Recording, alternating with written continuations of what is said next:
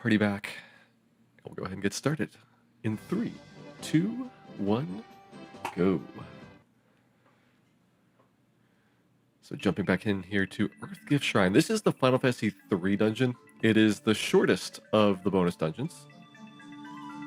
Only 5 floors, but because there are 4 bosses at the branching point at the bottom, you have to do it repeatedly to get all of the different possible bosses completed. Let's try down here. Well, at least getting some items. These items are probably not even worth bothering to pick up, considering how low tier this dungeon is. We got better stuff back at places like Whisperwind. 2 floors out of the way. This is going to be I think the slowest floor in the dungeon, this little desert area. There's a bit of a trick, which is to follow the arrows, and that should lead me towards the stairs eventually. There's better pathways through there if you know which of the pathways you're going on. Well, that's ambiguous. Do I go left or right here? I'm going to try right. There's an arrow over here in this direction, too.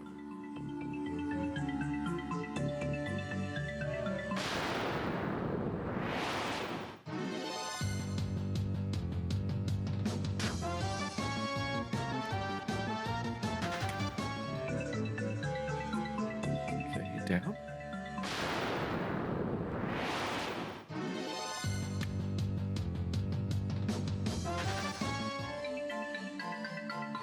I hope everybody enjoyed the early parts of the stream yesterday. This was something which I wanted to do kind of as an experiment. I knew it was going to be a lot longer than GBA All Dungeons, but it seemed like this would be an interesting way to kind of show off more of the overall PSP content.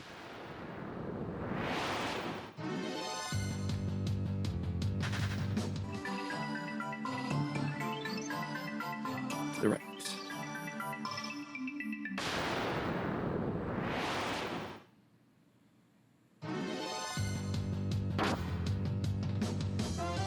The dehydrated Agama is continuing to pester us. I believe these are basically Sorias, except they have way less attack power, and most things in these bonus dungeons, at least for the first couple of bonus dungeons, are going to give you relatively poor experience in gold, which is why it's not worth bothering to fight them. Whisperwind, like when you get down to the bottom, maybe Lifespring as well to some extent. There are better monsters down there that are actually somewhat interesting. And then, of course, there's the Blue Troll. Blue Troll was probably the least creative monster I saw all day yesterday. So I'm intrigued by this tree, but it's off my normal path. Okay, it doesn't seem to be going in any direction. To the left. Where are these trees taking me?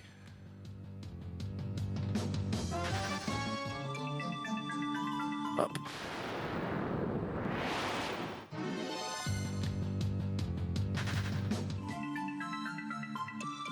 There we go. Found the stairs. All we had to do is follow the trees. I think there's also supposed to be a very rare, actually difficult monster in that one, but I don't think I've ever seen him. Oh boy, this one. So this is, if not for that previous one, probably the longest one overall. Hey, Tershel. Hopefully not to an Elmgigas. Ooh, silver apples are actually good.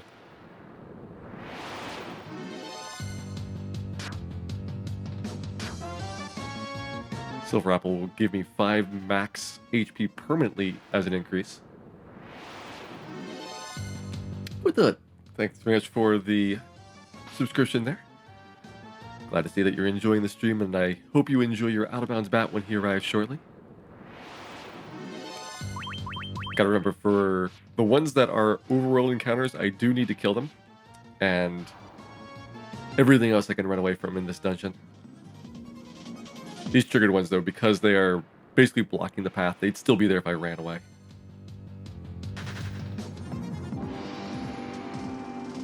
I want to go all the way around to the side.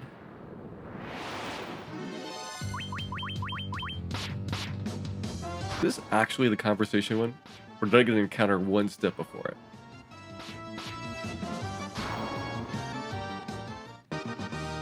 That was it. Filling the bestiary. The bestiary is not the goal. It is to get all bosses. So I'm going to get one of each uniquely named boss, which means only doing Chronadia once, rather than doing Labyrinth of Time 8 times. But I do have to repeat all of the other bonus dungeons. And in my little guide in the bottom right-hand corner, there is a listing of how many times I have to do each dungeon to actually get all the bosses.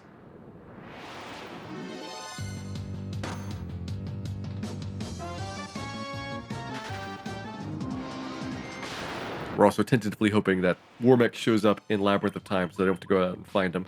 I wouldn't count Remakes as a boss, just because he's meant to be a little bit of a side attraction. But I would feel really bad if we did all of this and did not see a single Remakes.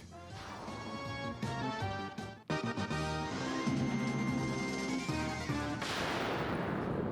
don't know if that's the one I'm supposed to turn in on yet. I know I basically go all the way around the outside, then cut over to the left, and when I start fighting the lake and swing around that, then I know that I'm going in the right direction.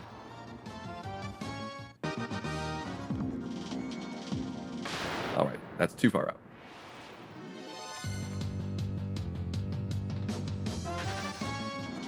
So it's probably this one then.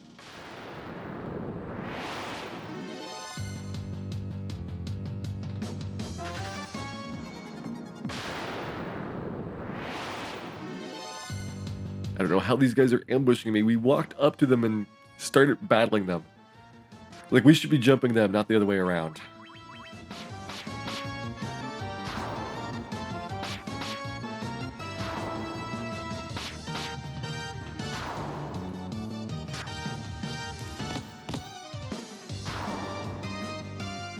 What does Dan have on? I know he's got...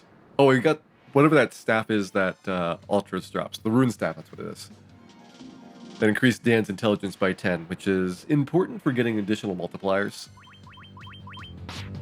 Every 10 points of intelligence will give you basically a big step increment in terms of your spell damage. Before you get all 10, like if you just get like a partial amount, you get nothing. And then once you get exactly 10, it goes and jumps up a big amount. So that's helpful to have those additional type of weapons.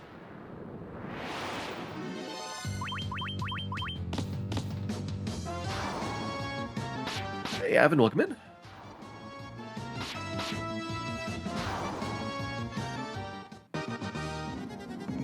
Alright, that looks very lake-like. I'm gonna try Upper Path from the west.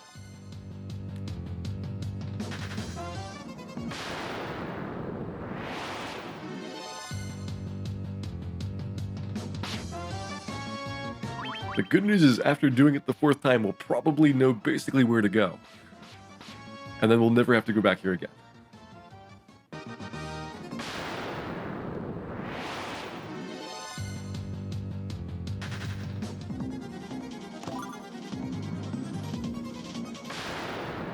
Okay, this looks mostly promising. I remember there's also a grave at some point that we need to go by before the stairs. But I feel like we're very far over to the west, which is what I want. You almost are like right next to the exit when you first start, but the force is blocking you. So you have to go around the big spiral to get to the other side of it. There's the grave.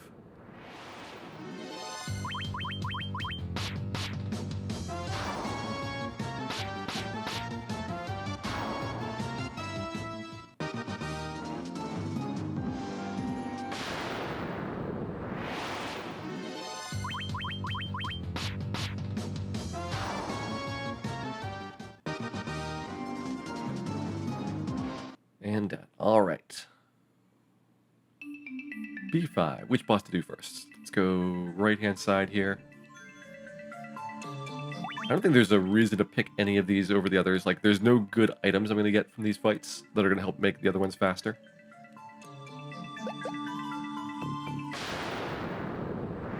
So let's begin with our first Final Fantasy 3 boss, Echidna.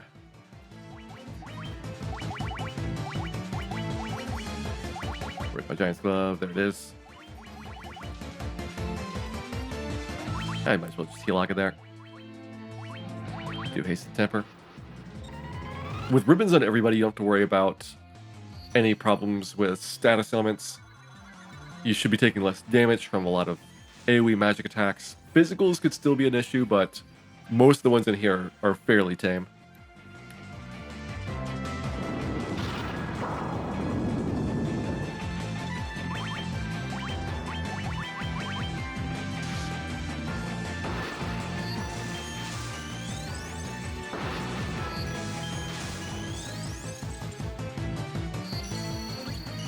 I guess technically I want to keep my fighter's HP up because it'll improve the damage I get from the ultimate weapon. Although his damage should be pretty freaking high already.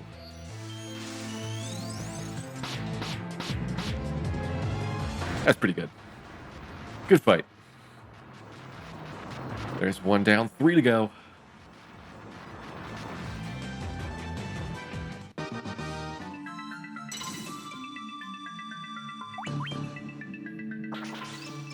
Sadly, you do need to repeat the dungeon to get to each one. They lock the door behind you when you go into the boss fight.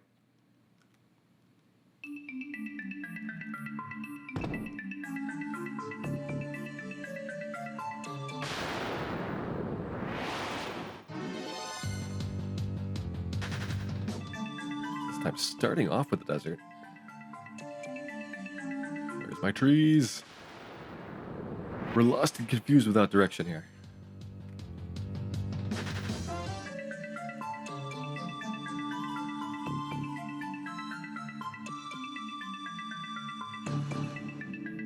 Last time I went by that and it was pretty close to the end.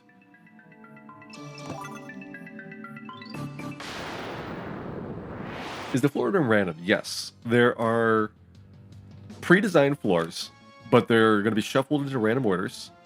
The treasure chests are also going to be randomly placed, so sometimes you'll get fewer treasure chests overall.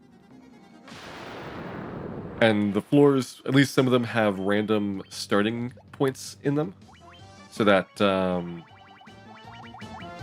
you might have a different path through there each time. But like, for example, this one here, this is totally static. Where you start is predetermined, the path is predetermined every time, and you just need to know exactly where to go. Other ones are going to be more unpredictable, because they'll have more variations that show up. It's basically a way to make it so that there is some amount of replay value in terms of what you get. The treasures that you get on the floors, those are based on the floor number. And so the deeper you go in there, generally the better treasures are going to be potentially on the list. But again, it's not guaranteed that every single treasure chest will even show up in the first place.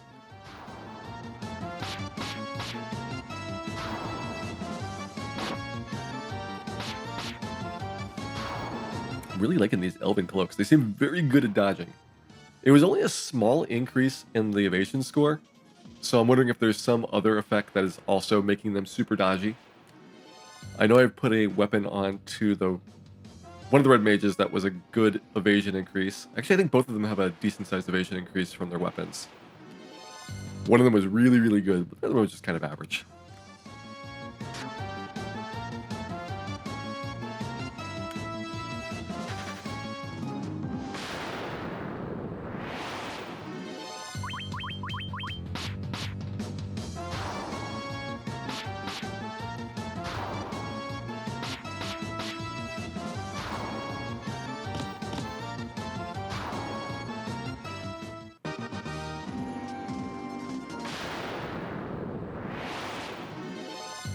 Let's see if I take the same path last time, which led me up to the treasure chest instead of off to my turn. That one at least is not too bad to miss. There's a couple other branching paths in here, which if you take the wrong turn in there, it's like 3 or 4 extra battles. Only taking one is not too bad.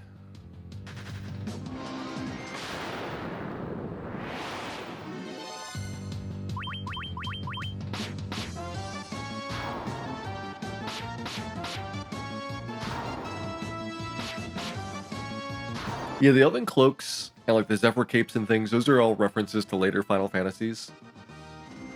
But like stat-wise, what it says that it does in the game, it seems to be better than those, although it's really streaky. So it could also just be my imagination sometimes for what reaction I'm getting out of some of these.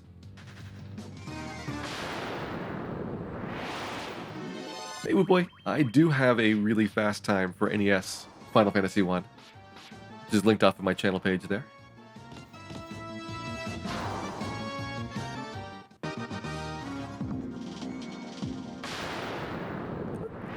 That looks correctish. We'll see if this is the same one as I did last time.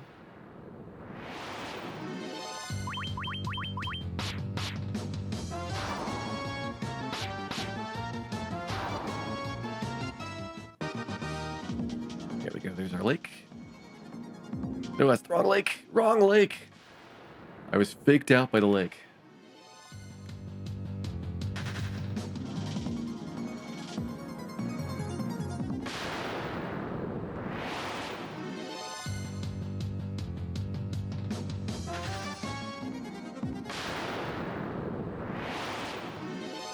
The encounter rate in here is pretty high. It's similar to GBA in that you definitely feel the encounters quite thoroughly in some dungeons. There are other dungeons, though, where it feels relatively nice. Like Marsh Cave's good. I think that, except for the early Mirage Tower floors, like a lot of Sky Castle is pretty good. Sea Shrine's decent. Gurga Volcano is slightly better than GBA, although moderately higher still than NES.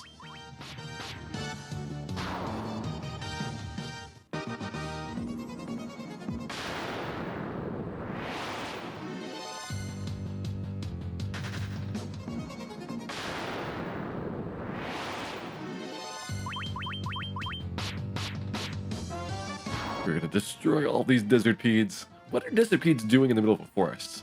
Like, these guys would make a lot more sense in that desert level. It's like a forest full of poison and death. And it's full of desert creatures.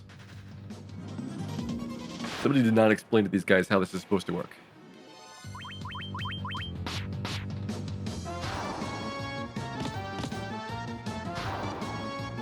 Any chance of a single white mage all bosses run? Probably not.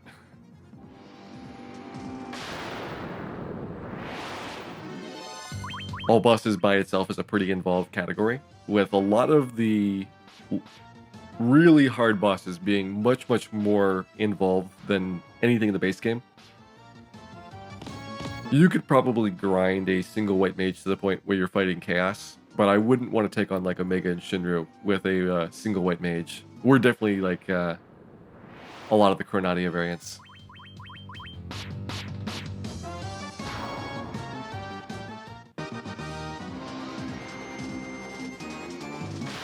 I'd say this was stocking me up on antidotes, but I think I'm already full.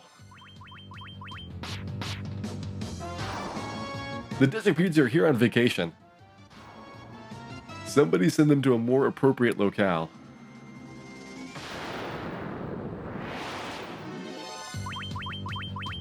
Spiders, I think, fit better. Like, this is a pretty gloomy forest.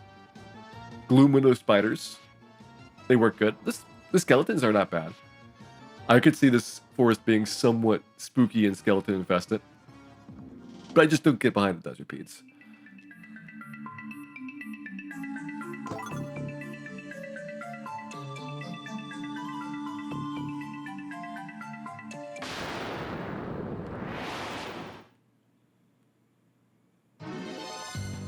It's just, I should get to Labyrinth of Time tonight. I basically need to do this pass and then 2 more through Earthgift. Some leveling in Temple of Fiends. Life Spring twice. And all that together should be less than 4 hours. Which means I believe I will be able to do a crack at Labyrinth of Time. Hopefully Labyrinth of Time is first try. Because I'm not sure if I could do like multiple attempts through it in the time I've got, but I'm definitely gonna give it a try.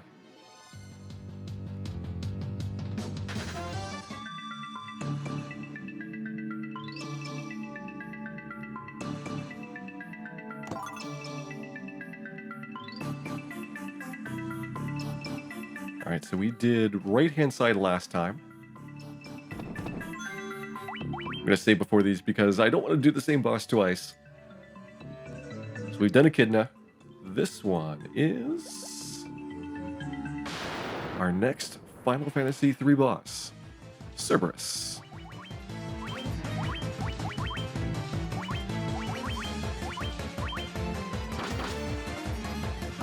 All right, probably don't need a lot of physical defense.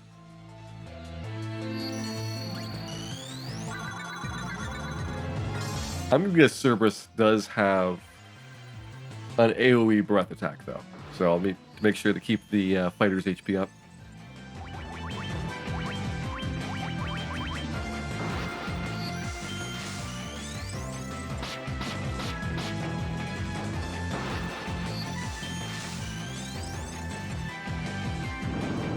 I guess Thunderbolt's kind of like a breath attack.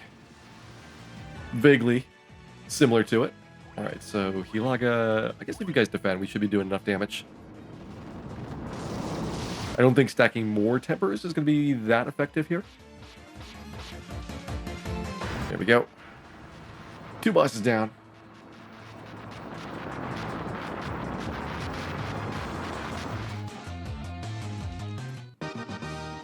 Kotetsu, completely useless. I want to say Kotetsu is like ninja only, or some other like really, really horrible property.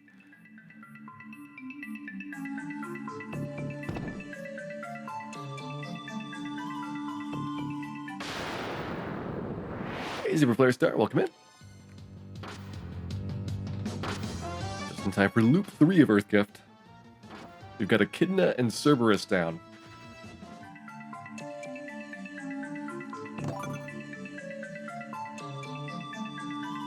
The very first time through, I got a silver apple. That's the kind of prize I'd like to get more of. These basic things like fangs and curtains that are generally 15 puzzle prizes are not really all that useful anymore in the game. But permanent buffs, like anything that is a stat buff, is incredibly good to get because your levels are going to be really slow. So getting like an extra level's worth of HP or MP or just even a little bit of stats helps out a lot.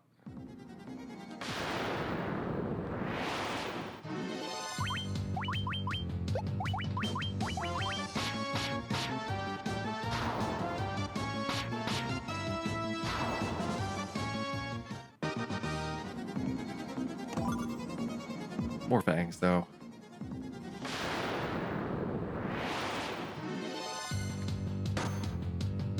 Sadly, this would not be a good place to get fangs for a White Mage run because you need all your fangs basically before Lich.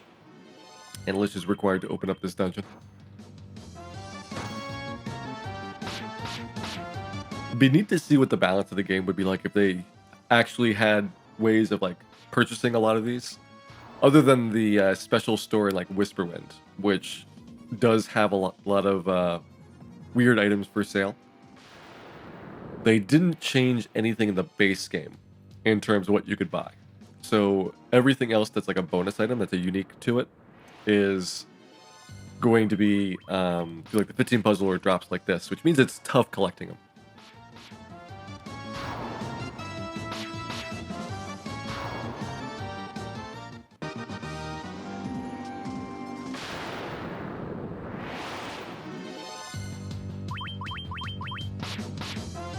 I learned my lesson last time. It seems like I need to go further up than I always think on these. So it's probably not that turn.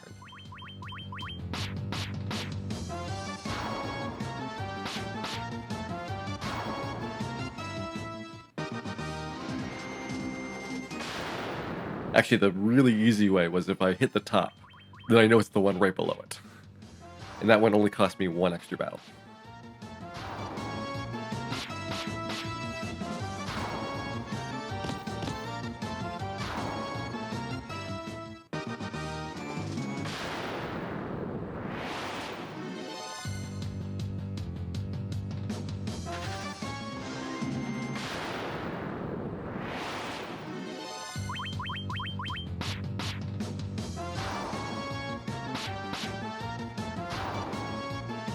Did we hit the top? We did. All right, there we go. So turn in here, and that'll take me to lake. And across to the other side of the lake, which will be where we turn down for the grave. It does get easier over time doing them in really quick succession like this. I'm not sure how much of Life Spring I'm going to retain, even though I'll be doing that twice. That one's long enough that just recognizing all 20 floors is pretty difficult.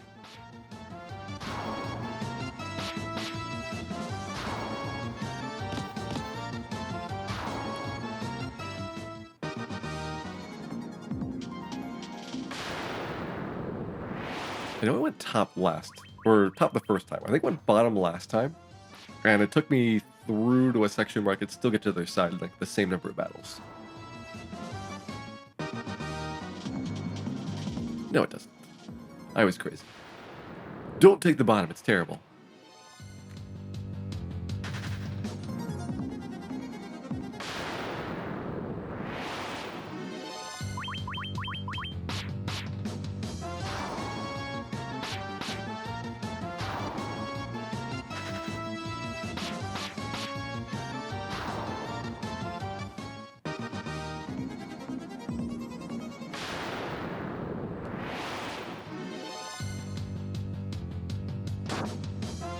Ideally, I will be done with this tonight. Like I said, though, if it looks like it's going to take more than like 6 hours or so, then I will have to do it for a third day, but it's planned to be a 2-day event. I basically did it like 6 hours yesterday, 6 hours today to finish it, and that was roughly my budget overall. I knew what I got time-wise based on the GBA run for what I could do on the bonus dungeons except for Labyrinth of Time. And Labyrinth of Time does have some really tough enemies. It's also got a lot of puzzle aspects where having higher levels are important. But I'm thinking I will try it around level 50. Right now we are level 42, and I'd like to bump it up to 50 before doing Life Spring. So we'll be hanging out in Temple of Fiends for a little while. Oops. Hey, for this is Earthgift. We're in trip number 3 through it. So we've beaten Echidna and Cerberus so far. So we've beaten 2 out of 4 of the Final Fantasy 3 bosses.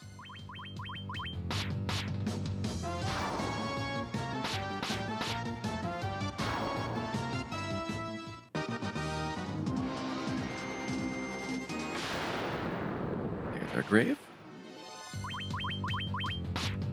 This would actually be kind of fun to try as like single segment one time, because I think I could do it in one sitting. It would be a little bit painful for like a 12-13 hour playthrough, but not impossible. And that would give me some more continuity for like deciding when to break things up.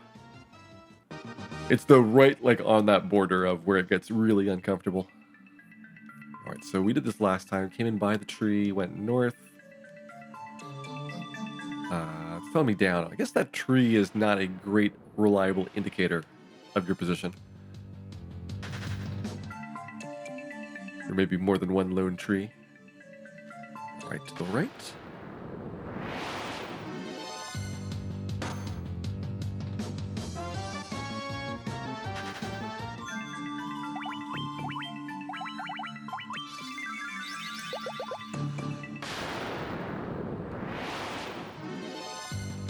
Again, I'm basically just following the trees. There are potentially faster paths through there if you see the overall map, and you can recognize where you are based on the tree patterns. But this will eventually, by following the arrows, lead me to where the stairs are. Hey Jack, welcome in. I think you can also follow the trees backwards. So rather than going in the direction that they point, you go in the opposite direction. And it will also take you to the stairs. But you have to know where in the cycle you are to know whether you should be going forward or backwards.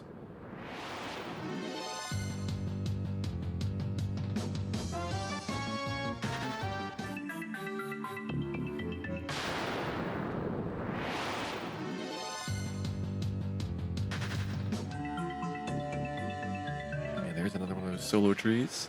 All right, so this is the same tree I'm thinking of. It is 2 turns to the stairs here. To the left, to the north. Let's see if this is the staircase up here.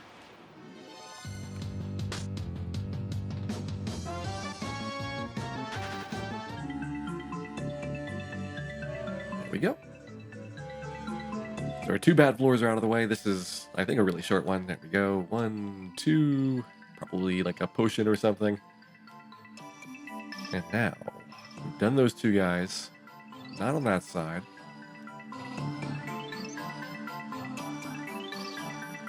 Probably this one up here? Nope, there it is. Ooh, this guy's got a treasure chest.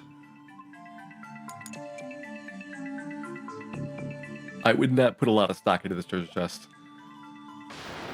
These bonus dungeons are uninspiring. This is the first one. It's a really basic one. The more interesting one's going to be the second one that we do here.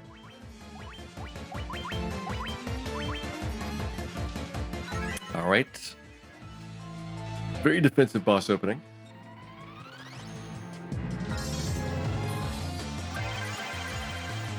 Kind of time-wise, you're supposed to be able to do this somewhere between after you've beaten the Lich and before you've beaten Carrie in the base game.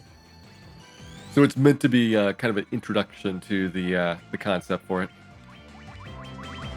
Hey Stan, welcome in.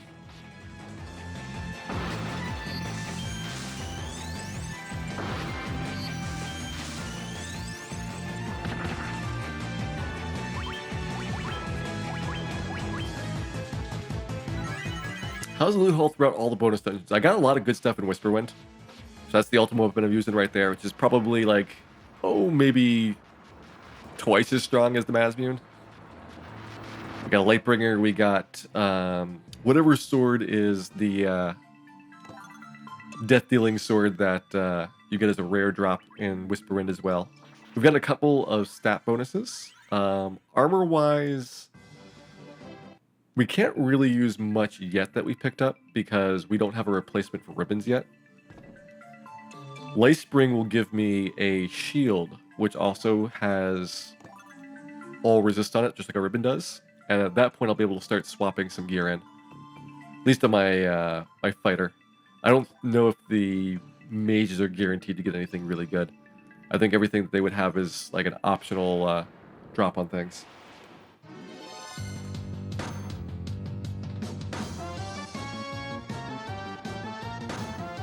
Experience with the phone app versions. I have not heard great things about them, but it's one of those things where it's like, if that's your only version you can play, then like, do you play the official version or do you get like an emulator for your phone and try to get one of the other versions up and working? It's all about what amount of time that you want to put into it.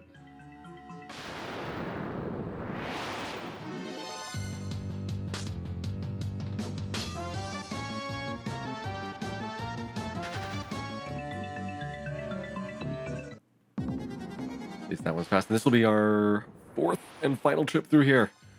I'll be very glad when this place is gone. I don't think Lightspring's got the invisible floor. That's probably the one that most people would consider the worst floor in there. But I actually kind of enjoy it. It doesn't have any encounters, which is a really big plus. There's another silver apple.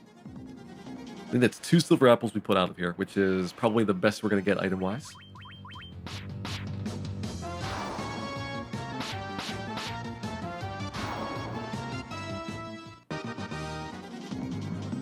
Yeah, everybody's suffered through 3 playthroughs already. And now we're doing number 4 here. So we've got Airman, Echidna, and Cerberus out of the way. So by process of elimination, we're going to have some multi-headed dragon for our final boss.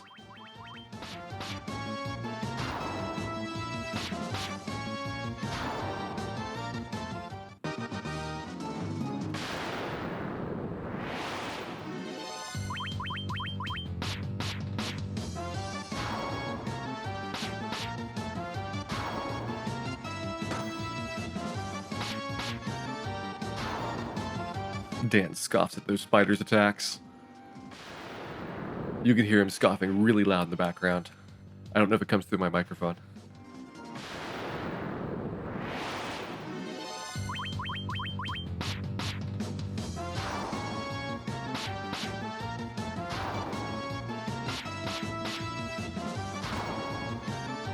At least in the PSP, it can do native PlayStation 1 games. And that was something that was kind of meant as a intended feature to do like greatest hits and things. And then the other ones, they're simple enough systems that anything reasonably powered can like do a Nintendo emulator these days. Like that's very, very little computational work involved in it.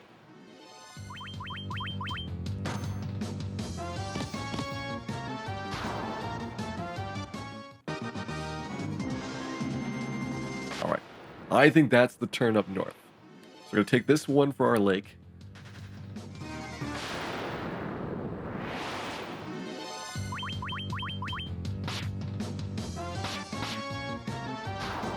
Once we start doing Light Spring, I will get 2 Judgment Staffs along the way. And those will let me cast Flare as much as I want, which I'm sure Dan is going to abuse quite heavily. Dan should actually be fairly decent at spellcasting by now. I think he's going to have 50 intelligence with all the bonuses. That's it's a much bigger multiplier than you would have in a speedrun, even for a black mage.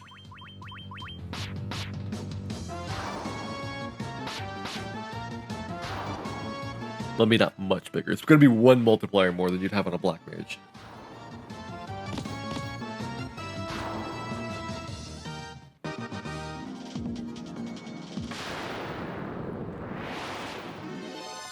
Alright, top path through here. That looks like a lake to me.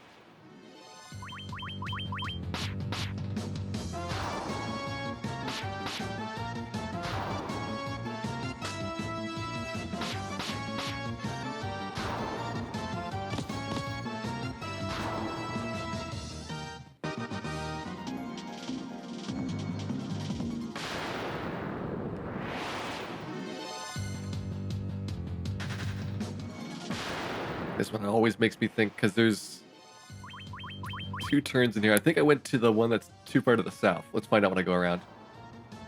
It's either this one or the one above me to go next.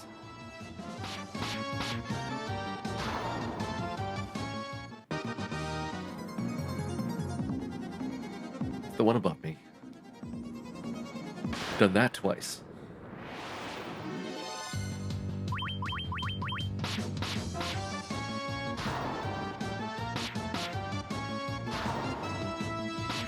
I feel like we should be able to just take a running start and be like casting Thundaga or something and like not even stop for these guys.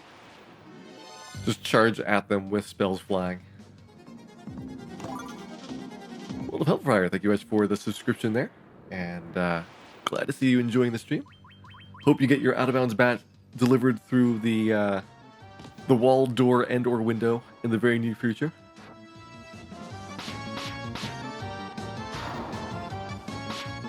Let's be honest, he's probably coming through your wall, so make sure that the wall is nice and clean and prepared for him.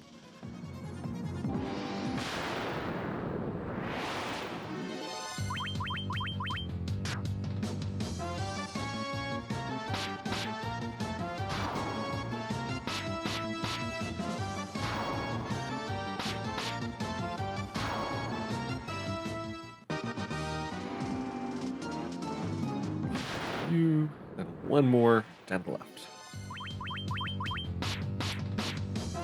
This one felt pretty fast, I think because the deserts started getting to be good patterns. The very first desert I did was like the longest possible way around. Then most of the other ones were like much shorter overall in the walking paths that I got.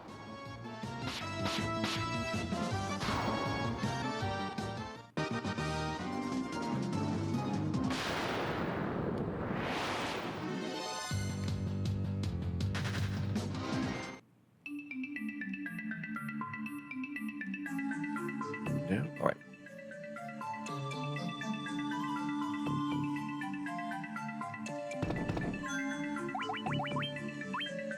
So this should be a multi-headed dragon. I think it's a 2-headed dragon in this game.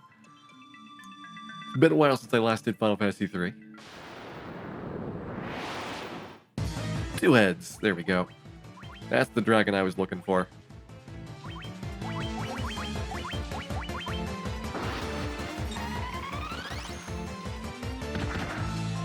Galileo, come in.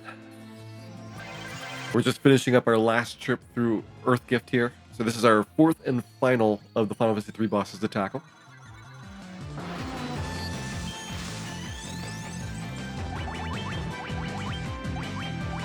We'll be doing some grinding at Temple of Fiends after this. I'm thinking about grinding at the 3rd floor, which is not normally a floor that is a good choice for it because it's full of gas dragons.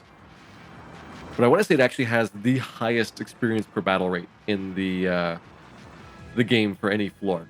It's even higher than Tiamat's floor. Ooh, Bard's Tunic. That's not really useful. I mean, it's a thing that you could put on your body. And you'd be musical. And probably not be silenceable. But other than that, I would not keep it even for Dan.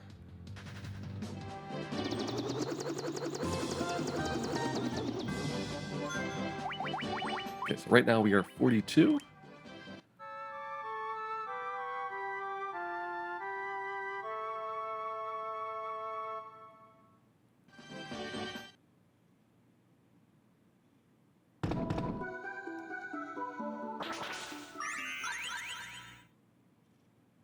This floor mostly notable for purple worms. I think Frosties are not nearly as good of a fight.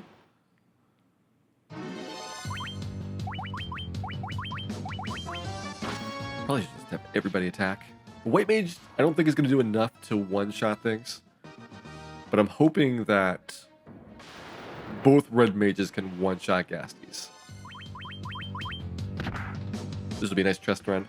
We can't one-shot a Frosty, then I know it's definitely not working. Okay, that's probably twice what we need. That one's marginal. It'll depend a lot on how the Ghasty defense is going to reduce that down.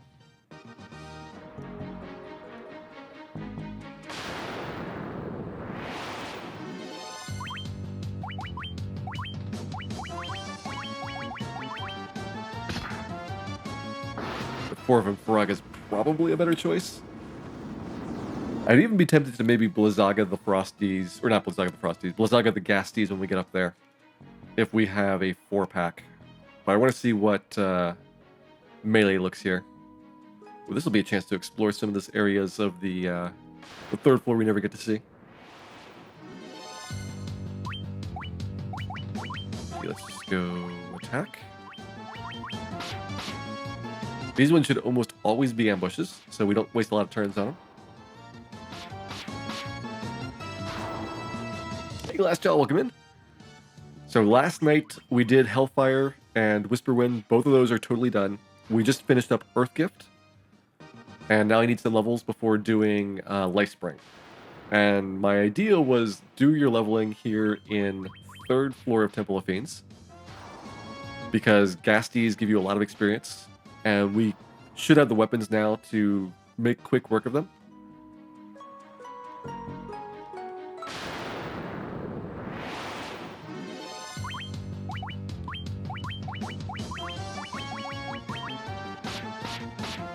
With Labyrinth of Time. Labyrinth of Time after Lifespring is done twice. So we need to do 1 path down, probably Omega first, and then Shinru second. I don't really have a strong reason for doing that order, but I think that Shinru's slightly harder. So I might get some extra levels by doing the first trip. Or at least some extra stat stuff. Okay, that should be level 43 now. What do I need between levels? 20,000 experience. A little bit more than I thought.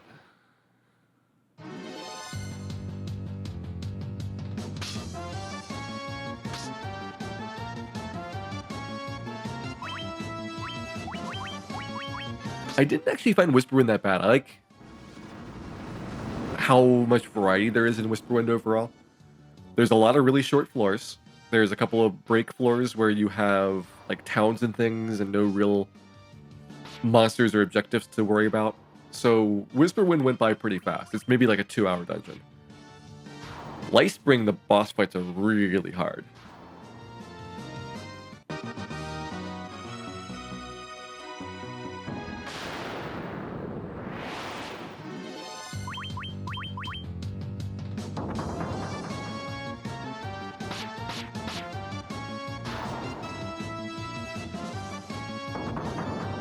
Moderate amounts of poisonous gas here.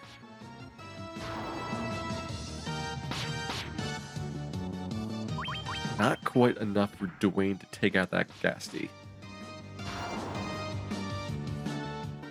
We will have some Gilgameshes. We'll be fighting Gilgamesh twice, in fact. Okay, what do we pick up? Remember we got some apples. There's 2 apples. So that's probably going to go to Dwayne and Gil. I don't think we got any other stat ups while doing Earthgift.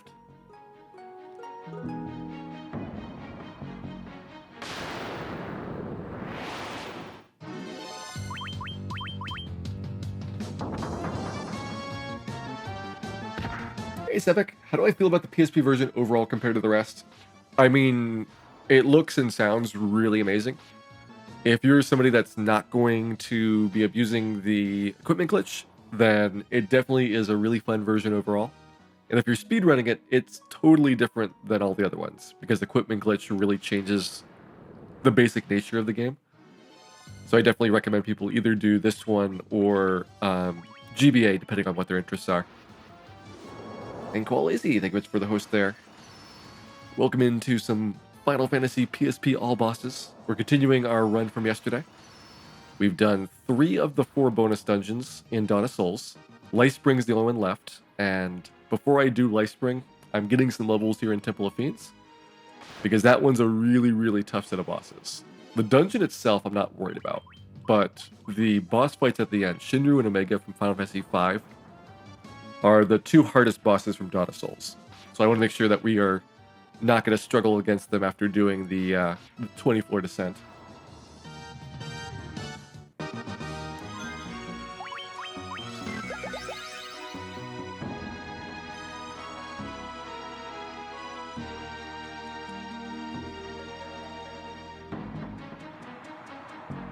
Alright, so the downside of this is there is a lot of time in between the fights. So we're getting really good XP per battle. But we're kind of only getting about half efficiency. And I'm trying to think if there's a better spot to do grinding that would make up for that. I don't want to do the eye fight. I think he has too little experience per fight to be really worth it. Bloody might be better at this point. But that's really like the only other very high level trap tile encounter I can think of.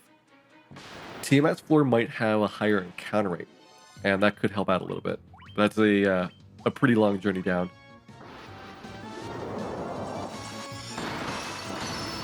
Hey, Saver, welcome in. And welcome to Adam as well. Alright, so Blizzaga takes care of those Gasties one shot. That's also really good information.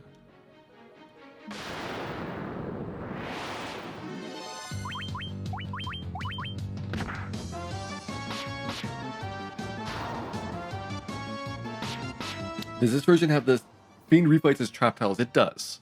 The refights, though, give you very minimal experience, and they are significantly buffed since the early versions of the game.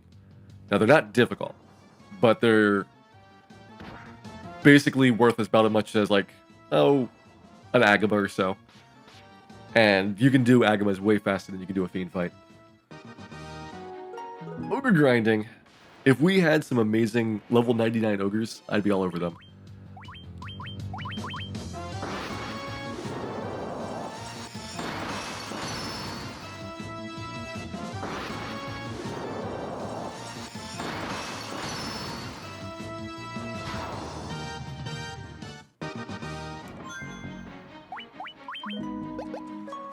We've picked up 2 levels since I started this. So it's not going that slowly. Like, we're probably getting a level every 10 battles or so. And at least on the NES version, the experience curve gets really flat in the late game. I think it's not quite as flat in the remakes, but it doesn't have the gigantic increases between levels that would really make this a slow process. Also, the max is 99, so you know that there is a lot of headroom in terms of the amount of experience they expect you to get.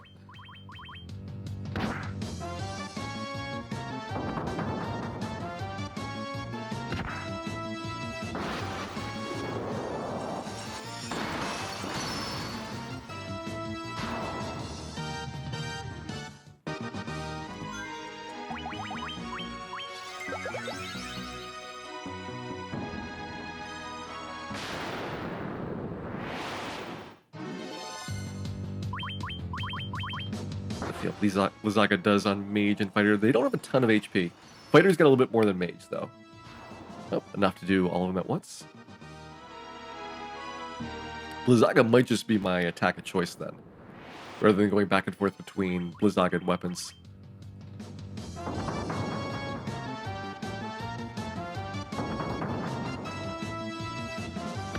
What level am I going up to? I originally was planning 50. But that might take a while. I might stop somewhere in the high 40s and do Lightspring twice there, see what our level looks like after Lightspring is done. and make a call about whether I want to do more grinding before Labyrinth of Time.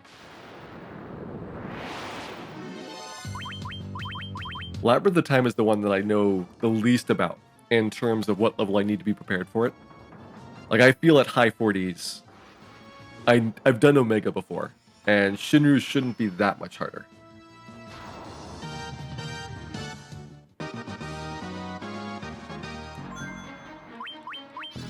There's 45.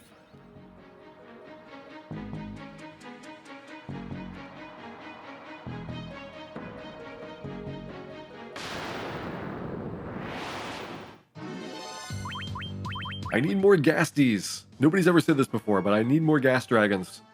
If we could have 4 gas dragons every time, that'd be really good.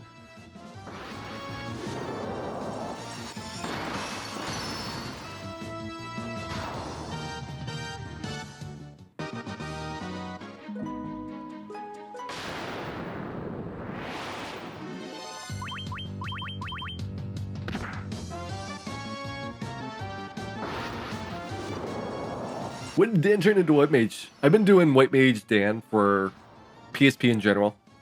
That way, the Red Mages are not biased in terms of who's going to be sacrificed to the forces of chaos. If it was Dan as a Red Mage, I would feel compelled to pick him. But with Dan guaranteed to be alive, now it opens up the competition a lot more. Like, generally, I will have one of my Red Mages several levels below the other. I didn't do that for this playthrough because I was going to do the bonus dungeons. But in the speed run, you'll get one killed off and he'll be like maybe like 6 or so levels back. And that's whoever is the worst stat-wise when you're doing your grind.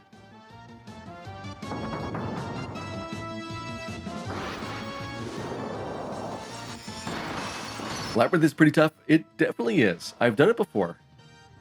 Many, many years ago when this game first came out. So I've got like a vague recollection of what it's like.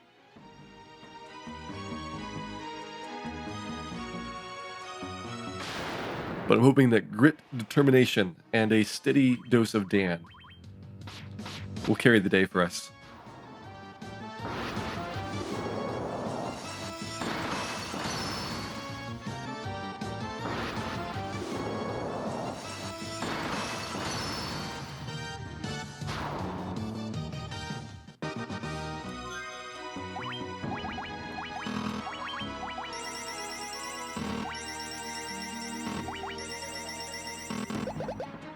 MP looking pretty good. HP, we're starting to get over 500 with the Red Mages, which is a lot better.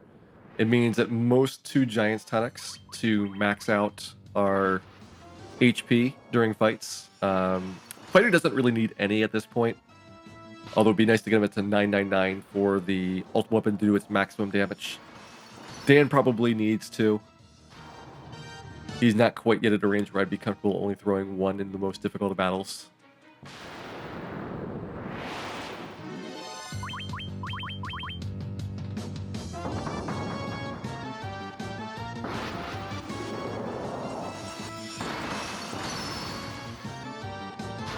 I've had the fighter queued up to attack every time, and I don't think he ever has gotten a turn.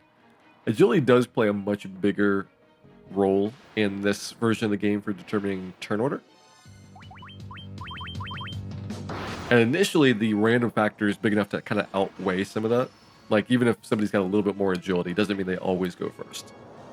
There's your base agility score plus a noticeably sized random factor. But now that we're into these higher levels, the difference between the fighter and the Red Mage is enough that I think, like, he's never getting a turn again.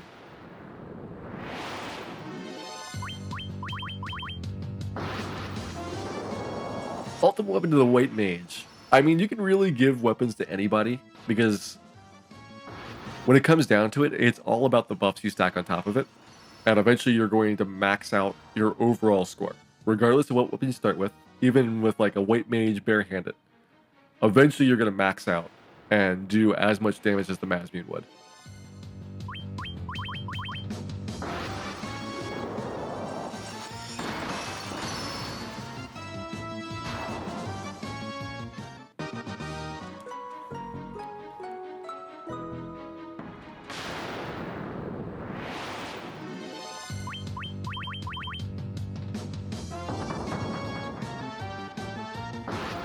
seeing Gil get some pretty good level ups here. I want to say he's gotten 2 strong level ups more than Dwayne recently. At one point, they were very close. They might not have been naturally been close, but I've been giving my apples to whoever's been behind in HP to kind of make the red mages as like tight together as possible. I almost debated being much more unbalanced, and that way I would have an easier time keeping one red mage alive. But for the fights I've done so far, at least for all the Whisperwind bosses, it was better to have a balance because any character that you lose during buffing is really tough to get back up and running again. So I wanted to have everybody survive like the initial rounds of attacks.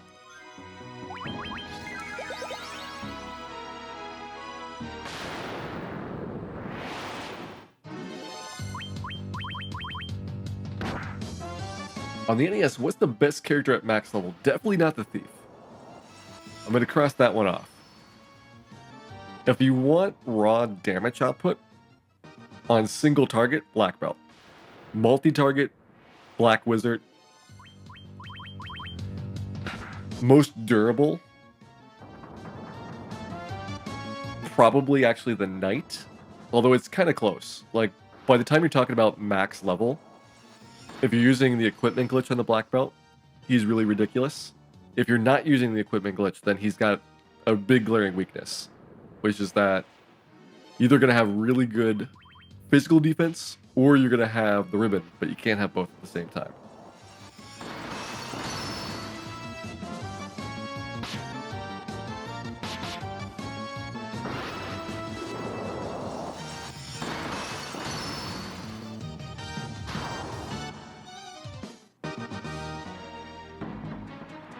Deathbringer the one we got before?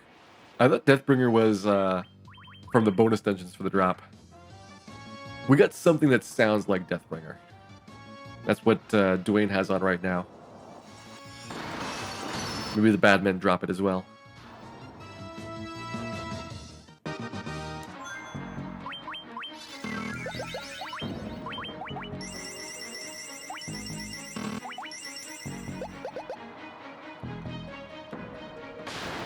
Lightbringer is what Gil has. That's the big yellow sword. Dwayne's got the big black sword, which I want to say was Deathbringer. It's whatever sword casts death when used as an item in battle. And I believe I kept because it gave me like 5 points of evasion. That's really all I'm focused on for the red mages. They're never really going to attack. So giving them big fancy swords is kind of more for show than anything else. But I want to give them weapons that have defensive properties. Like a dual rapier would be like my ideal weapon for them.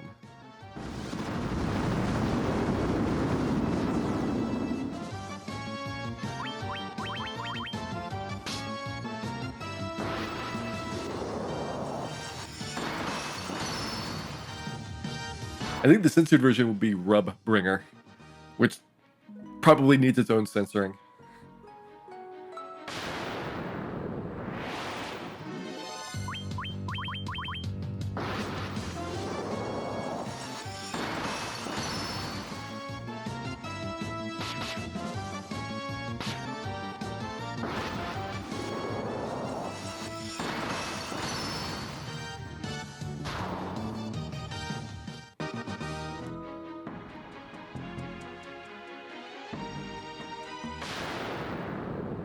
This pace, it looks like we are doing about one level every 4 minutes. That's not too bad. I might go to 50 at this, and then depending on how Lifespring goes, I'll kind of see whether I want to do anything more past that. 50 definitely should be enough for Omega. Because I want to say I was like 40, I was either like 48 or 47 when I did the GBA playthrough. And it didn't seem like too tough at that point. Shinru, I know like a couple of things that Shinru does at the fight for like AoE magic. Those are going to be tough to get started with, but you can save before him. So I might be able to do like saves coming and get him to do a bad move at the beginning. Give me enough time to get some Giants tonics up, and at that point I should be fairly stable.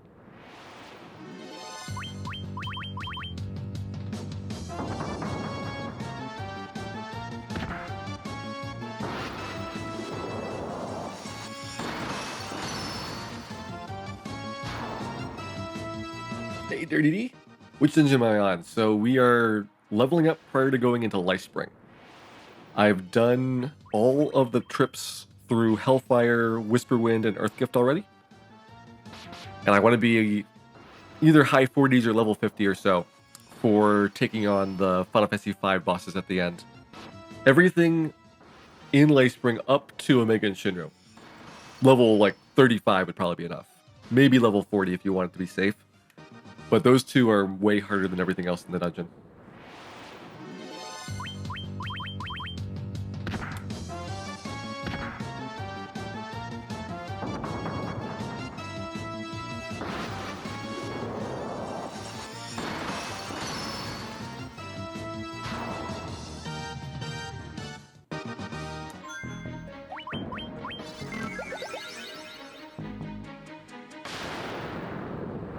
And so far, this plan of doing the top floor Temple of Fiends as my grind spot's been pretty good. I can one-shot a lot of the monsters here. The experience is nice, and while I don't have the greatest efficiency, because of having to walk around to get the next encounter, it feels better than doing a trap tile grind like the Eye or something. Because like each of these guys should be almost as much XP as an Eye. So if I'm getting a battle done even every 2 or 3 battle lengths, it should come out about the same.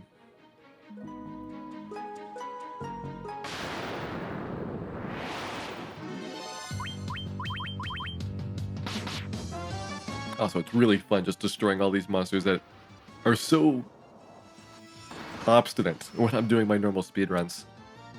Black Knights you can at least run away from. These are bad men here. Gasties, you really don't have a good answer for. And Mage and Fighter you thankfully can almost always run away. I don't think we've had a single Whizvamp Zombie D fight yet. That is the 1 in 64 on this floor. This floor actually is like really unusual because of the 8 possible slots, they're doubled up to the point where there's only 4 formations. And this is, I want to say, the only dungeon that has that few. Like the next one I could think of is like 6 on Ordeals. See, Ordeals might have 5 on the top floor. It's got Sorcerer, it's got Zombie D, it's got Whiz Mummy, Mancat, and Argoyle.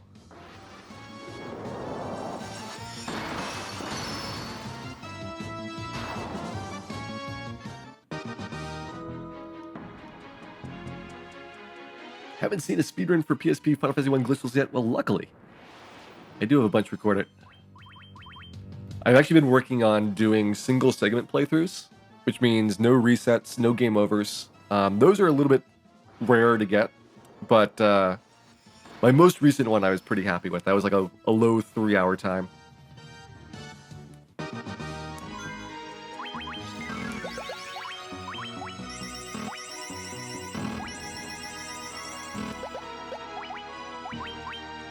Okay, we're about halfway to 49. So yeah, level and a half here shouldn't be too bad. Got the ethers for it. Heal ticking up into 600. Ooh, that's really good for hit points. You definitely notice how much bigger the jumps are. Like, even if you don't get a strong level up, your vitality score is so good that, like, small level ups are giving you noticeably nice amounts of HP. Unlike the beginning of the game where a small level up is like 2 to 5. Now we're getting like 20. Does the same RNG manipulation for NES work on this version? No. NES and Famicom are the only version which has manipulation for the encounters. Those are both step-based, which is something that's relatively easy for you to control. The remakes after that, starting with the Wonder Swan, PlayStation 1, GBA, PSP, all of those are frame-based.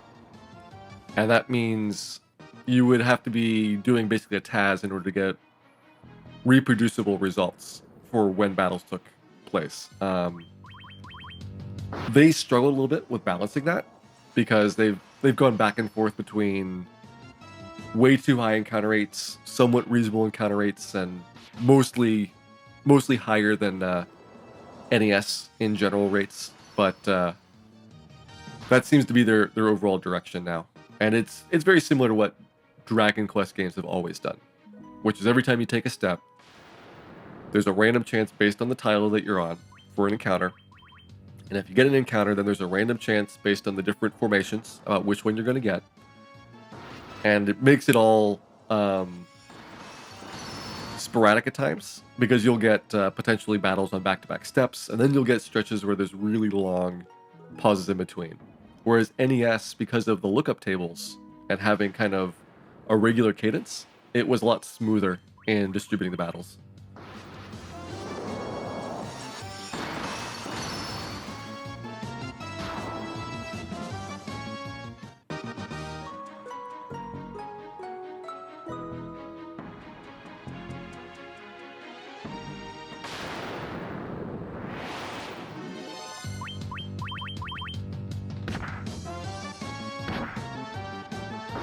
Yeah, for a really good experience. If only we had that Wormek trap tile to grind on. I'm hoping, really hoping that we do get the Wormek floor in Labyrinth of Time. That one's one of the ones I want to show off. But you get, it's like, I want to say there's like 30 possible floors, and there's only like 7 or 8 in each playthrough. So you only see like a very small sample of the overall possible floors you can get.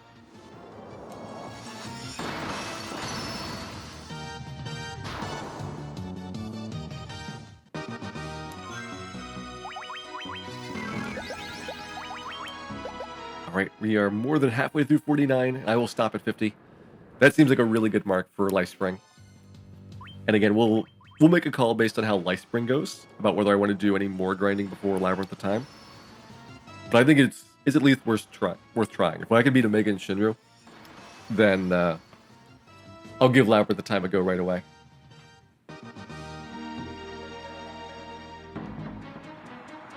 Does Warbeck count as a boss for the All Bosses run? He does not, but I would feel really bad if we didn't get him. And I would definitely go looking for Warbeck if we've got the time for it.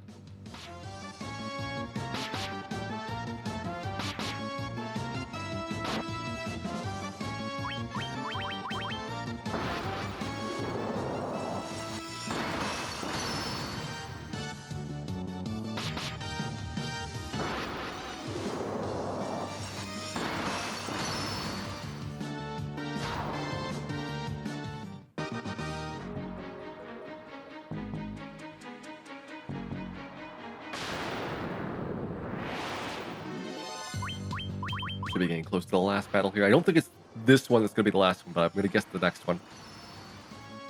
If we get something like 4 Gasties, that would be very close to the amount I need to finish it off.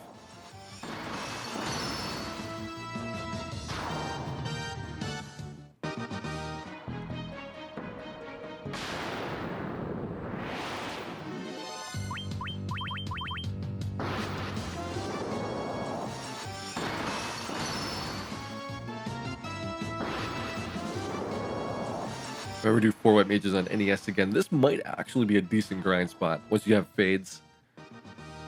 Just go to town and nuke those guys all over the place. Alright, 49 left to go on my last guy, but we are 50 on our first 3 characters.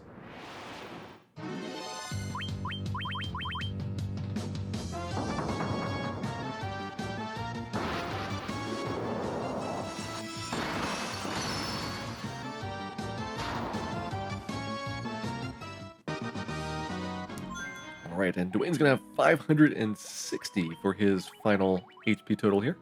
A little bit less than I was hoping for. He's gonna need like all the apples I can get.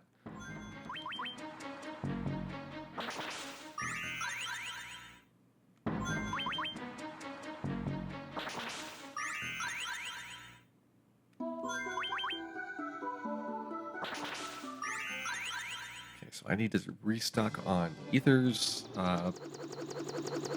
I guess Provoca's the closest town that's gonna have them. It's mostly on my travel path. Maybe I could have gone to Crescent Lake. That's also on the path. I need to get my boat. The entrance to this next dungeon is only accessible by ship.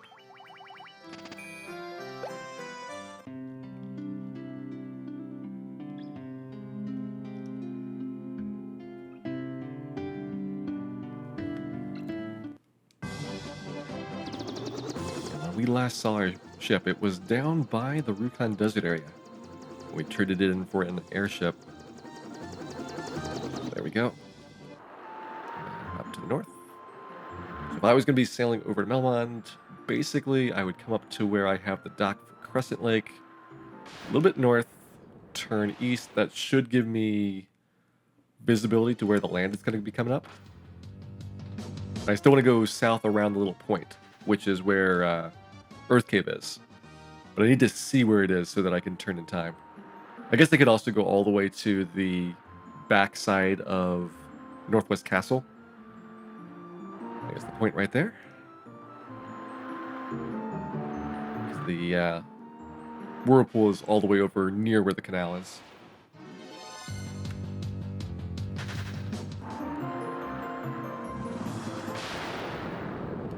So close.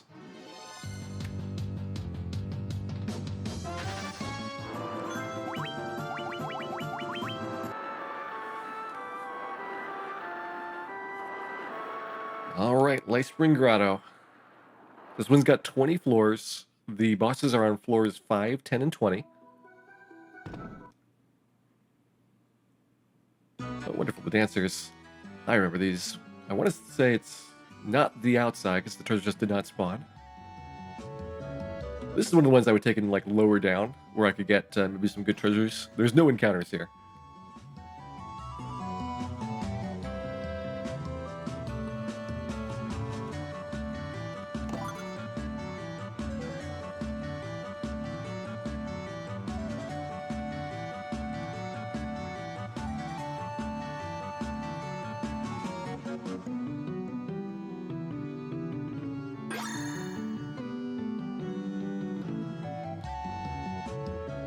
One of these also had a treasure, I think. Oh, I might have to go all the way through this maze. There's the stairs. All right, done. One floor done.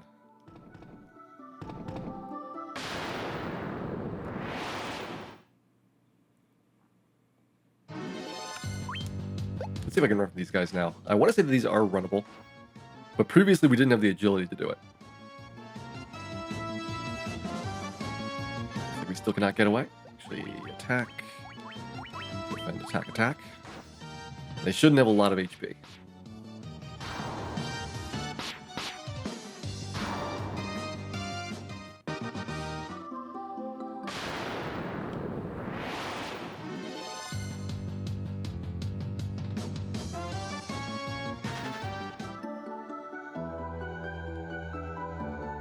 Okay, no stairs up there.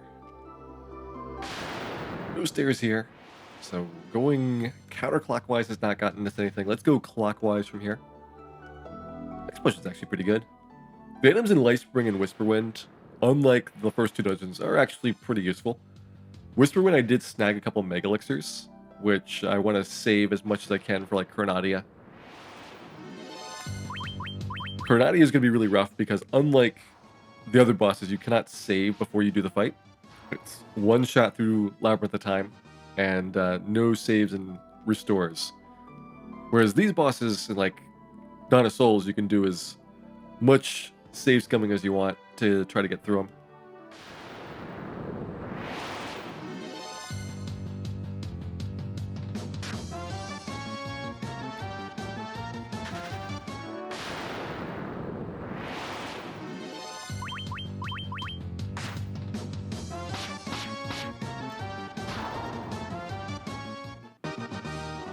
Blue Troll was a powerful monster last night.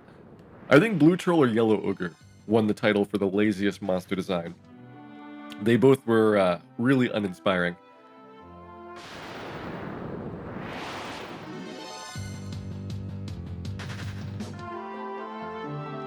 Stairs.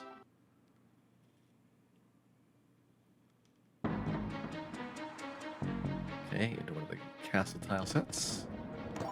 Ooh, there we go. Oh, Tiger Mask. I pretty much cannot use any piece of headgear because of the ribbon situation. But an interesting item nonetheless. Okay, now how do I get over to where the stairs are? I've got to go west and then north and then back to the east.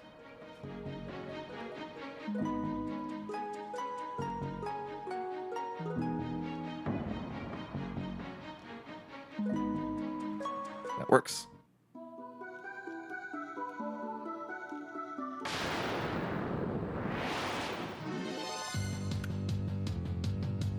Did Yellow Ogre have a different color clothing? I thought he was yellow, yellow, and yellow, but it might have been like yellow, yellow, and brown. So I guess there is some slight variation there.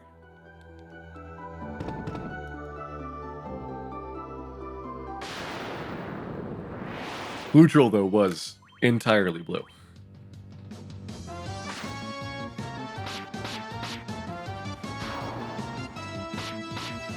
Yellow Ogre had a blue tunic. Maybe I was so burned out by Blue Troll that I literally could not see the color blue anymore.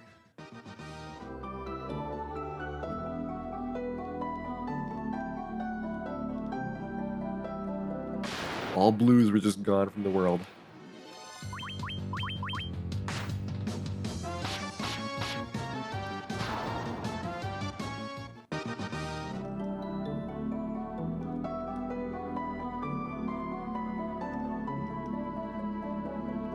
It's looking promising. That, I want to say, is unrunnable.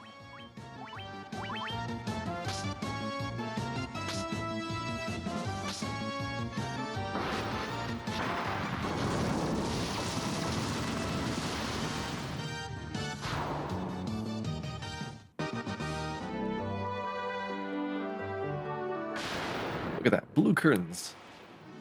Those go nicely with my blue trolls. Not promising. Okay, so it wasn't this little branch. That's the only one up here. So let's keep going back around counterclockwise around the edge of the floor. This is my last floor before Gilgamesh, I believe. I want to say it's floor 5 where he is.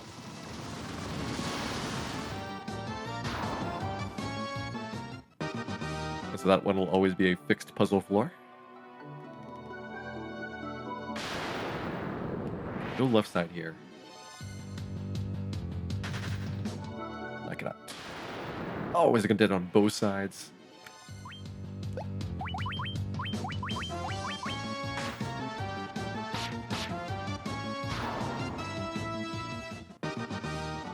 That is a very rude room placement. Not even an item for me.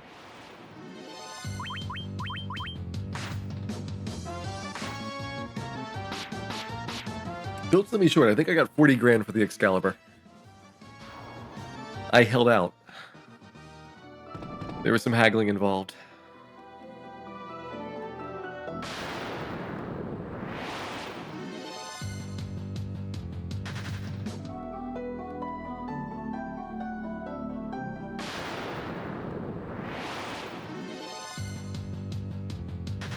I was probably actually really close to wherever the stairs are when I first spawned in here. I went the wrong direction around. Alright, where do I need to go for Gilgamesh?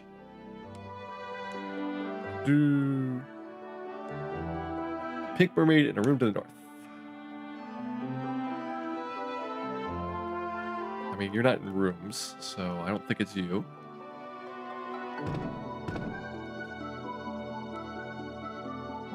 Outside and go south. Pink Mermaid in a big room down there.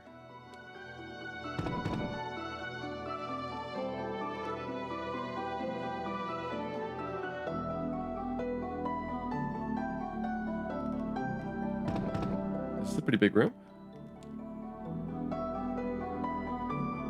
Spot to the north with a bunch of pillars and a diagonal. Blue.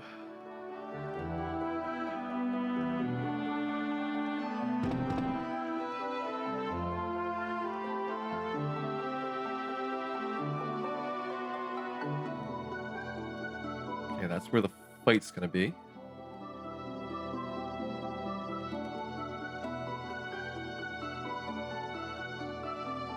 There we go.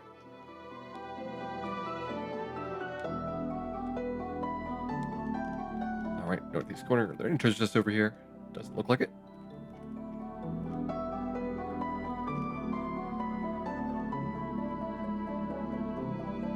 I will take this over random encounters any day of the week. Even if it is a bit of a Silly Fred's Quest.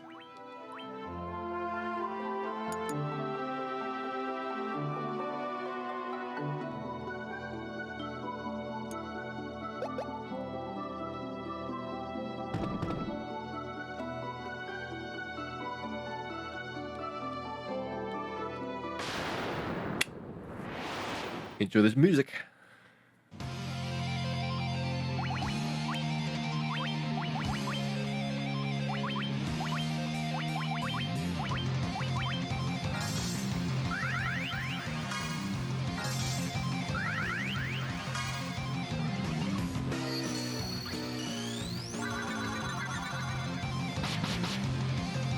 Moderately painful.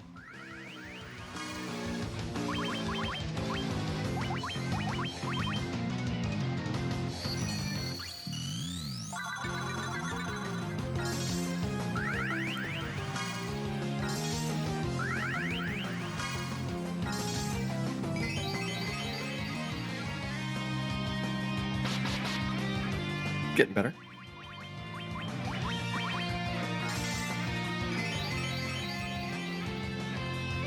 I think after this round of Pateras, we should be able to go and buff the fighter up with haste. He could probably also start attacking.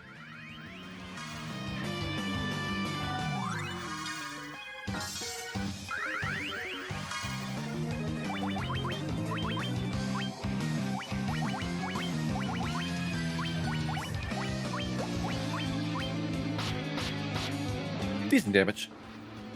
Haste to make that better. I don't think he's used Excalibur at all. Disappointed. Just been doing buffs and full strength attacks. There it is.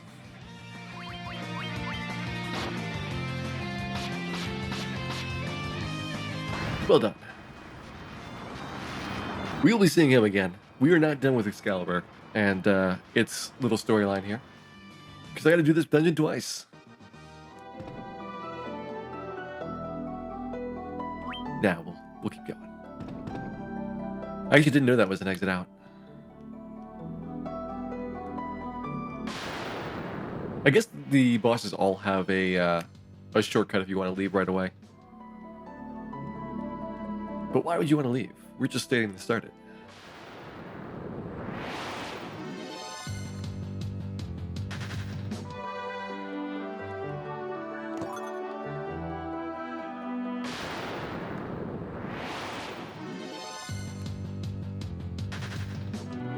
There's a couple really good remixes. I like Battle on the Big Bridge. Final Fantasy 3, I think, is also a really good one.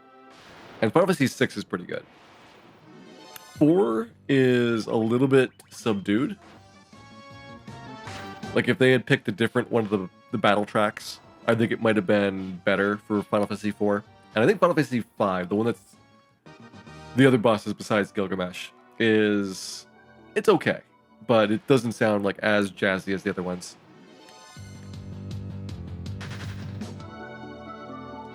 Hey, Rashikage. Just a Gilgamesh number 1, and we're gonna go continue on down through the rest of this dungeon now.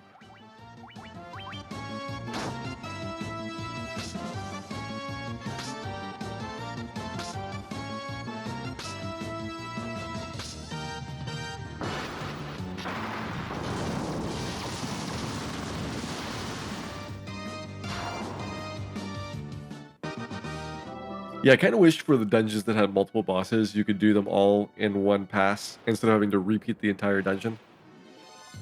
Like, if you can get down there once, it probably is not that much of a struggle to get down there again. Especially because the bosses are way harder than the dungeon floors.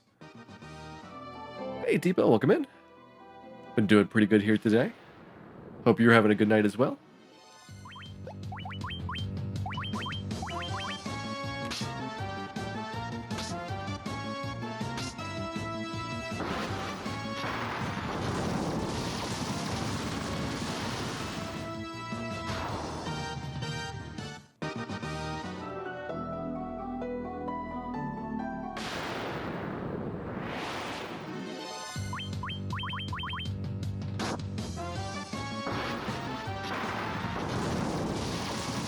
Yeah, the Undead Forest and the desert were the two that were kind of unpleasant when I was doing it earlier tonight. I could argue that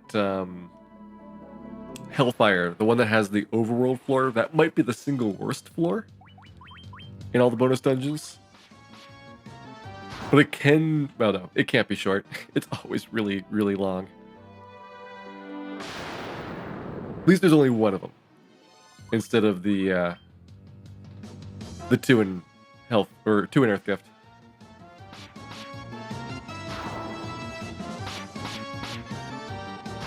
Did I get any of the abyss worms in the desert? Nope. I don't think I've ever gotten an abyss worm when I was doing the playthroughs. Ooh, Zephyr Cape. I think we already have Elven Cloaks and everybody.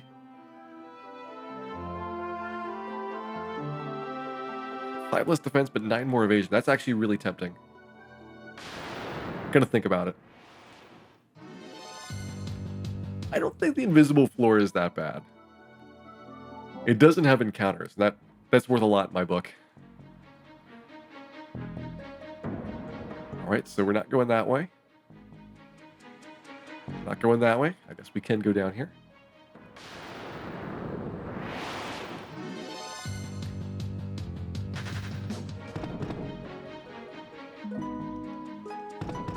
Why don't death elementals have death attacks? Don't give them any ideas.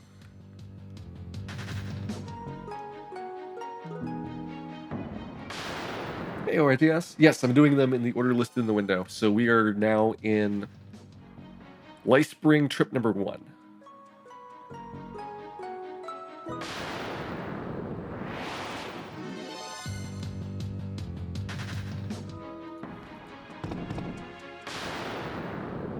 This one's really awful because of all the big interior rooms. I'm going to go sweep the outside here and see if any of these corners have a staircase.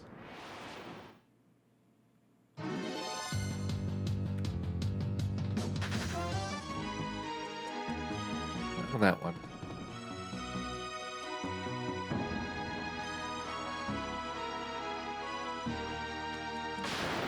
That one just has a treasure chest in it. It looks like I can go in between these two rooms and get to somewhere that I haven't been yet.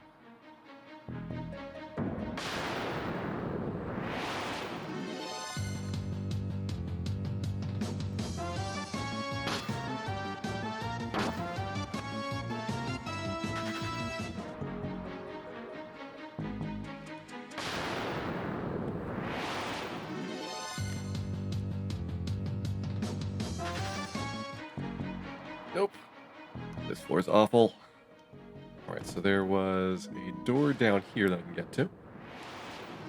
I've never even seen this staircase. If I at least knew where it was, I could try to, like, navigate somewhat in that direction. Oops. There's the treasure chest as well. Vampire Fang. Yeah, not worth it.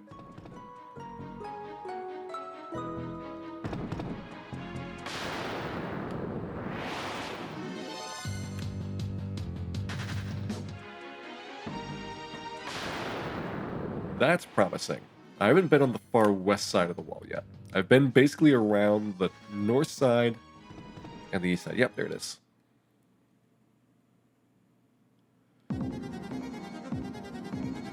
Alright, this is the one where I have to fight dragons, isn't it? 2 zombie Ds, 1 yellow D, 1 silver D. Let's rock. There's my silver D out of the way.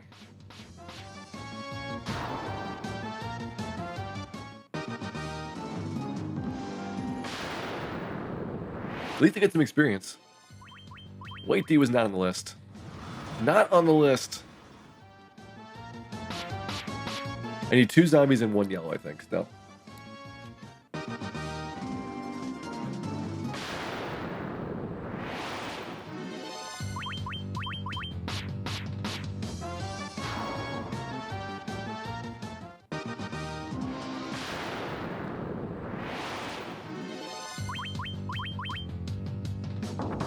Getting better encounters with these guys back in Temple of Fiends.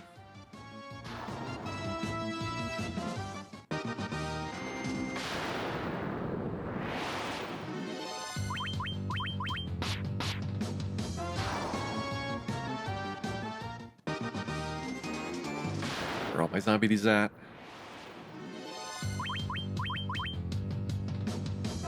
I can't believe White D is still faster than my party. Like, we are so much higher level than we are in speedruns. And we're not getting, like, any turns first. Ooh, Holy D's. I think these have a lot of hit points as well as doing Holy.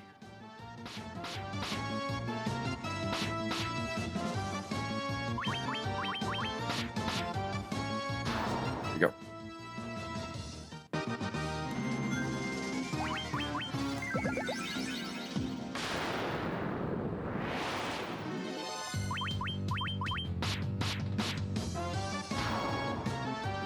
Was Dan on Mazmune? Dan has a item we got from Ultros, which increases his intelligence by 10. Except for the fighter, I really don't care about attack power for my weapons. And I guess that technically means that Mazmune's so unimportant that nobody's got it.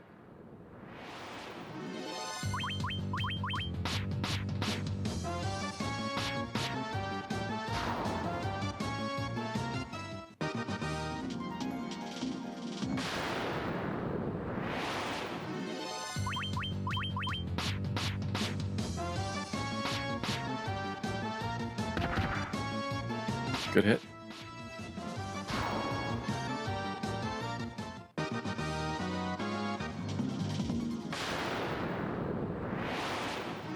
We're getting some involuntary level ups here. We still need a yellow D and a zombie D, I think.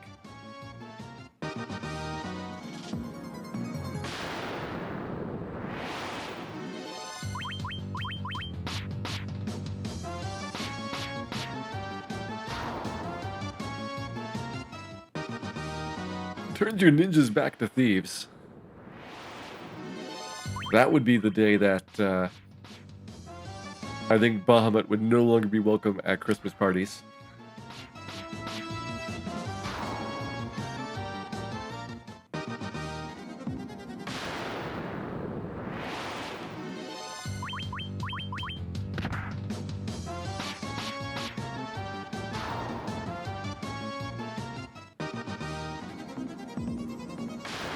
I wonder if there's a reason Bahamut is having us kill all these dragons. Does he just not like them?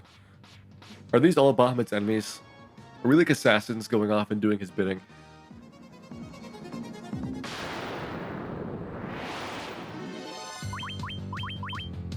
And if so, where does he keep all the yellow Ds?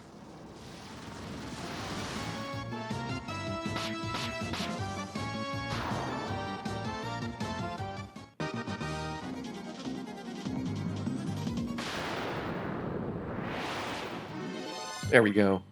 Now just one zombie D to go.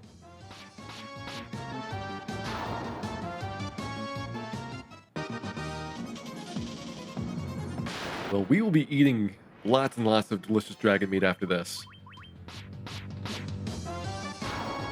Good thing that we are not fed full of Agama meat at this point because there is so much dragon to eat. We're not even going to be able to carry it all back to the airship.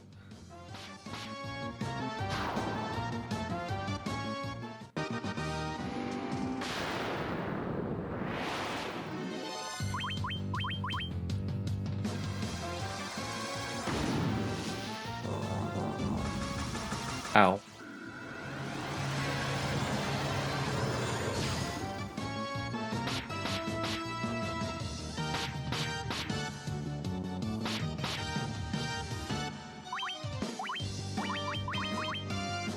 The double holy. I think Dwayne's gonna survive. 216 doesn't sound like a lot.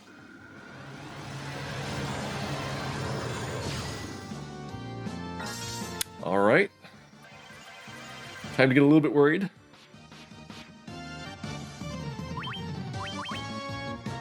Oh, stop doing holy. Dan's not built for this.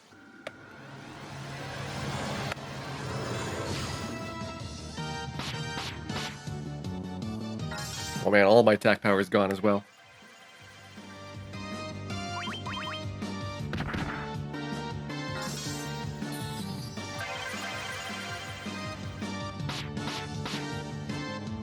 There we go. Hey, Prophet, yes, welcome in. Thank you much for the host there.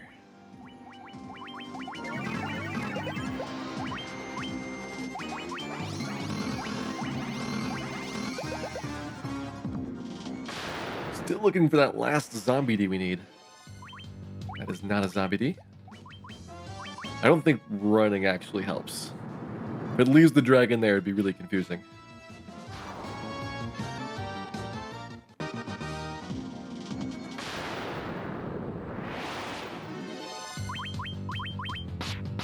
Bravenius has a barrel. That sounds like a dangerous threat to any wall.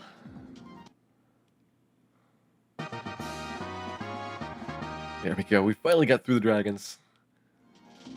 Unnecessarily difficult and bloody. Do I get a treasure chest for doing that? Nope.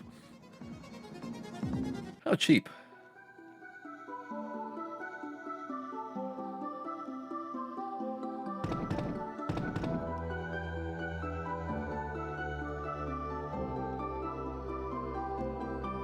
This is very mermaidish for the floor. You know what? Treasure chests are probably not that useful right now. So as long as that doesn't lead to the other side of the dungeon, I can skip most of these interior rooms.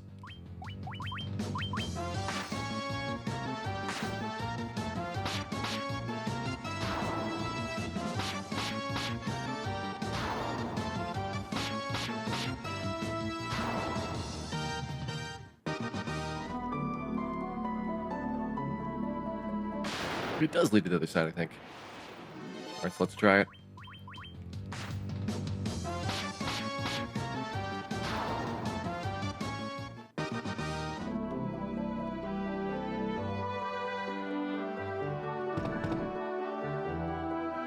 Yep, there we go.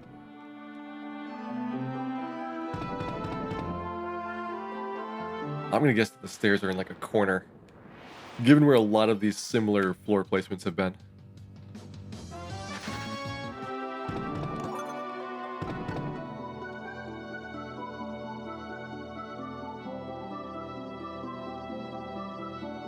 There we go. With all the death elementals, it still feels like those should be runnable. We have not successfully gotten away. I'll just trust that is not luck. Alright, so we have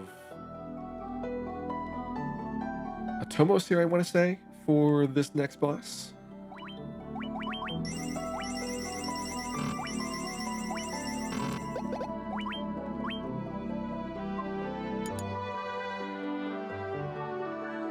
This will mark our halfway point through Life Spring.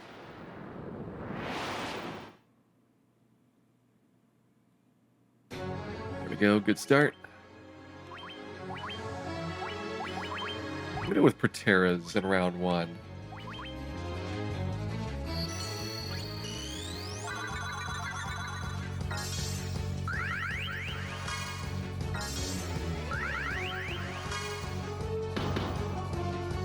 Proterra is not really necessary.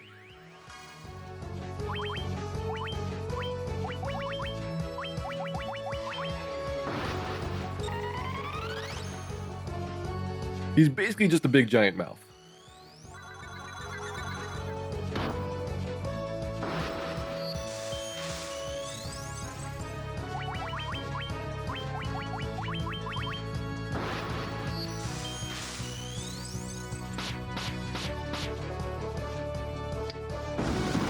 Did they play the Final Fantasy boss theme in the GBA version? No.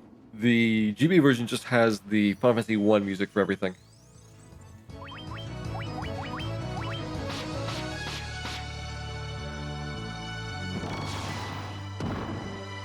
Good. Didn't die.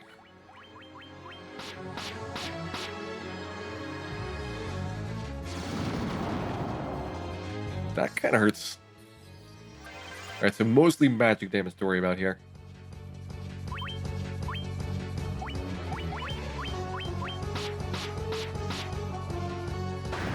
There we go. Good fight.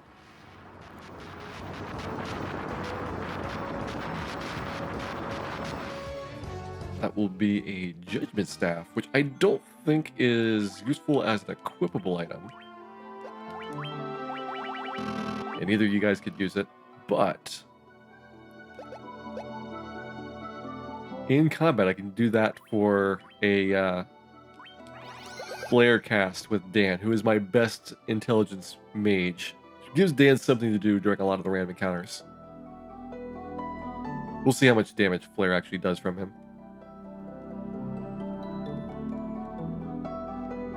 Where is my teleporter down? That one looks like the exit.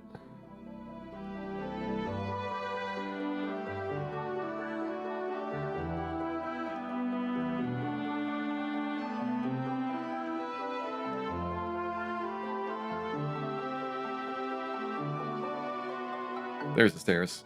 All right. Unnecessarily complicated and confusing. Floor 10 done.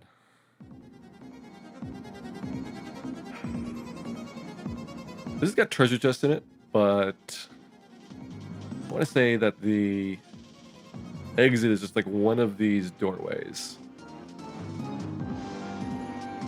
And I can leave anytime I want. There shouldn't be any random encounters, which is nice.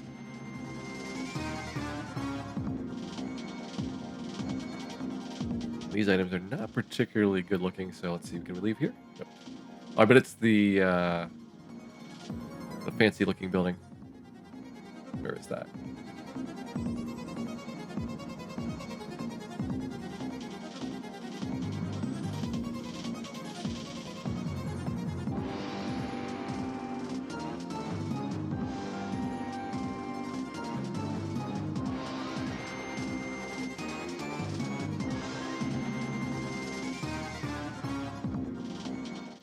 That floor is one of many things that's going to happen to Melmon when we're done with it.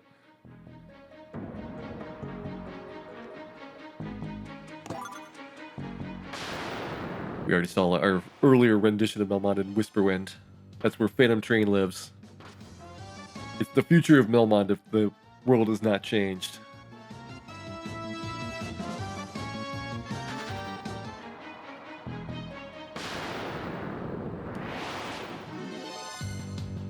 Hello, spider.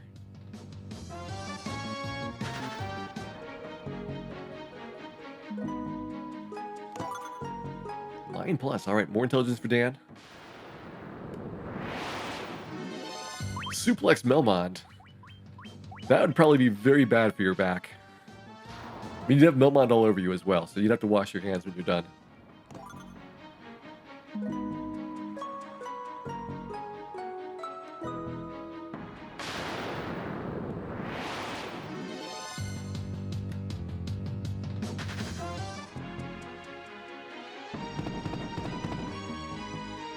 Alright, it's not up here.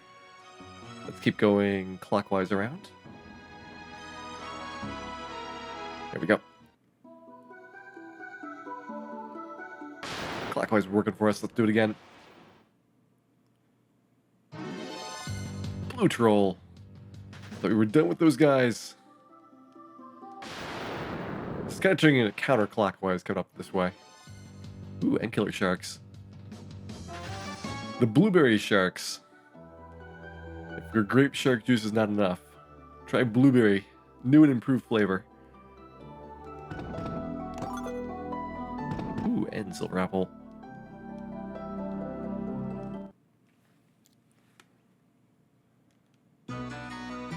Okay, we're at 15. We still have not seen the invisible floor. We know it's coming somewhere.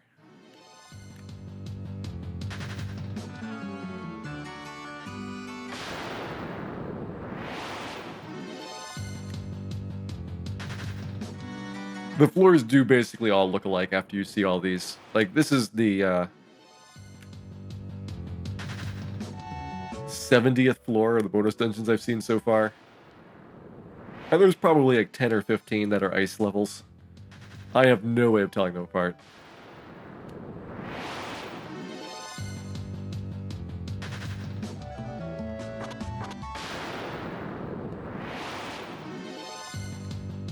But I do know that there are at least 2 floors I can name that I haven't seen yet. I haven't seen the library. I haven't seen the invisible bridges. Ooh, there's the stairs.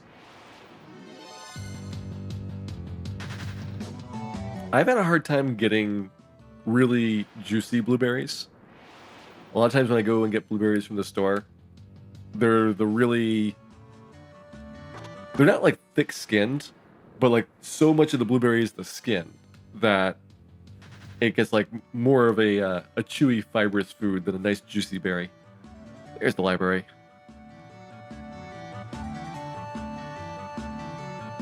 I think this was another one where there's like a little trick in that a passageway that it doesn't look like you can get beyond is what cuts you off from the staircase.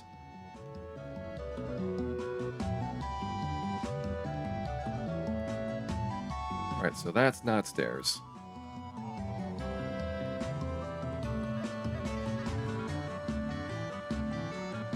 No, we're trapped.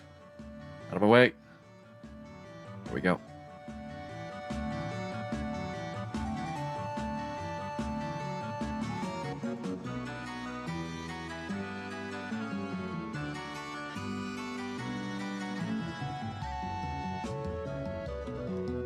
Okay, top edge is pretty promising.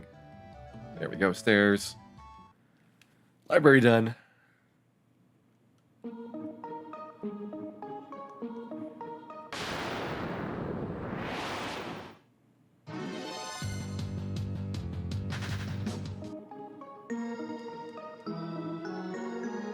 So this is not Vanishing Floor. It must be like the one and only other castle floor that we haven't seen yet. Out of bounds librarian. If there was an out of bounds librarian, I would spend more time on that floor.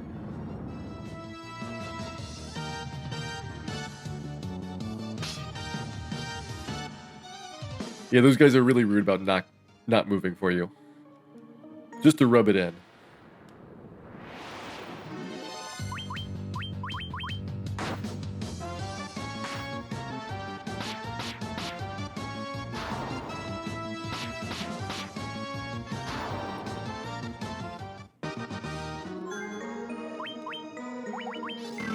Hey, Epic Name Bro, welcome in. We're about finishing up the first pass through Lifespring. So we've done Earth Gift, which is probably the least interesting of all 4 of the bonus dungeons for Dawn of Souls. So you missed nothing there. And you'll get to see all of the Lifespring floors that you missed earlier, because we're doing it again after we reach the bottom. I'm planning to do Omega first and then Shinru on the second one.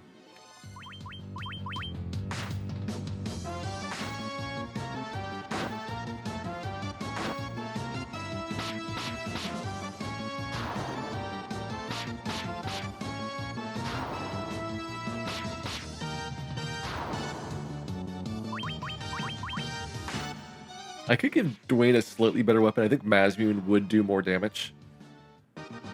But I kind of like having the extra evasion that you get from that Deathbringer.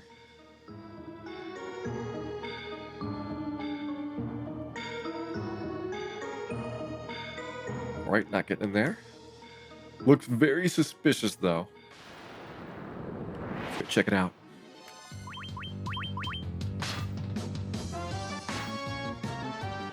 Nothing really for Dan to hit things with. I guess I could give Dan the Mazmune, but that would negatively impact his intelligence and make my Healog less effective.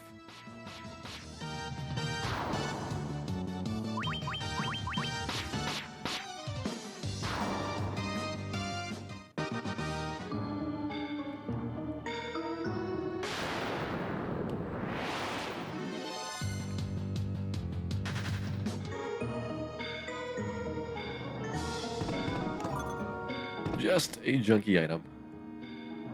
Alright, let's keep going clockwise around the side. Do the Judgment Staff, yes. But that's a long animation. I don't think it would kill things like Death Elementals. I guess I can try it out the next time we see something.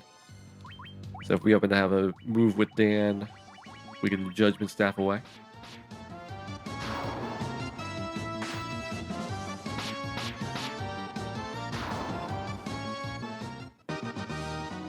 Another Zephyr Cape.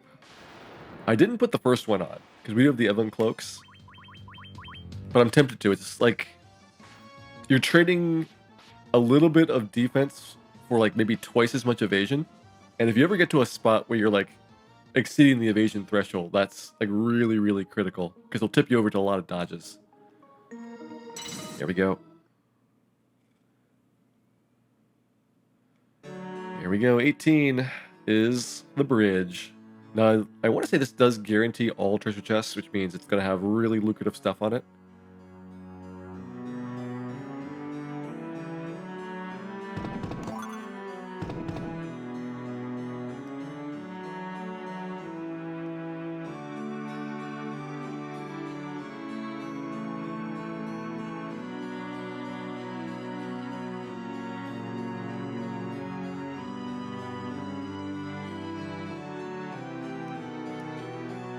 My priority is just getting things done rather than getting items.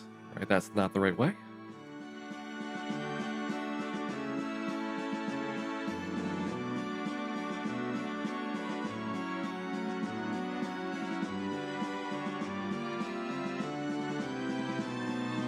That's not the right way. Just drop off.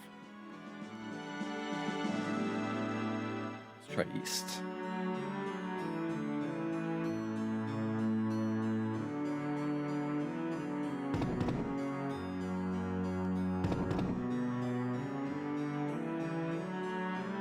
South.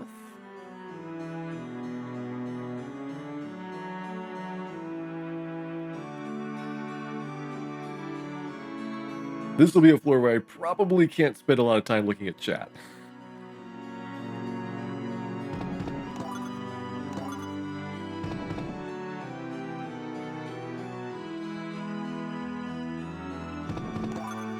I guess that was just a big item location. Yep. Nothing else I can really get down here. Where are we going next? We been over here yet?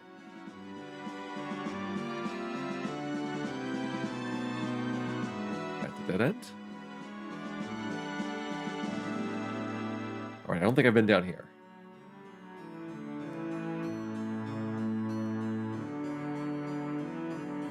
Let's try the side.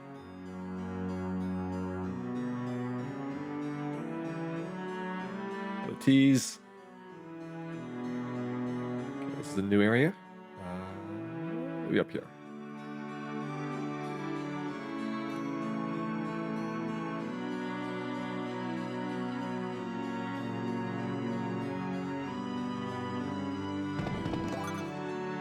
Feathered cap.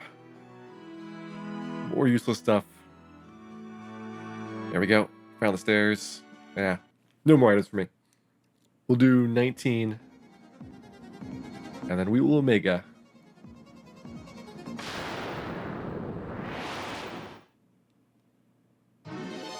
That one is...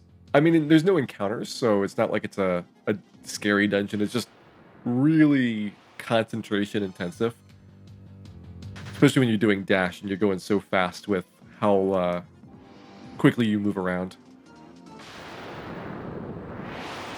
And no, I would not like to do that with touchscreen controls. Or tilt controls, for that matter. Sage's Surplus. Is that better than an armlet? Intelligence up. I would lose 9 defense and 1 evasion. How much intelligence are we talking about here? 50... 55. Nope. Intelligence is only useful in multiples of 10, so... being here at 50, it's going to be a while before that is going to be helpful to me.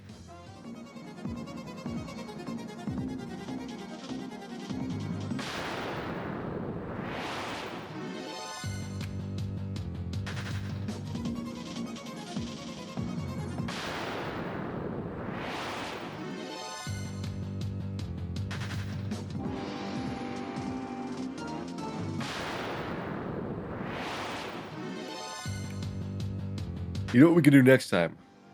The next time we've got a big special event. Maybe we'll get like a fishing rod or something. And do that floor with a really weird controller. And then just never finish it. Because it would be awful.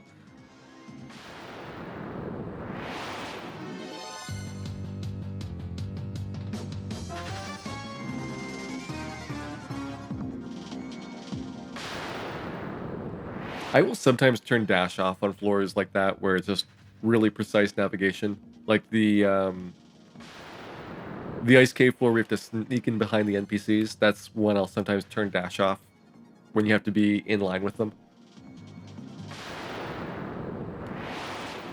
Power Power Shovel PS1 controller. I actually never got that. It's like $200 for the controller. It's really ridiculous what people want for that.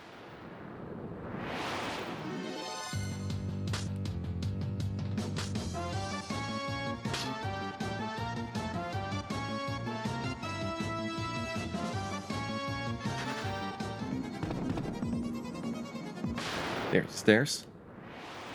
I don't know if I can get to the stairs from here, but we've seen the stairs. I can't get to the stairs. All right, how do I get in there?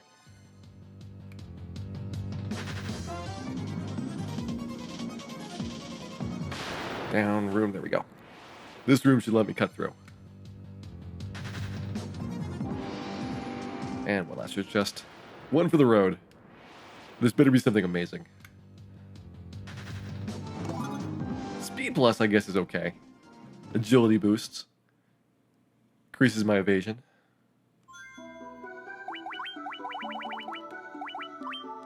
We'll give that to Dan. We'll give that to Dwayne. 9 plus is going to Dan.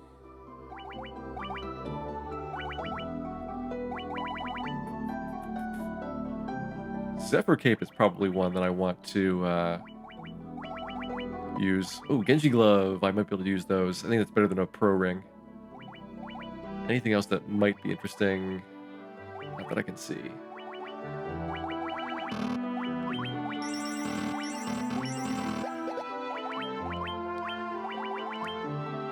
Genji Glove, a little bit more defense and evasion there.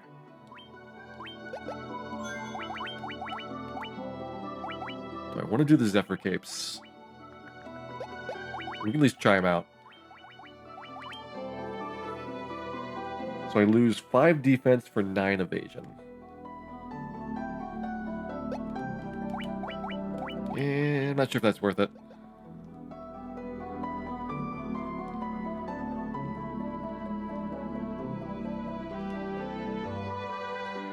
I want to say Omega is to the left. Yeah, he's the one that does not have a box. Oh.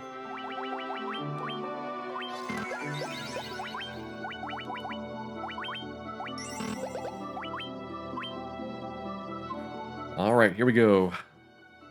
Let's see how he is. Level 51. I want to say this is higher level than I did the GBA completion of this on.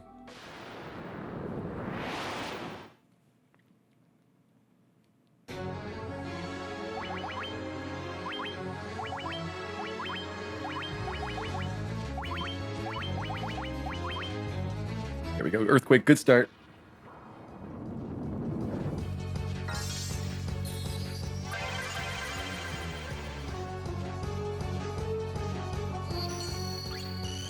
Need to get lots of Pateras here.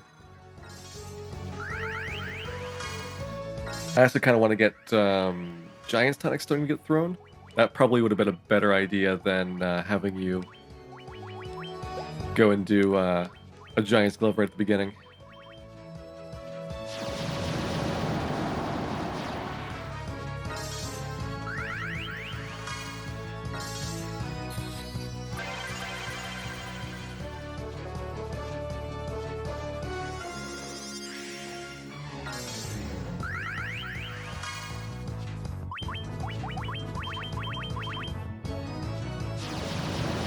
Or wave cannons. Wave cannon's a little bit problematic because it's more damage than I can heal up per round with Hilaga, so he will eventually wear me down. But every time he earthquakes, it gives me a free round of healing.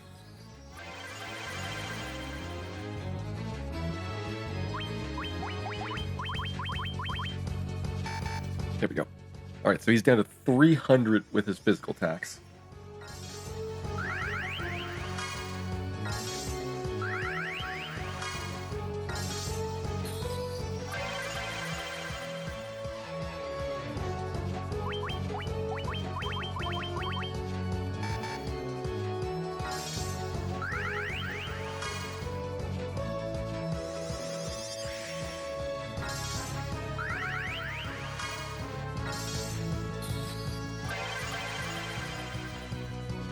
You should be good for a little while. Let's go ahead. This white robe. Invisera, Patera.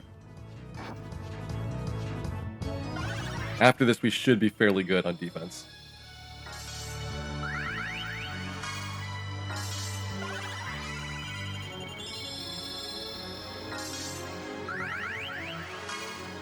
Let us go offense.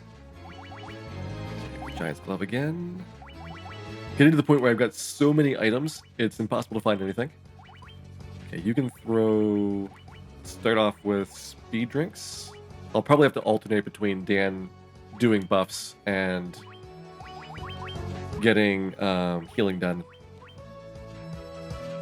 But as long as he keeps earthquaking or dodging or if we dodge his attacks, then we're good.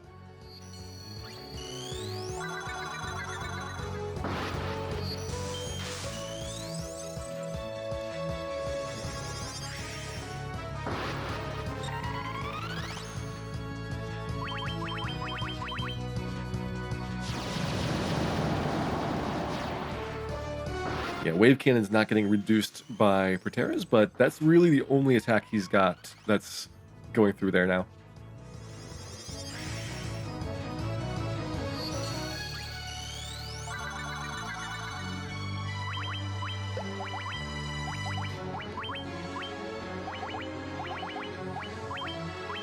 Okay, 2 tempers. I probably don't need a lot of tempers overall because we do have a really high base damage weapon.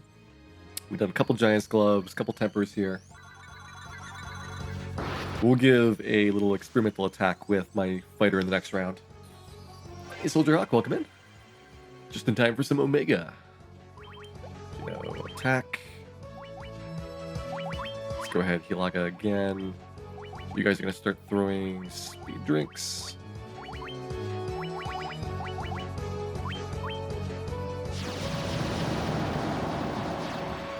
Alright, good thing I kept healogging. But I've got a little bit of a buffer, so I could take a round off of healing and still be okay.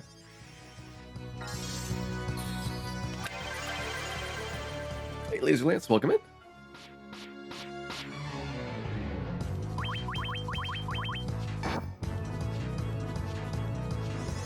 We're gonna need a lot of drinks. Okay, we're at 30 hits.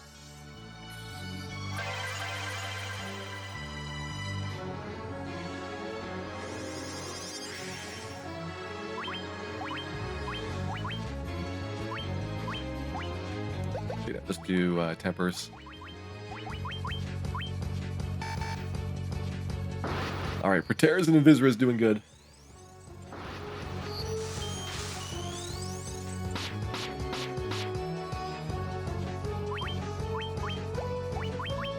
Just defend. At this point, we got him. I need to work through, I want to say like 30,000 hit points or something ridiculous.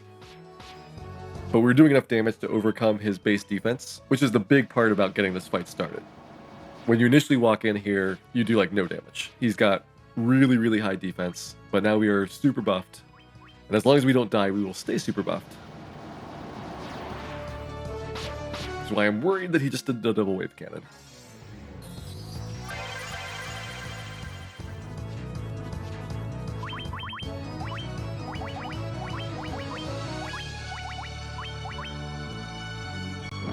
Alright, we'll catch up here.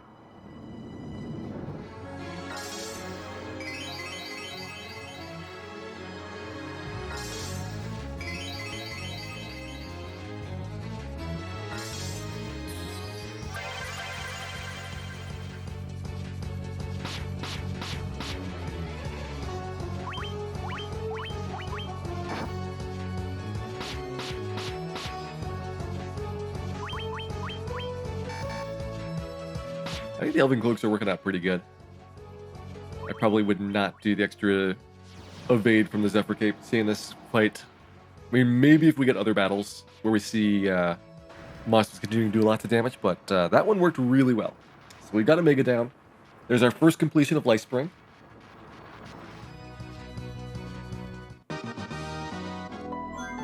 Murasame is definitely not better than Ultimate Weapon, but I want to see what its comparison is like. You can't even use it. Oh, is it another one of those silly ninja weapons? It might be. What a terrible item. Terrible item. Sage's Surplus is still on the backlog in case we ever get more intelligence on Dam, but we couldn't use it quite yet. Nothing else here has changed in terms of its value, so I think we are done.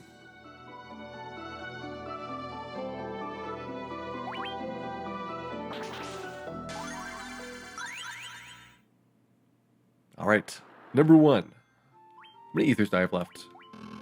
76. I'm just gonna make sure that we're totally safe. We're gonna go over to Crescent Lake, get back up to 99. That's the closest spot that I think I could buy them. I want to say Crescent Lake's closer than Provoca. Maybe Provoca's a little bit closer on the inner sea.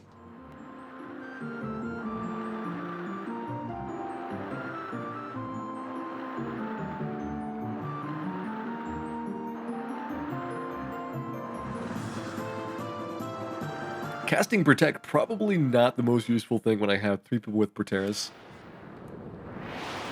But we'll put it into the bucket of silly weapons that we don't need.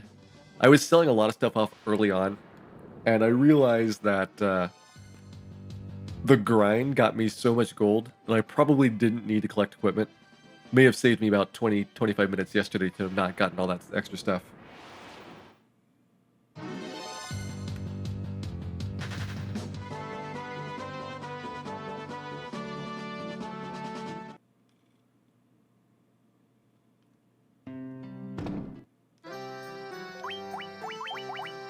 Max out on ethers. I'm going to max on high potions.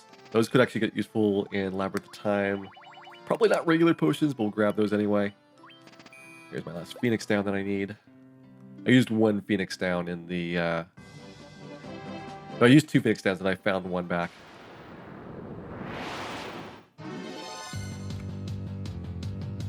Melmond has no item shop, and also everybody should avoid Melmond.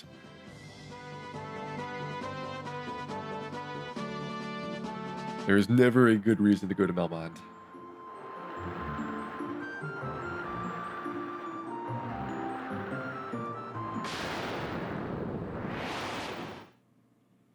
Well, the reason I was grabbing so much stuff yesterday was because I thought I needed cash. Like, there's stuff you can buy in Whisperwind. There's like a shop that has some random items depending on what floor it's on. And I spent maybe like 150,000 or so there. But nowhere near what I was able to stock up on. And then went to do the grind today because I'm doing like Gasties and Badmen and things like that. You get a ridiculous amount of gold per experience point. And so I ended up with 999,999. And it's like, okay, probably should have just done a little bit of the grinding yesterday and not bothered with all the item pickups, and it would have been more efficient overall. Not too bad though. I got to see a bunch of treasure chests I wouldn't normally ever see in the base game. What about steel armors? I think we could buy like 25 steel armors and then put them all in a big hole and burn them. Oh good, this one again. Number 1, Green Dragon, Black Dragon, double Holy Dragons. We had no problem last time fighting Holy Dragons.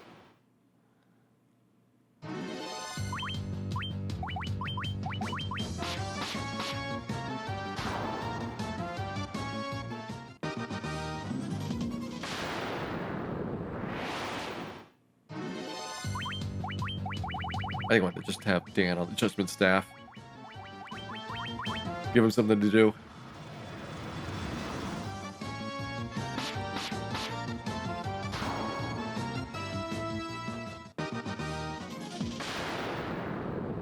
Why must we murder all dragonkind? There's a dragon zombie. Not what I'm looking for, though.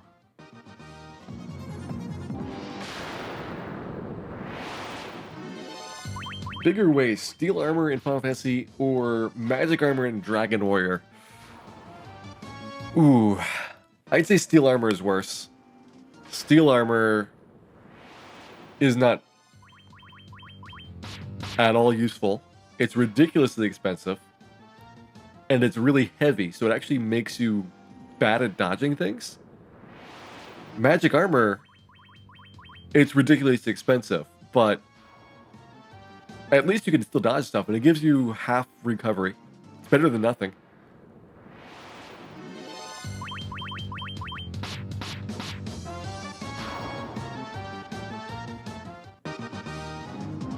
I think I need one green, one black, and one zombie still. Or green, black, and holy. All we found so far is one holy dragon from my list. And I don't think this is like the Labyrinth of Time one. I remember one Labyrinth of Time where if you get too many or too few dragons, you fail the challenge. But I'm pretty sure this one you can just keep murdering things until you get everything on the list.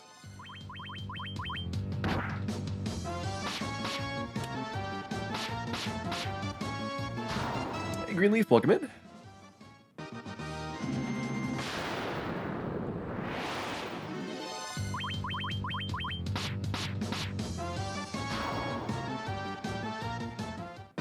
Why are these all these yellow dragons? How good is the dragon genocide? I mean, we did this once, and evidently they grew back. So you just gotta prune your dragons every couple of months to keep them from going out of control. Okay, we're done with holy dragons.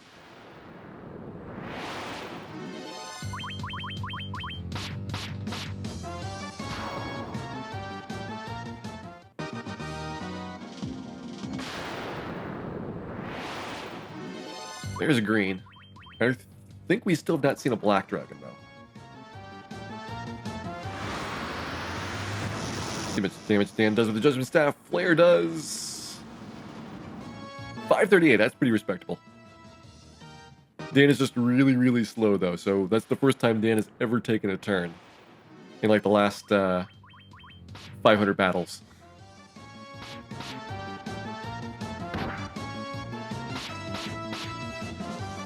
I think this with giving Dan every single speed up that we found.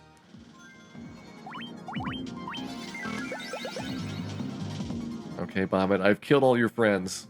Let me go.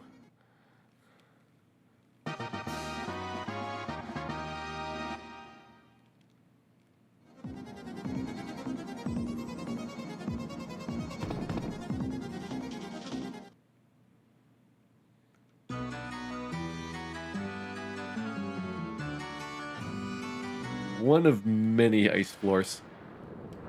This dungeon's long enough that having just seen all these floors doesn't really help me find the stairs. Pretty sure I did this path last time. There's the stairs.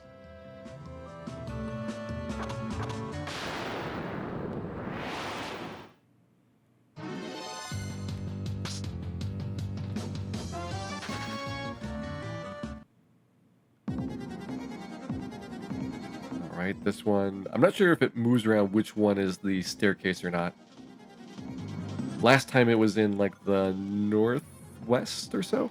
Maybe northeast? I remember going around north after I opened up these treasure chests.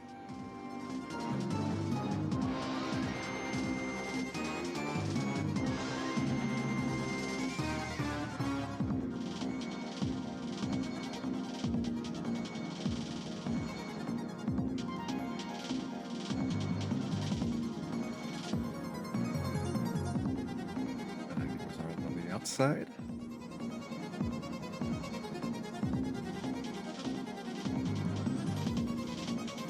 Always in the northwest, it could be. There's that one.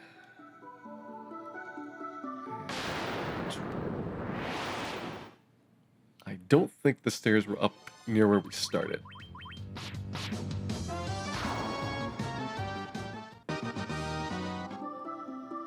Stairs were up near where we started. Good thing I went up there.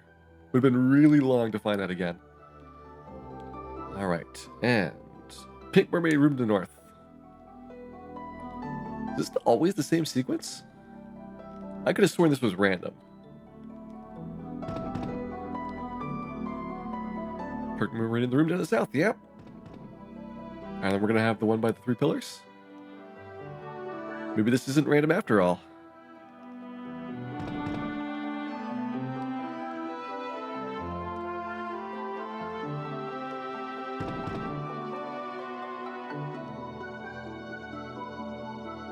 Okay, just got the same one twice in a row. Oops, that's everywhere. We're gonna do the fight. I guess they can't have that many different variants. A lot of them have like 3 or 4 different copies.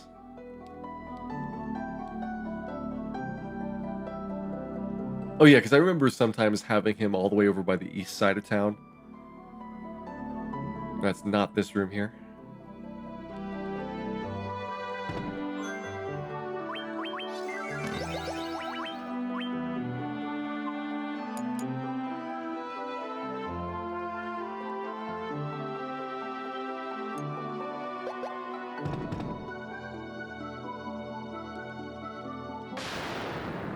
All right, time for awesome music part 2.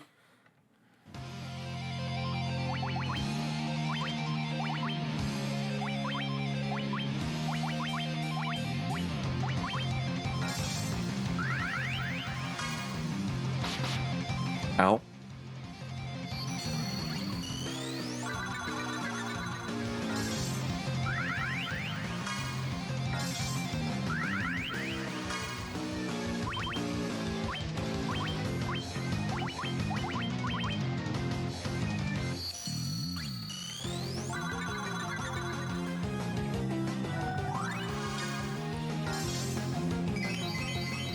He can buff too.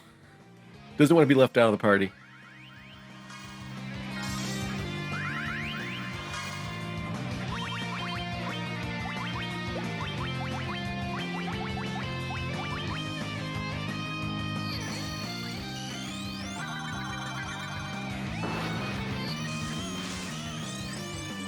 So if you already had Excalibur, and we fought him for Excalibur 2, are we going to get Excalibur 3 this time?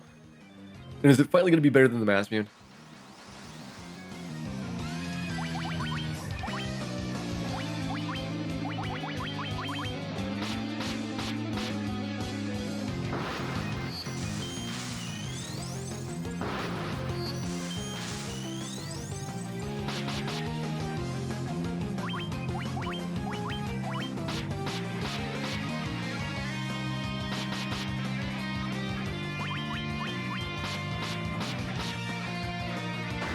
No Excaliburs for us. I think he just drops the same thing again, which is the Genji glove. There we go. Got another one of those. We did use the first one. I need a second night, though, to use a second one, and that's unlikely to happen.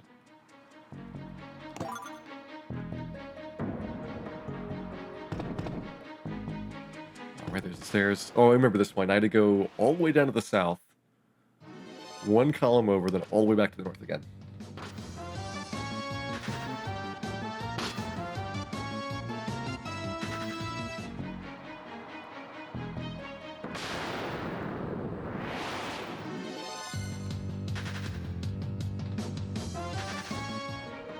Genji Glove is actually not bad, considering that the base game really just has Pro Ring. You know, you're getting more evasion. I think you get a little bit more defense as well. And you don't need the life status resistance because you're going to have ribbons and things. So it really is kind of in need of replacement.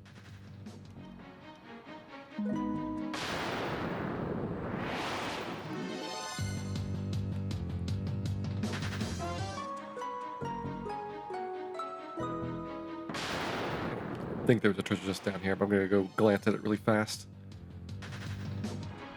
Nope. Alright, floor 7. I remember the northeast corner treasure chest. There's nothing but the chest up there. So I went a really long way, and it didn't help. So let's go into, this time ignore it, and go clockwise around. Hey, Riculum, welcome in. Which members of your party can equip Genji Glove? It is a knight-only piece of gear. So Sassoon has it on right now, and the other one's going to be useless.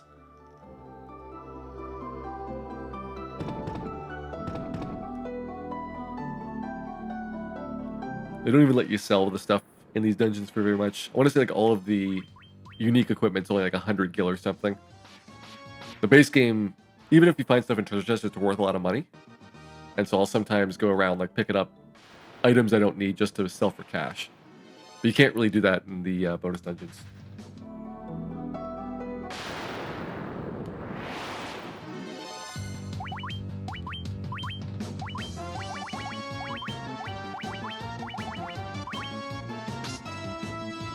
Do I count the amount of steps that I take? This version of the game does not have any kind of step manipulation. NES and Famicom are the only two versions where you can control encounters that way. Now, obviously, you don't want to take unnecessary steps, but you don't have to be like super precise. Like I'll usually go here with dash mode, and that will sometimes cause me to have little accidents going around corners. But it's only a slight penalty for time. I guess I'll go get this one. Is there any point of Gil right now? Not really. I've already been to Whisperwind, which is the only part of the bonus dungeons that have a shop. So we are unlikely to be able to spend any of this money that we're getting. We're already maxed out a long time ago. I've been sitting at 6 nines for a while. We didn't have this version last time. I had the maze instead. I think I prefer the maze.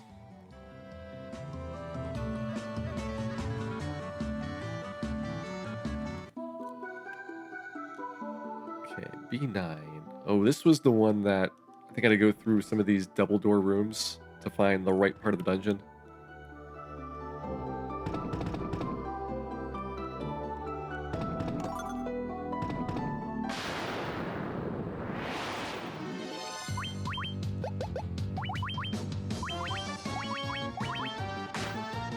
Now, if you think there are bad bats, there are some really bad bats in Labyrinth of Time. We'll see if we get any of the bad bat floors.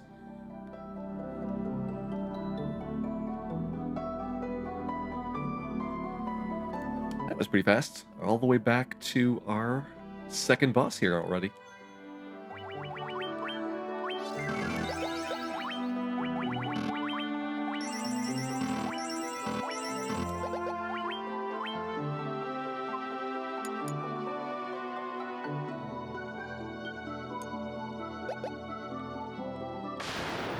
This guy wasn't too bad last time. He does have instant death, but I don't know if it works if you've got a ribbon.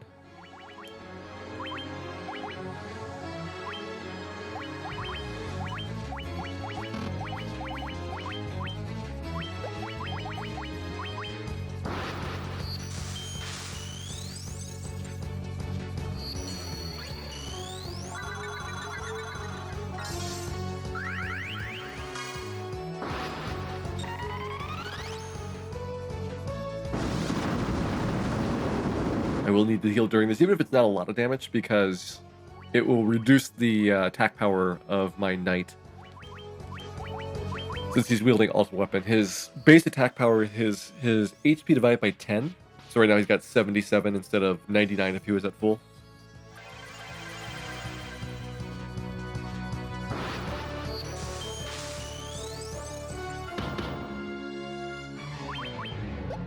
That's probably close enough. I'll take 98.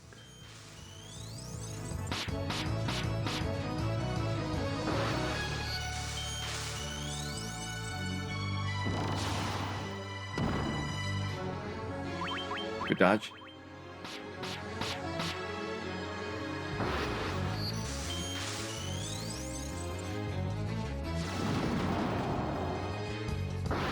Gil mostly taking that to the face.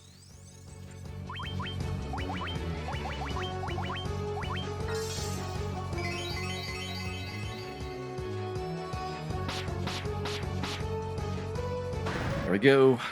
Now we got 2 Judgment Staffs. Judgment Staff I'm actually using with Dan. The Red Mages might get some use out of it. But probably not. It's Flare, so it's a really good attack spell. But actually, I wonder if Flare always does more than the appropriate element for things like Blizzaga. It might.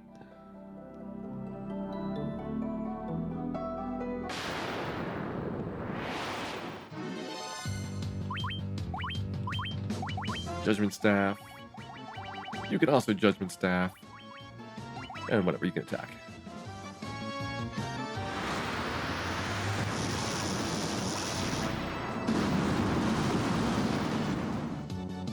That's decent. It's not as good as Dan. Dan does like 500 with that. Another Zephyr Cape. Everybody's got Zephyr Capes now.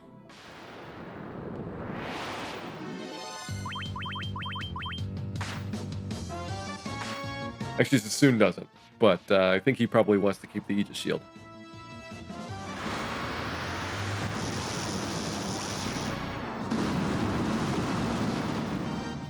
Yeah, Doomwall is Final Fantasy IV in the sealed cave that nobody goes to now that you can skip it thanks to having the crystal glitch, which is maybe my favorite glitch in Final Fantasy IV. The fact that not only did they have a problem with remembering your warp location, but that they actually made a complete working room with a real working crystal if you decide to warp back there. Like, that's totally just used for a cutscene, and they made everything in there functional.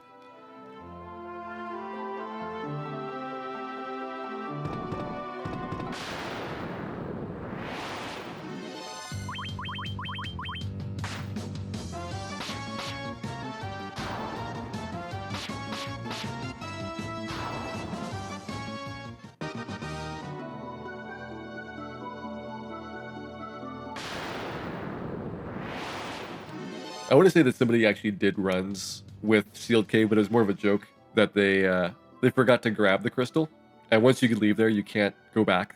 And so if you're in a speed run and you didn't save before Golbez, you're doing the cave.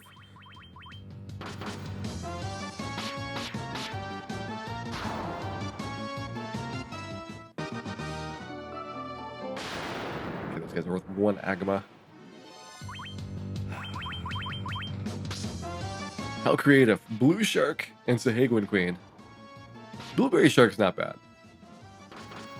I think whenever you're tired of that grape flavor, give blueberry a try and see if it does it for you.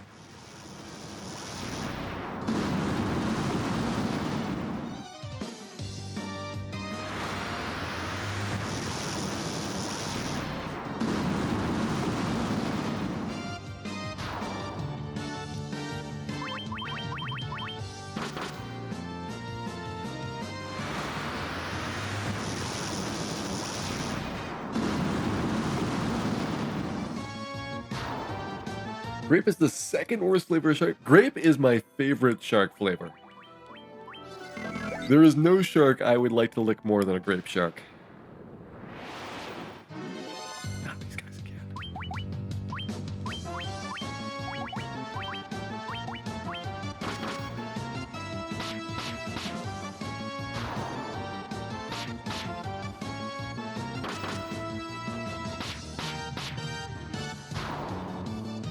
I don't think I had a single one of that formation going down there. I also didn't get the eye variant either, so maybe we're just getting really lucky this time.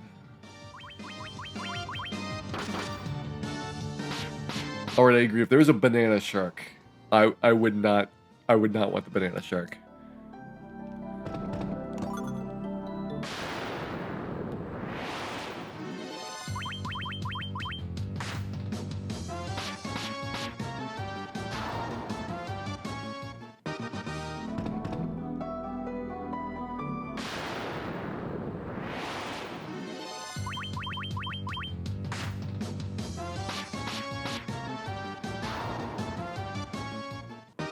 I wonder if the yellow ogre tastes like a banana shark.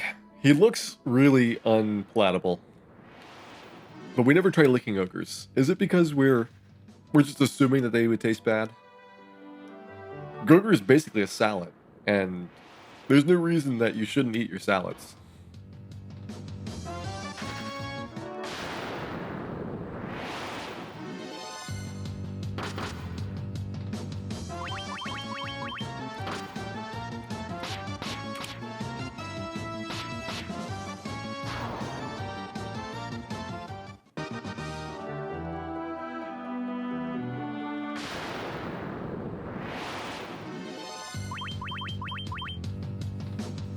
We'll see if he gets around to the Dan.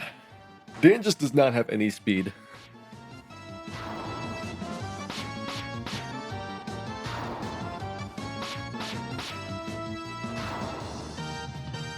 Yellow ogre might be a wilted ogre. That is true. I didn't consider the possibility of spoiled produce. All right, I kind of remember this one where I need to get to the southwest of that room. And so it was a while before we came here, and then I went down here.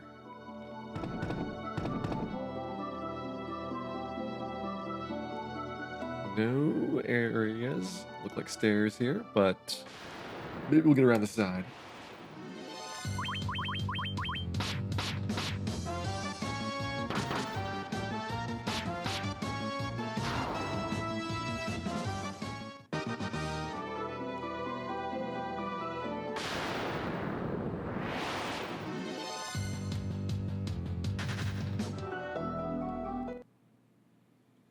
Does anything change from yellow to green when it ripens? Isn't it always like the other way around? That it's like starts out as green and turns yellow or red or other colors? I'm trying to think of any produce that turns green, besides like being really rotten. Like we're not gonna count a green potato, but like a banana goes from green to yellow. A bell pepper goes from like green to yellow or red. Most chili peppers are like that.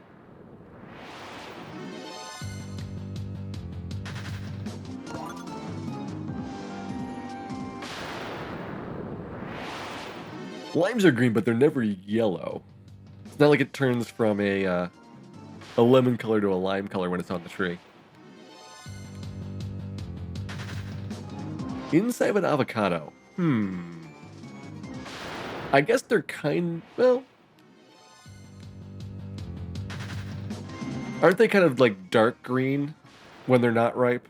And then they go to like a light green and a yellow when they ripen? And then they start turning brown like 10 minutes later?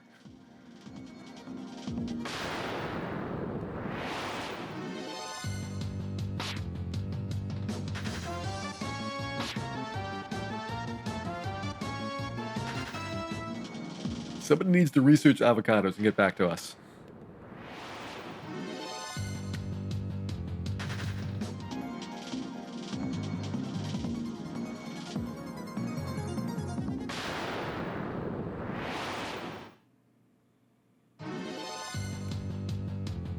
I guess yellow ogres do have blue clothes.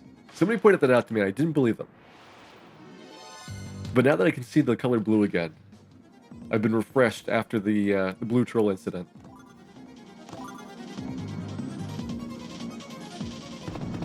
I can now confirm that they do wear blue.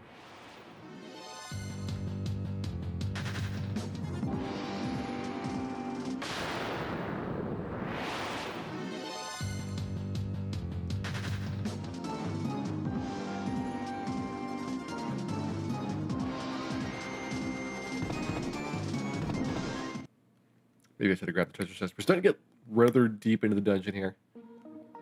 To the point where it might get me some better items. But really I just want like stat bonuses.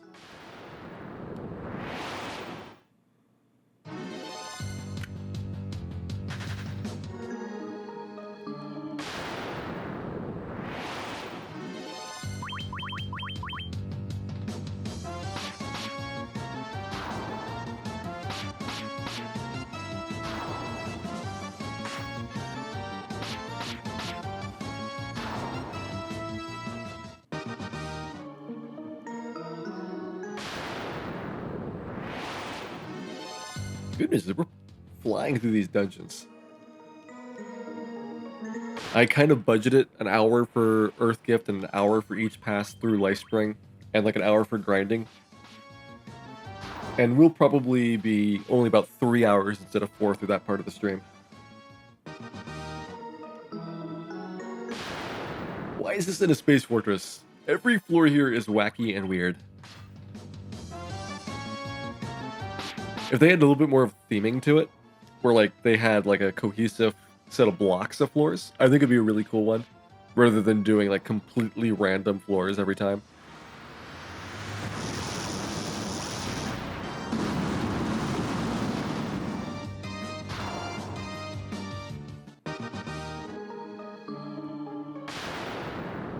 This kind of feels familiar. I think everything feels familiar after doing this many floors.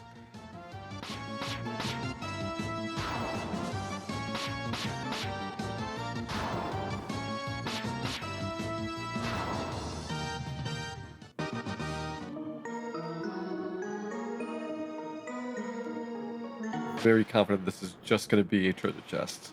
We're going to check it out, and then go left, and then go right if it's not there.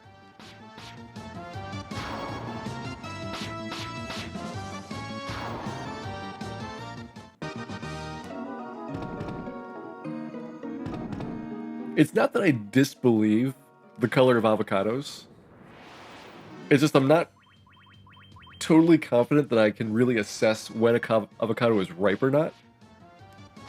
And so maybe I am like misinterpreting what I see when I cut one open.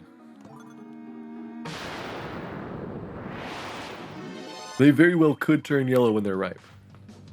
But I always thought that yellow avocados were like somewhat still unripe.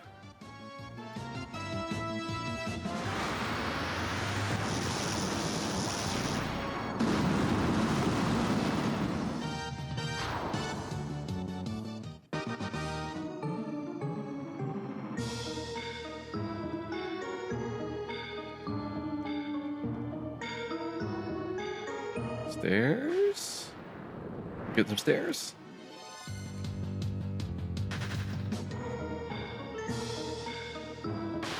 Your apartment is infested with koala bears. I wouldn't know who to call for that.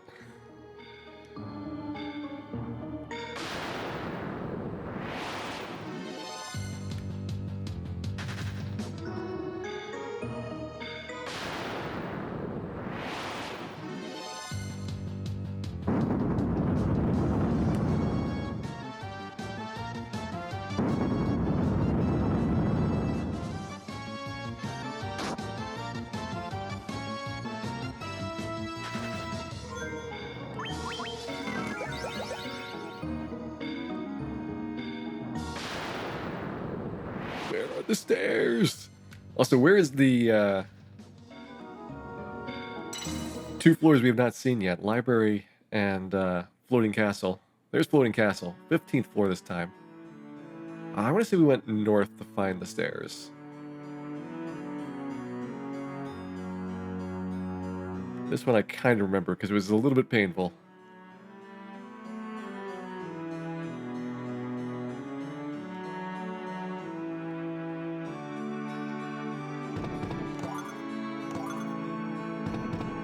Sure, that probably sounds like a really bad ninja weapon.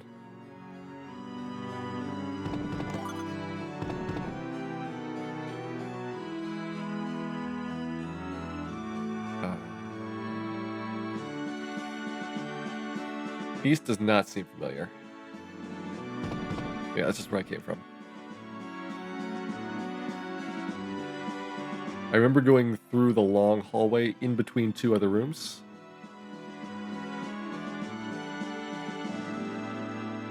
There we go.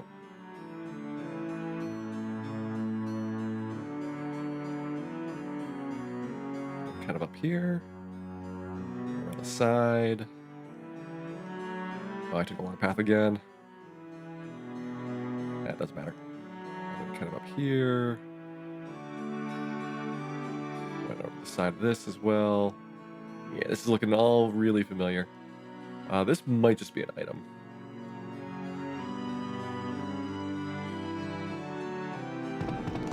There we go.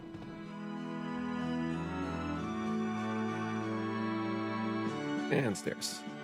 That was not too bad. Once you know where you're going. This one I remember how to go south.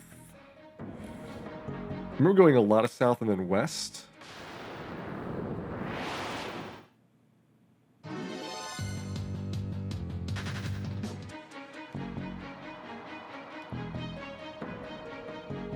I don't know how much lower Assure can get after this. If Assure is a thief-only weapon, that's pretty much the bottom of the barrel at that point.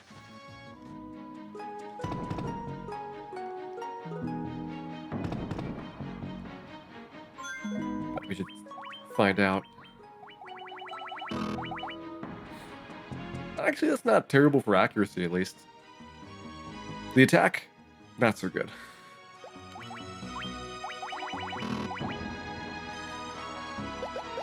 I probably wouldn't even give that to a thief. Thieves are better than that.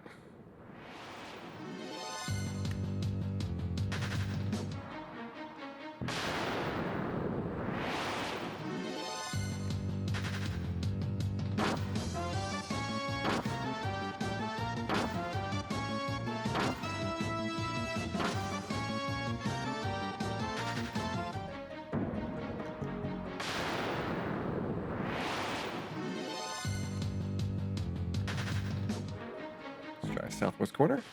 Just a treasure chest.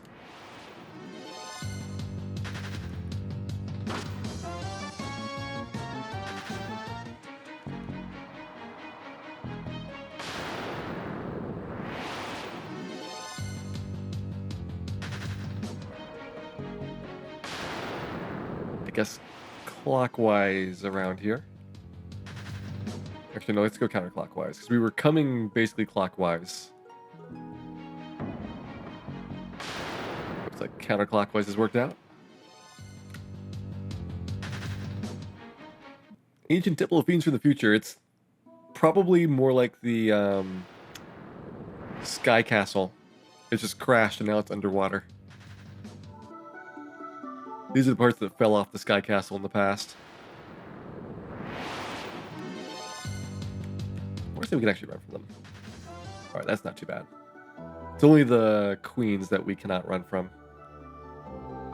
We could probably run from the queens if they're with something else. That's a pretty common pattern.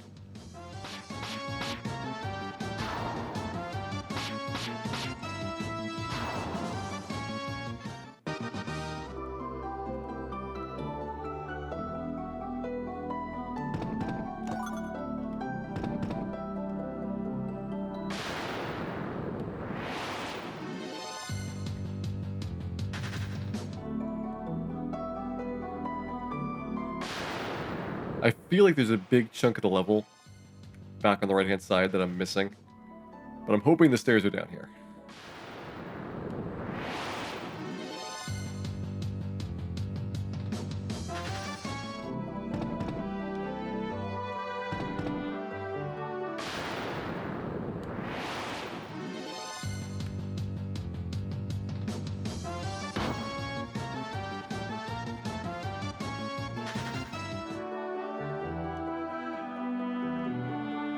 No stairs.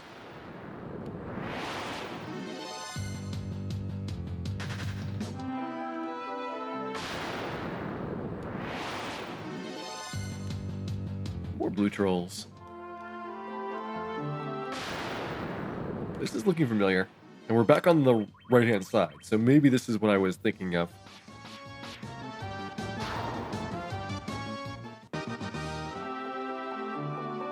Yep, there they are.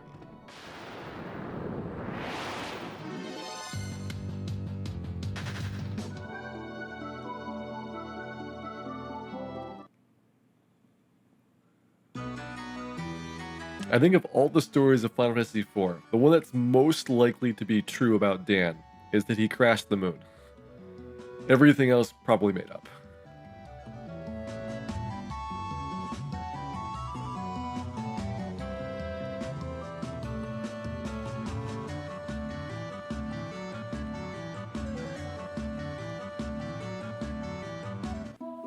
All right, B20.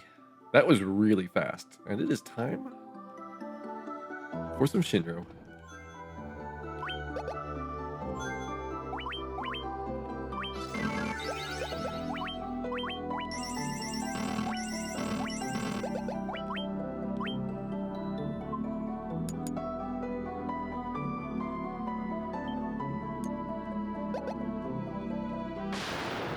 He does follow Omega, so true statement. Okay, so we're going to start with Giant's Tonics here. I can find where my Giant's Tonics have gone. There they are.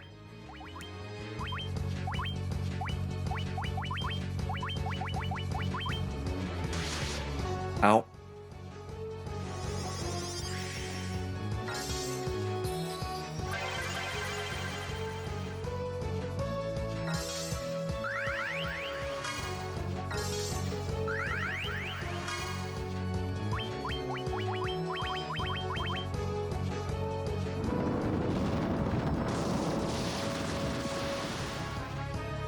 That's not bad.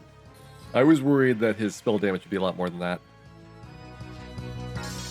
Spell damage I can't do anything to mitigate. The physical damage, though, once we get all these Proteras up, we're in great shape.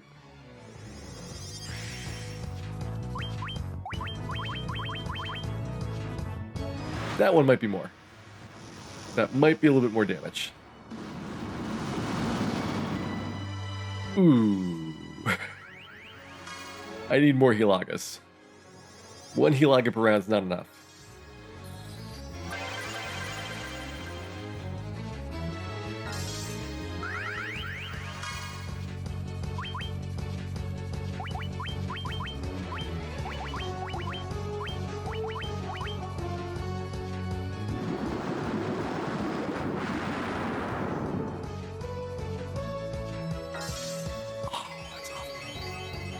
So Dwayne loses his buffs, losing all the benefits right now of the Proteries he had up.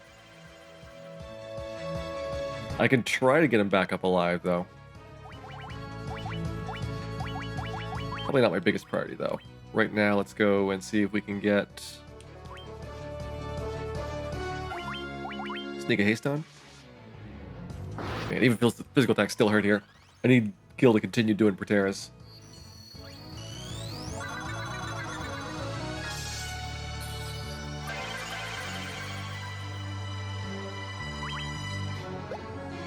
We can do that.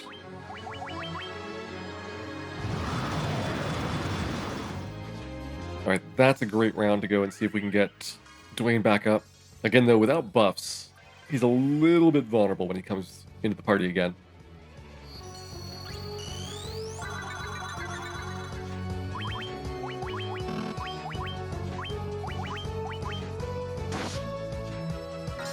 That was a good round. Even had a preemptive heal on Dan, just in case Shinru bit him.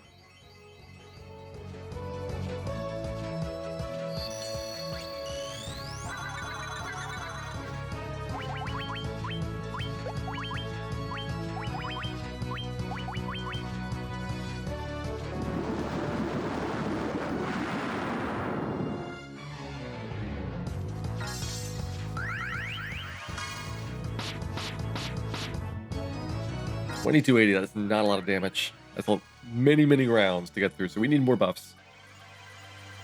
Hey, Soundhound, welcome in.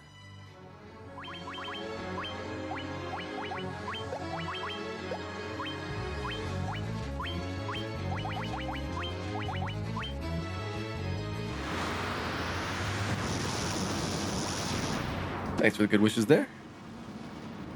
This is definitely a boss where we're going to need some good patterns.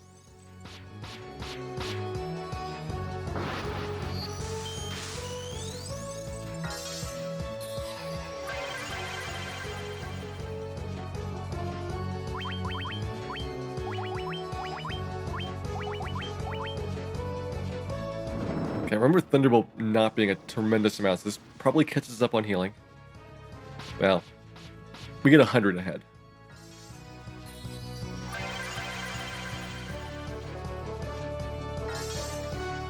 Gil and Dwayne should max out. The Knight needs another Kiraga next turn. I think we got this under control. Like, we're doing enough damage here that as long as the Knight doesn't die, then we're in good shape.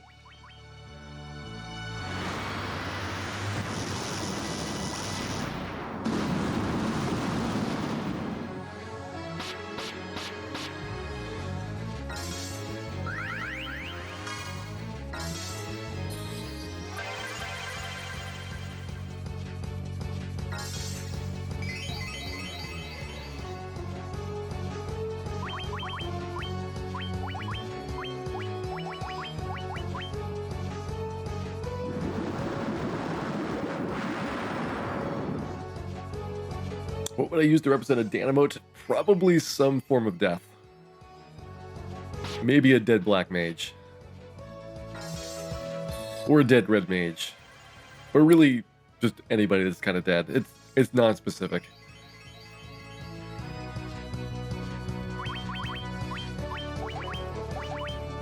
See if I can get a Giant's Tonic on you.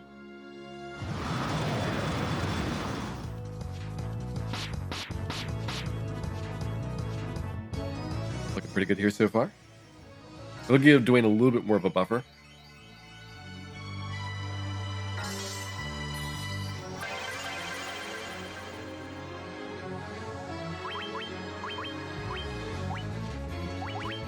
Yeah, we'll do Tempers. probably should do speed drinks instead, because I bet we're very close to max on the attack bonus, but since the fighter's going often with only like half HP, then he's losing a lot of the bonus from his weapon as a result. 57, though, should be at least Mazmune level.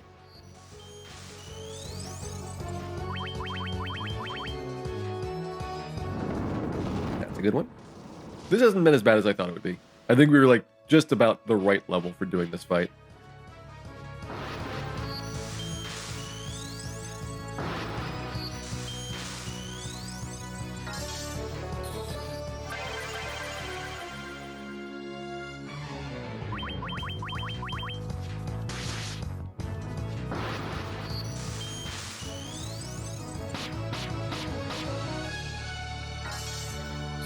There's Dan's last heal. Do I pop a Mega Elixir here?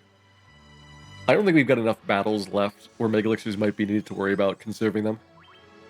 We picked up a couple during the course of coming down through these bonus dungeons. Let's see what my actual count is. 6 Mega Elixirs. Or I could do a Dry Ether. Let's do a Dry Ether. Maybe should have Mega Elixired. Maybe should have Mega Elixired.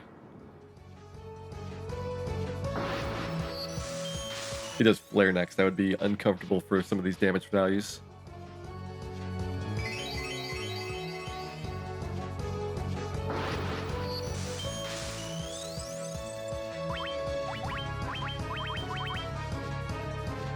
Alright, somewhat uncomfortable. See if Gil lives. Gil's the only one I'm kind of worried about here. 454, dead. Wow, that was across the board really good. Solid flare, but he's dead. We got him. Didn't really need that Dry Ether after all. Easy fight.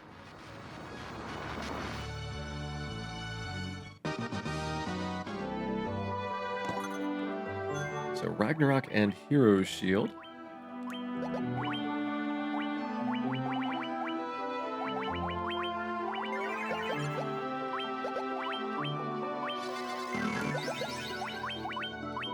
Check him out. So Ragnarok, good evasion, but way less attack power. That's not so good. You probably want to stick with the Rune Staff for the intelligence bonus, even though Mazmune's a pretty good fighting weapon there. Oh, you guys cannot use Ragnarok. Do I want evasion on my fighter? It would mean that I don't really care about my HP anymore. So 31 less attack. That's a bunch of rounds of buffs. But if he's at full health, then Ultimate Weapon definitely the preferred way of doing it. I think I might leave it at Ultimate Weapon for right now. You do want Hero Shield. That should be all the elements just like a ribbon, so I can swap you out for another one. Genji Helm, that's a good one. Tiger Mask, Diamond Helm, or Feathered Cap are my choices. Thinking about Genji Helm here. 1 point of attack, not a big deal. Genji Helm's got the best evasion.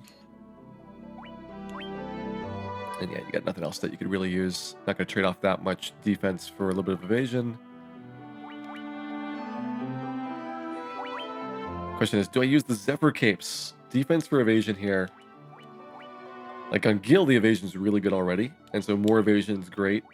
Everybody else is kind of iffy.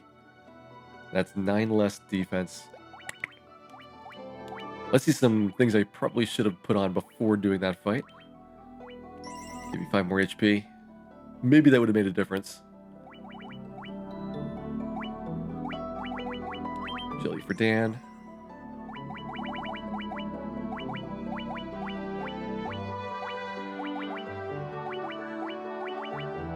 That looks like all the pickups I could get. So we need to stack up on ethers.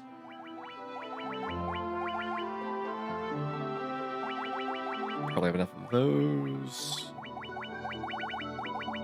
Got plenty of high potions.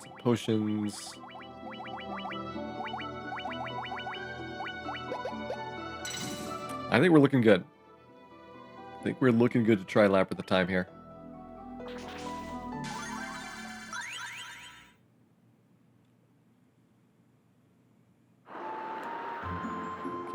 to where we left our airship.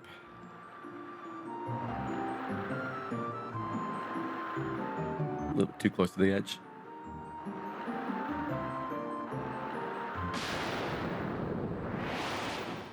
Six mega elixirs is not as much as it sounds. Like against Grenadi, I probably want to throw a lot of mega elixirs. Just kind of thinking that will be a very, very difficult battle. Where we are on levels 52. I might go to 55 in Temple of Fiends and then start Labyrinth of Time at that point.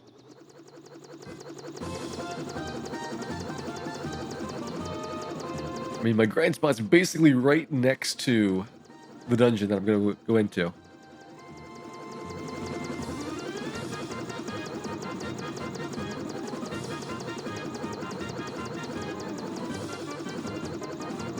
Where's Provoca?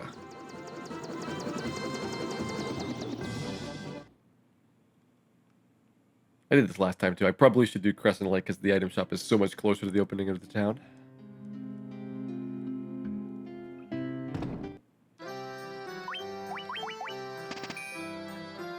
Yeah, the one that we were just in is the one that's right outside of Melmond. The one that opens up after you beat Kraken. The locations of the dungeons don't really correspond to where the fiends are.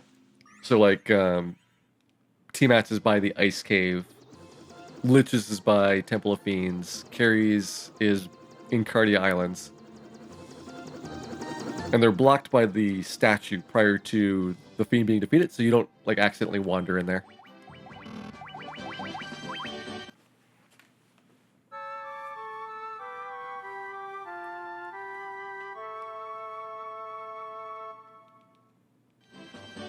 Okay, 3 levels. I'm gonna go back to my grind spot on the 3rd floor here. We're gonna fight some Gasties.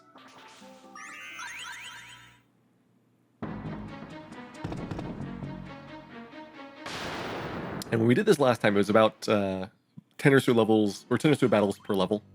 I'm assuming it's gonna be roughly the same amount still.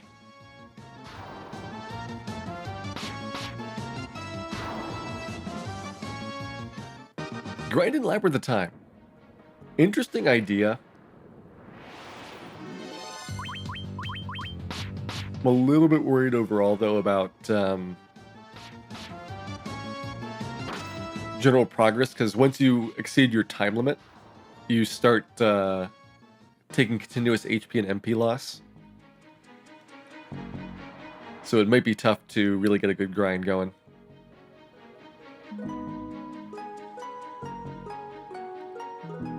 Whereas this one's really straightforward.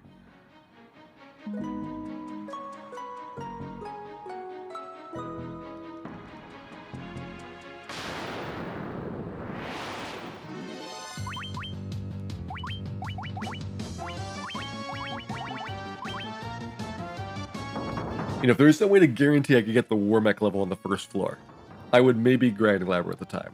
But alas, I believe Warmechs are towards the bottom of the dungeon.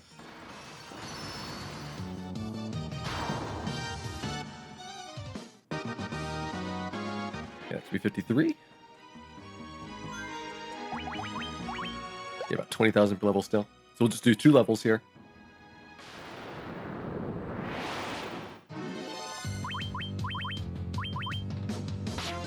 I should have Dan Judgment Staff. In fact, I should have everybody like Judgment Staff at Ragnarok and things, rather than bothering with attacks.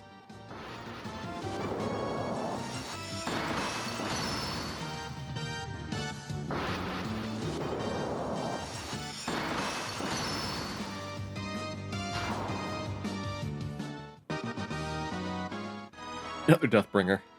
It's like my 4th one of those. Let's defend.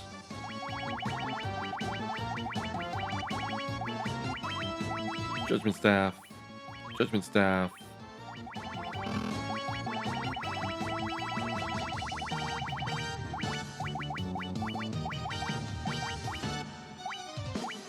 Sure it does. Probably an insta-death item.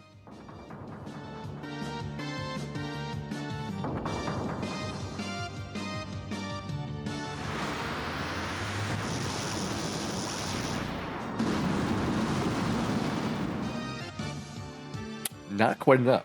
Hmm. Gasties I might want to do Blizzara on still. Or Blizzaga. I guess that 50% bonus is important to push him over the top.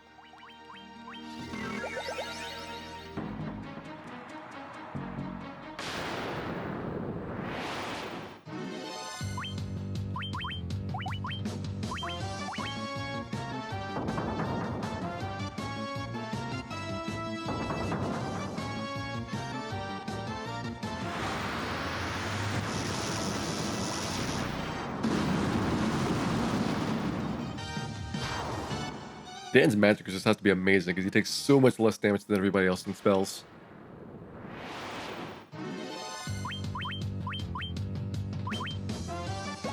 Defend, defend. Let Dan take care of this.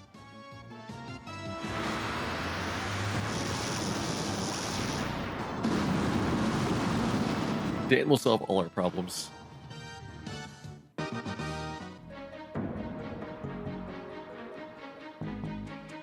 Dan also creates all of our problems. So net neutral, we're at 0 problems.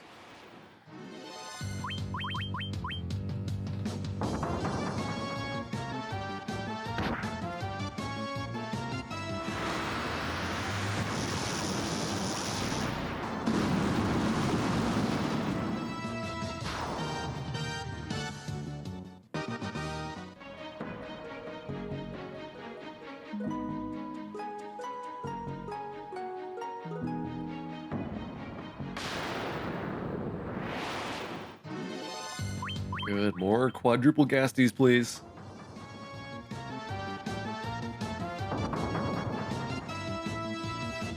Maybe with less poison gas, though. Quadruple Gasties, not as much poison gas next time.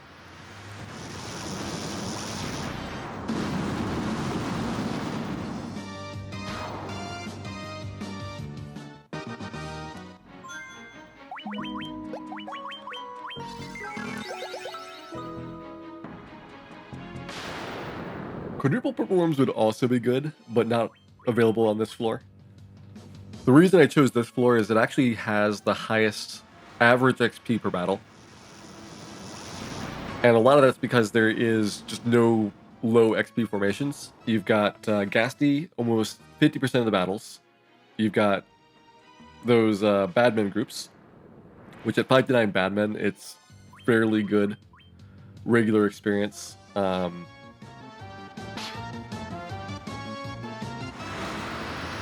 I don't think that they are they second or third on the list? I think they might be third after the Mage Fighter group, if you get all of them. And then the last one's Whizvamp and Zombie, which we have actually not seen at all tonight. Despite taking a lot of battles here, we have not gotten the 1 in 64 a single time.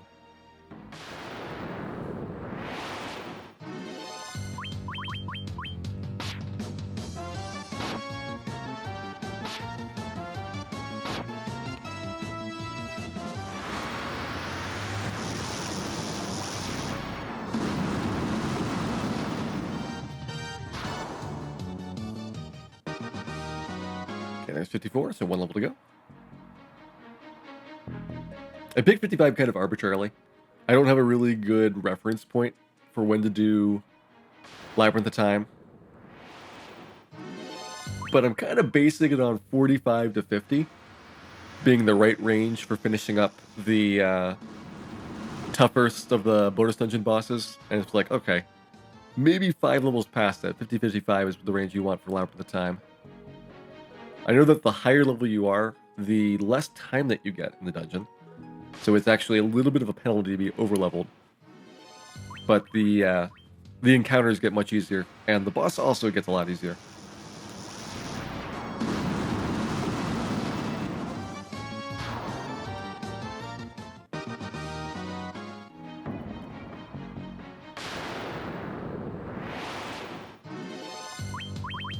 There's those beautiful Gasties.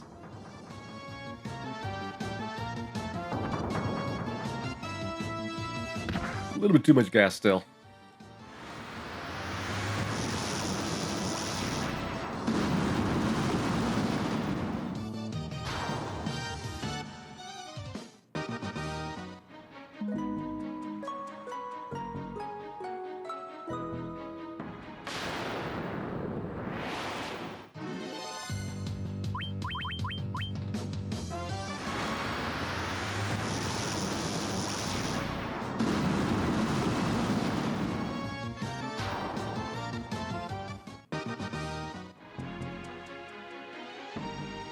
Can I get out probably 5 or 6 more battles for level 55?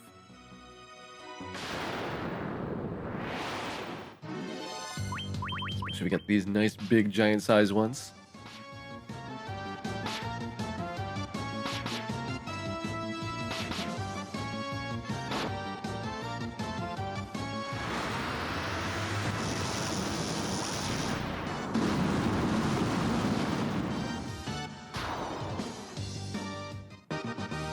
Another Deathbringer. We're getting like a Deathbringer every single battle.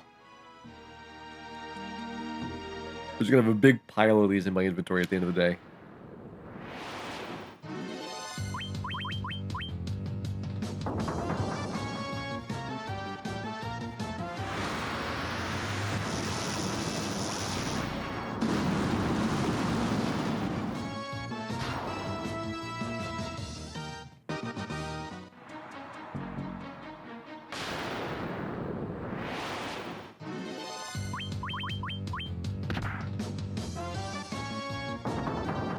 Hey, Metacrit, welcome in. We finished up all of the GBA bonus dungeons, doing my last little bit of leveling before Labyrinth of Time starts. So we should be going into Labyrinth Time within about 5 minutes or so.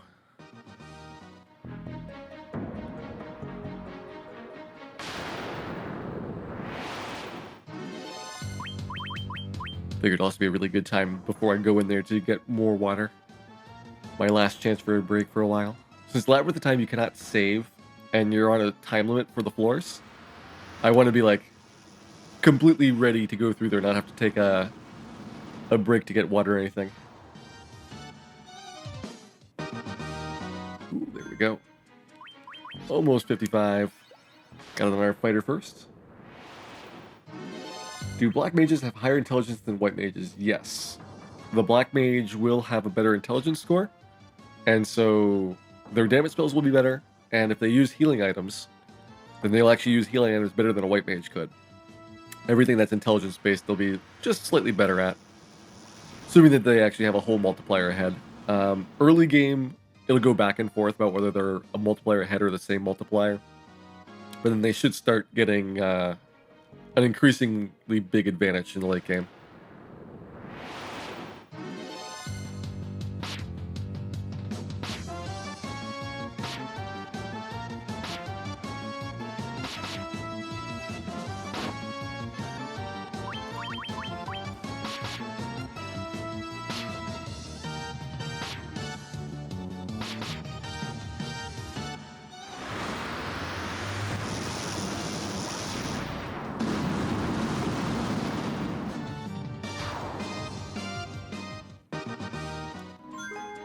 Okay, looks like 55 on everybody.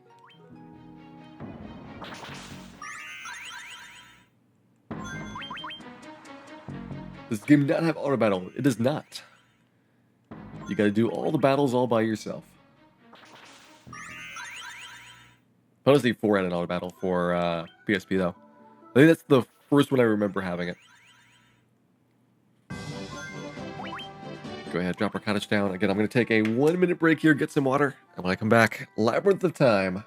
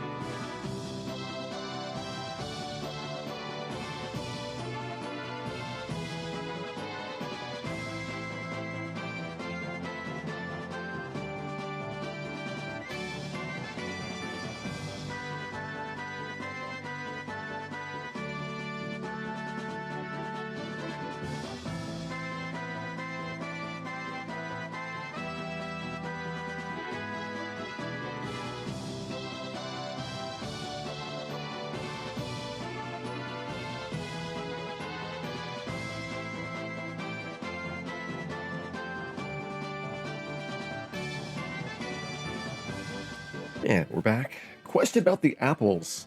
So the apple will increase your max HP permanently. So once you do it once, it doesn't change anything about how your level ups work. It just increases your score immediately.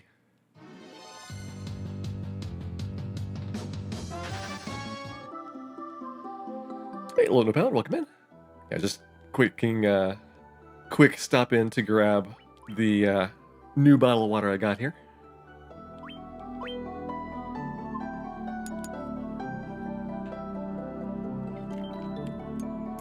Here we go. Let's touch this wall.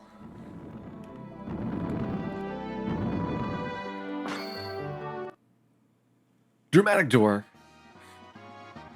I don't know why we're celebrating this. Doesn't seem that impressive. I make doors all the time, and nobody does jingles for me.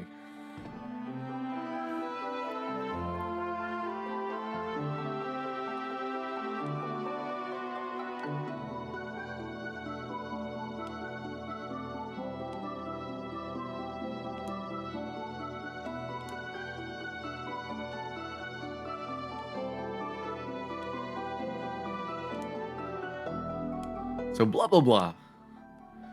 We got a time limit. We got to find some tablets. And these blue portals are what we want for the good path. There's also a red path for the completions if you manage to finish without the time limit being fully exceeded. All right, so there's the orb. Let's see what our growth is like. So if we disable magic, we get 3.5 more minutes. 445 for no items. I think I'm going to take that one. No items and no magic. I kind of want flee. Let's try it with 445.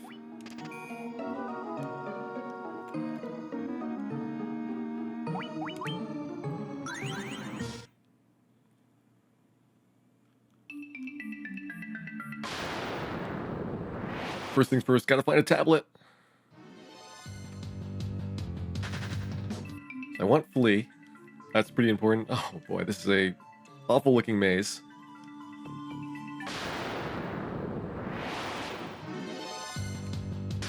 This is not a fun start. Maze levels are like my least favorite of the things you could do in here.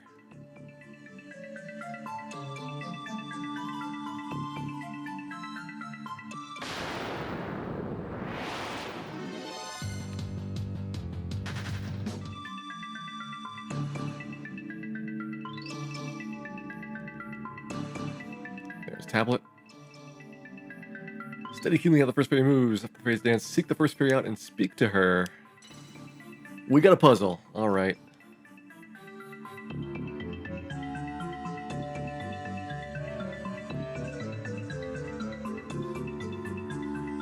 So spin to the right, spin to the right, spin to the right.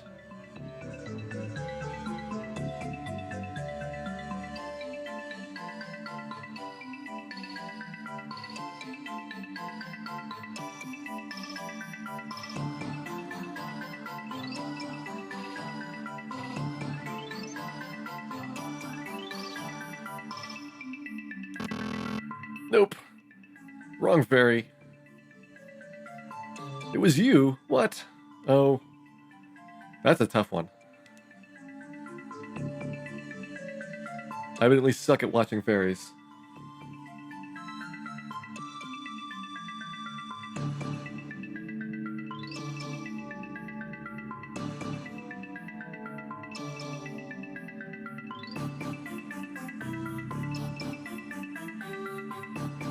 It's you. What? Which one was it?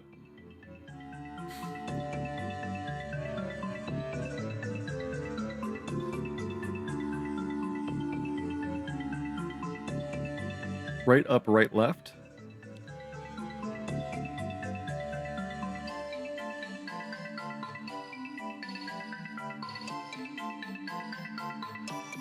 I'm going to try to do this without any assistance, but it might not be a first try completion.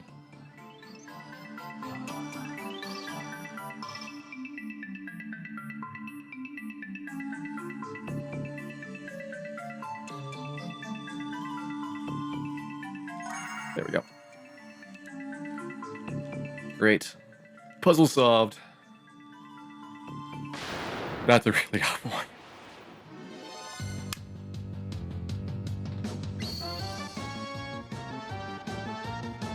I hope they're all that fun. Actually, I hope we get the floor with nothing but Remakes. That would be way better than that. At least it was short.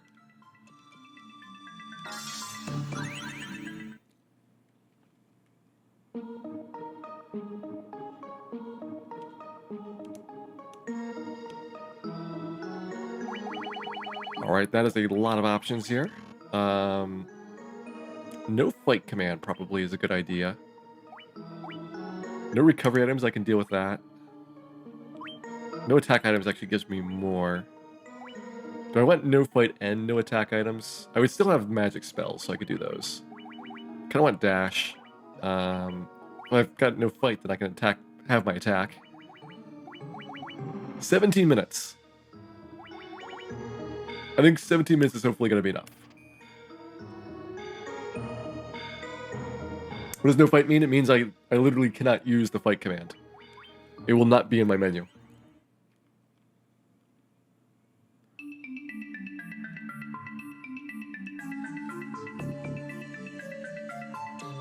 Why can't they just give me the puzzles? Why do I have to find this stuff? Oh, there's bats.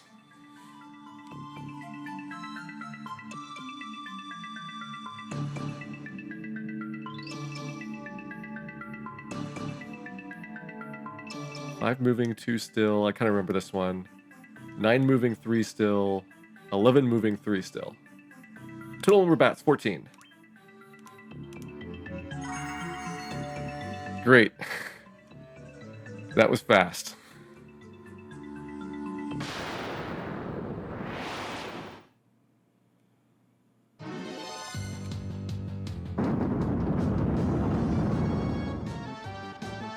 The trick was, out of bounds bat was not present, and you had to make sure that you did not count him.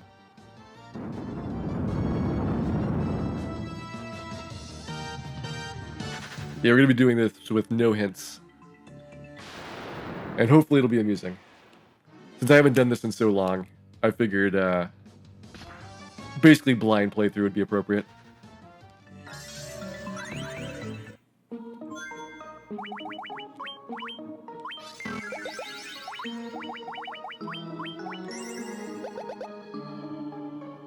So 2 down.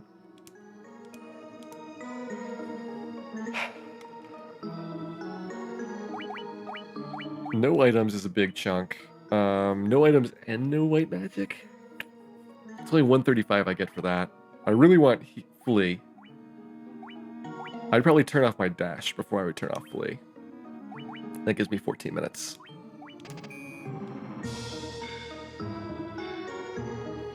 Oh, that's so slow. It's so slow without dash.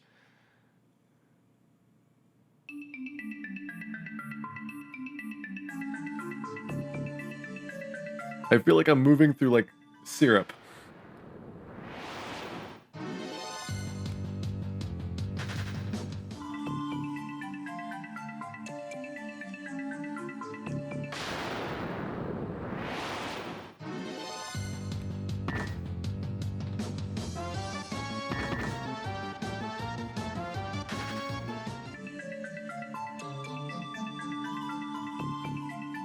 Oh, there's the tablet down there. So it's southeast of me. This one looked like it dead-ended. Why do these things have to be so far away?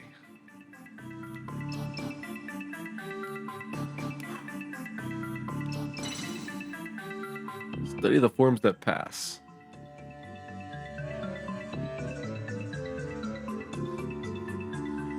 Materialized in the northeast.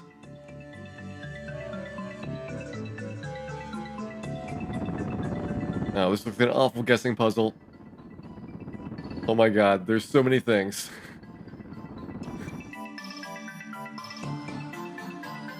How are you supposed to remember that? Whatever they were kid the mermaid. What? 4.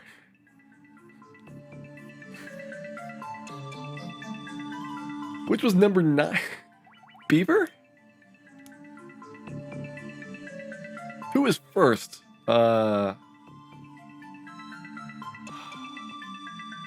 Dancer? No.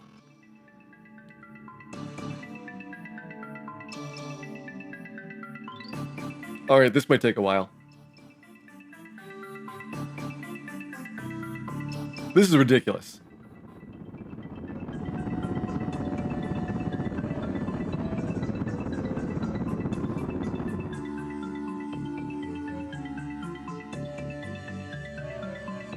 Number 9. I think it was a broom. What do you mean, what number came the broom? There was like 7 brooms.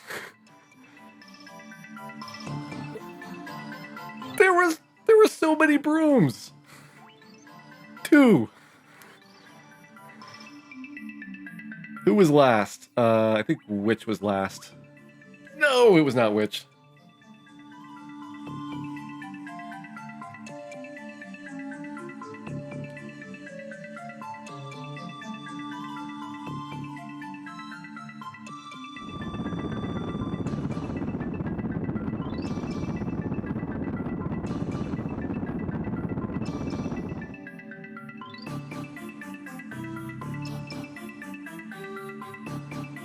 Elf.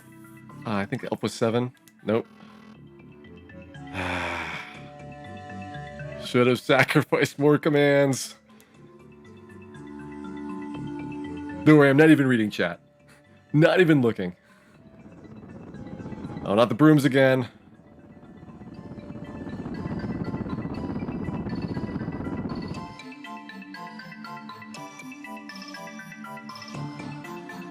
Last in line, that was Fairy. I think a broom was 3rd. No. I'm pretty sure broom was in number 3. And number 2 and number 5 and like half dozen other ones.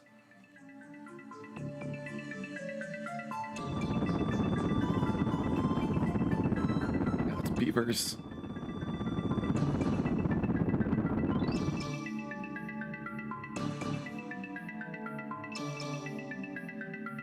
Beaver was last.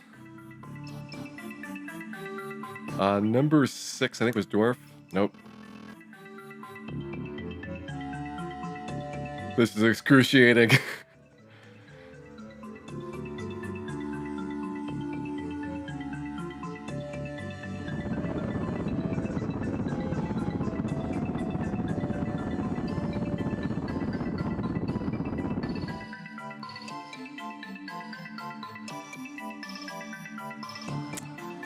I think beaver was first. What? Oh, I think it was dwarf first.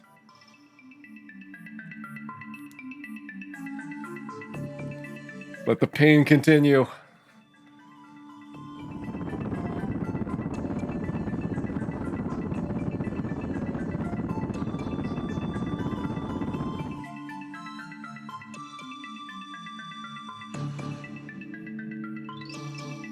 Pirate was 3. Dragon was first.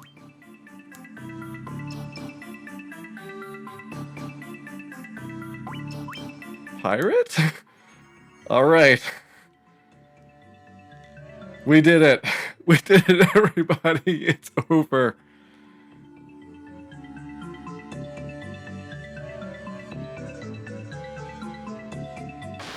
That puzzle's ridiculous.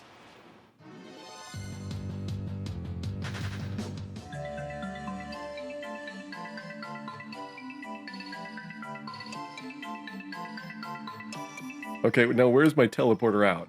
Was it back by the start?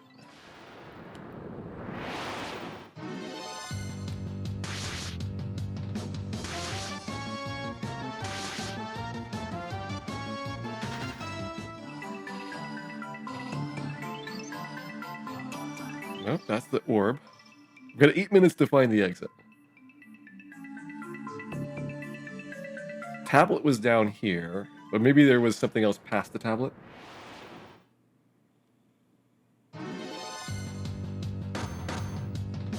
That hurts. I don't want to fight that guy.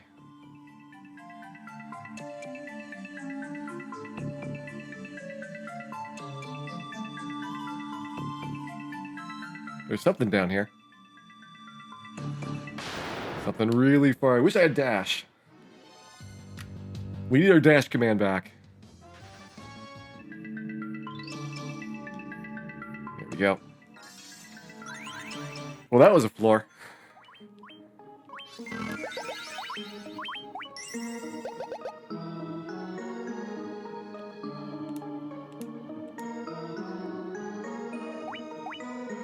No item for 6 minutes. Recovery items a minute and a half. Dash 755. Might do no dash again. No item. Yeah, it's probably fine. 14 minutes. Let's do it. It hopefully can't be worse than the previous one.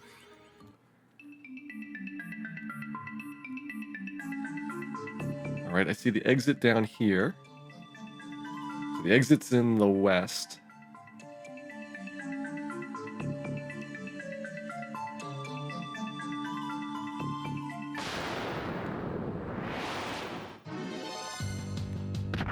This might be unrunnable.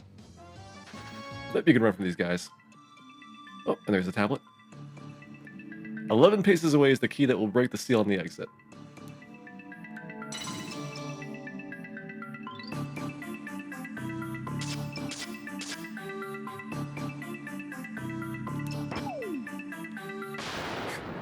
Great. Monsters appear. How far away are we from the item now? 10. Alright. Okay, 2 steps over. 8.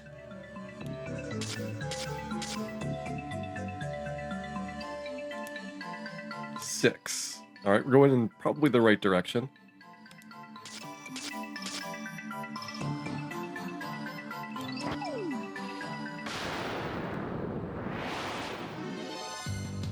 A lot of fighters. They mostly are like white mages though, so not really a threatening battle. 7, wrong direction.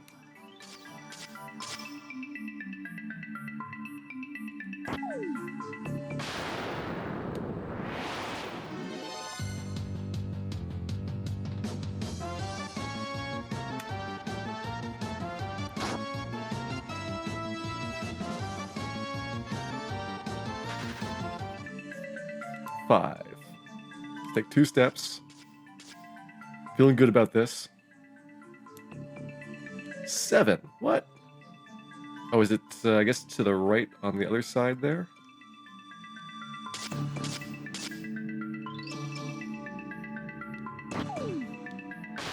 I thought I'd trick him. I got a pillar to my side. But no, he just came down to my other side.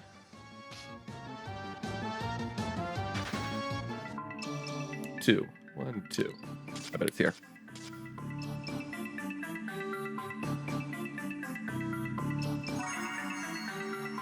See, that was a decent puzzle. That was fine.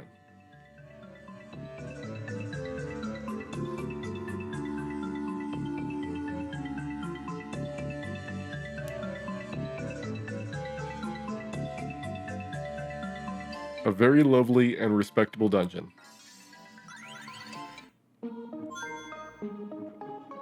I think the timer does tick down in battle.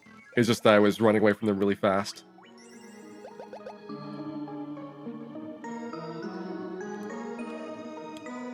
Alright. No item, no flee, attack halved, accuracy halved, or intelligence halved. I can do with no item. No flee is rough. I kinda think I have to, though. These are not great alternatives, and no items is 6 minutes.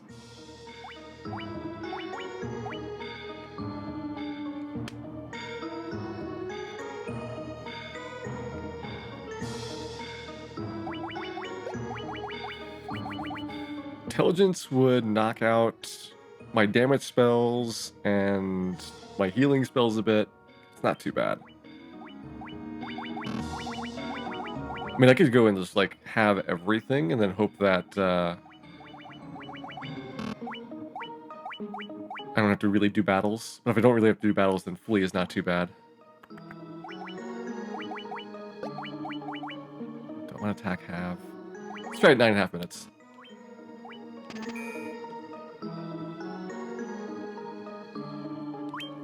Oh man, it's so good having dash again.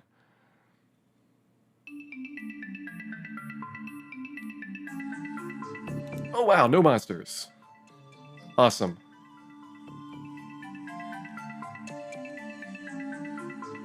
Lead the automaton to the light without touching the monsters or stones that block the path.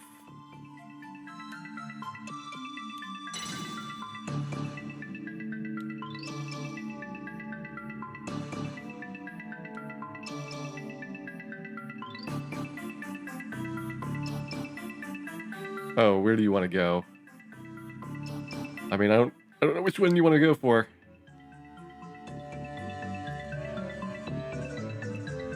Hope you're going the other way. Okay, you are?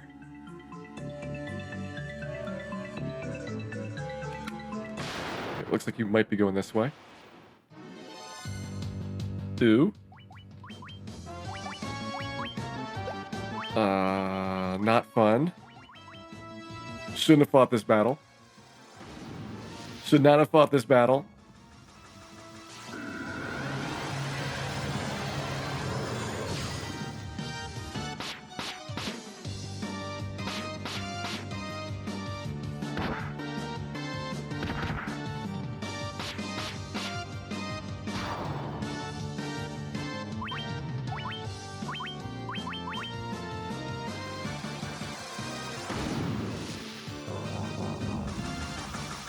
Getting rather unpleasant. I've got full life on Dan, so even though I don't have access to Phoenix Downs, we're still fine. I really hope the robot wants to go this way, because I am paying for this.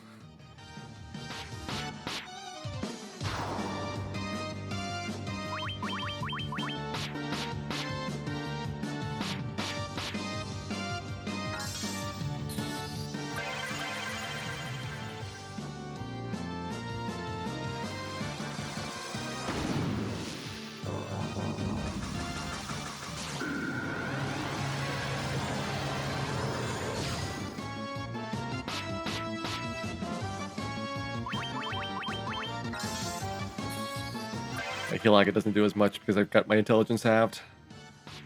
It's cutting it by like about 80.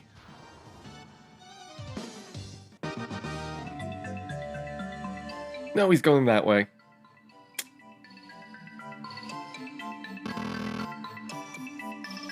Okay, let's try that again. So he went down here. Assuming he does the same path. But... oh, this is awful. Oh, preemptive, I can run from these guys. That's actually really useful knowledge.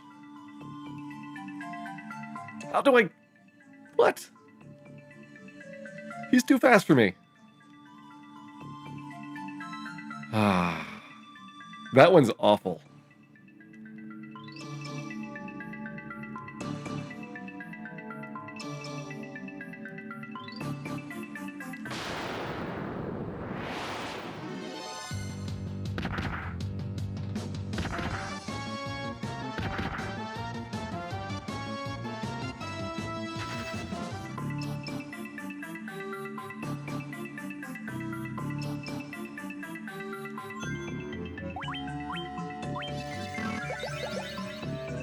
Okay, so robot's gonna go down here.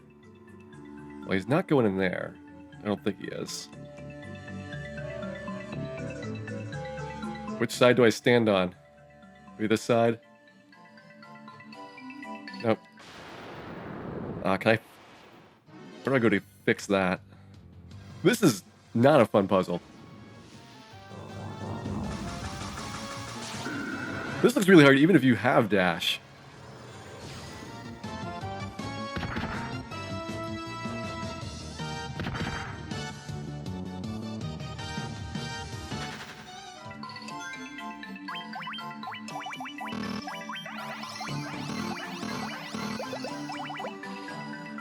Oh, there's the exit, but can't get that out of the way in time.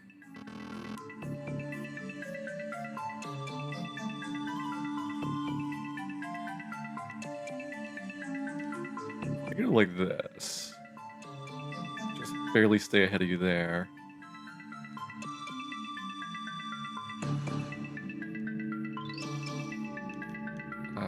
Can I actually take this path down?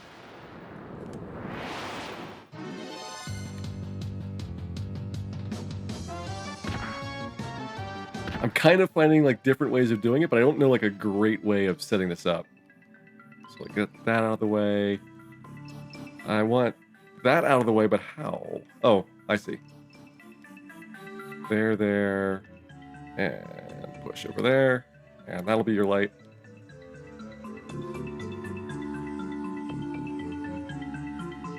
Is there more after this? Where is he going? Oh, he's going all the way to the side. I didn't have to do that. Okay, yeah, he's not going up.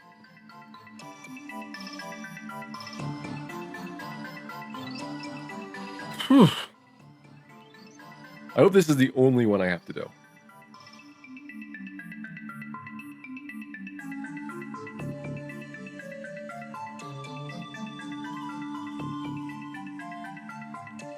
Mission complete. Wonderful. Where's the exit? There we go. Whew, okay. Another floor down. Some of these are not bad, and some of these are really bad.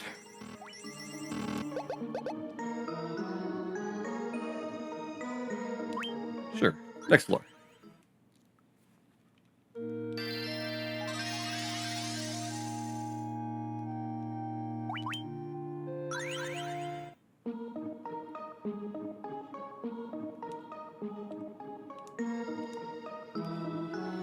Okay, that's a lot of options and a lot of time. I kind of like doing the no fight, no attack have because those are great compliments. 17 minutes. I kind of need attack items, I think, if I did that.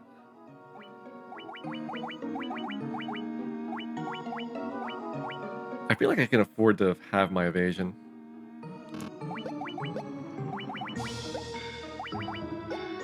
No, let's not do that. No fight, attack halved.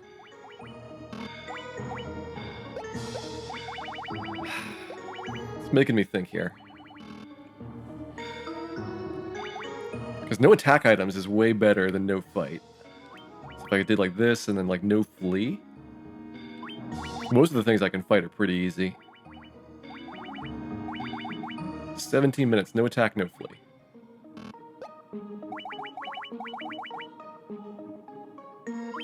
Half evasion.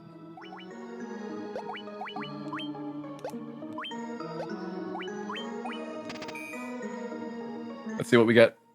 Giving myself a lot of time for this floor.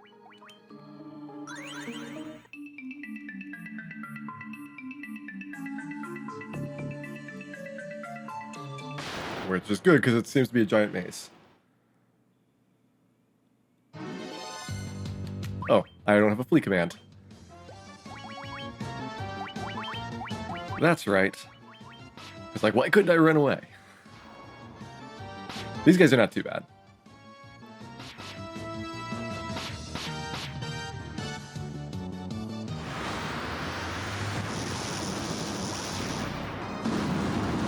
Accuracy should not affect your magic stat. It should be just physical attacks.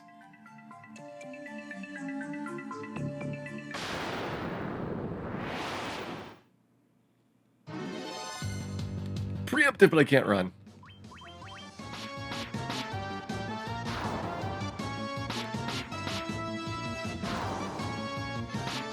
Maybe I should not have sacrificed flee.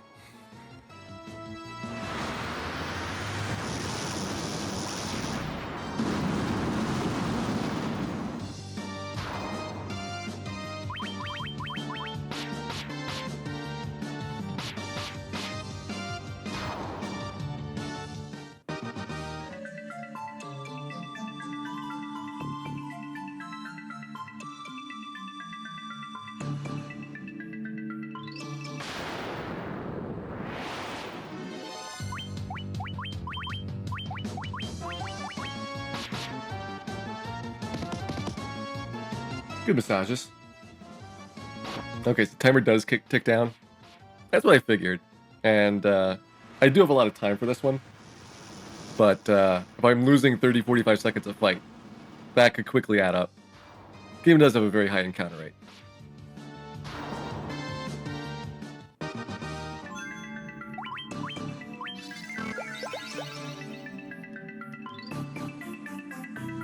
There's my tablet. Set the candle's light to find the exit. Beware the enemy cloaked by lightning and darkness. Ooh.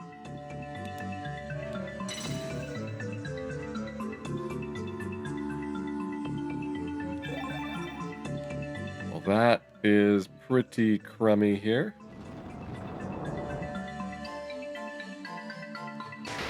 Okay. I thought that was more than the 5 steps it promised me.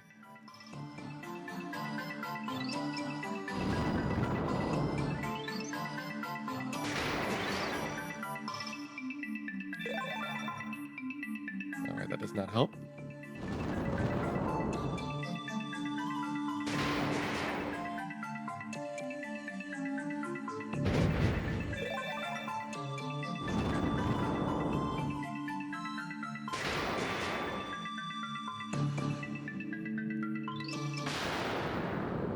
This is a Warmac. This is a Warmac. Why wouldn't it be Warmax? Bonus Warmax, everybody!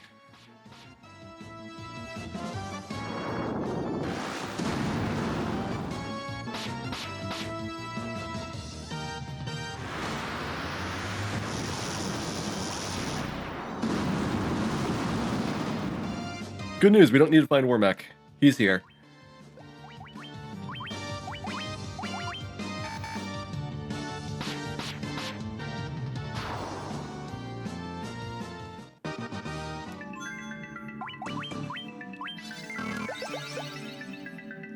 So this is kind of like the Thunder Plains in Final Fantasy X, except full of Warmax.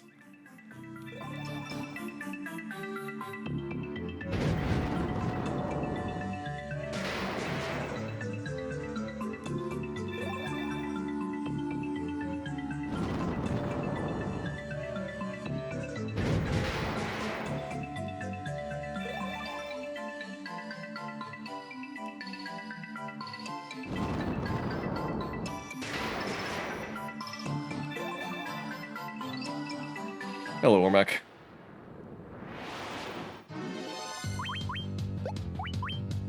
It is a pretty strong combination.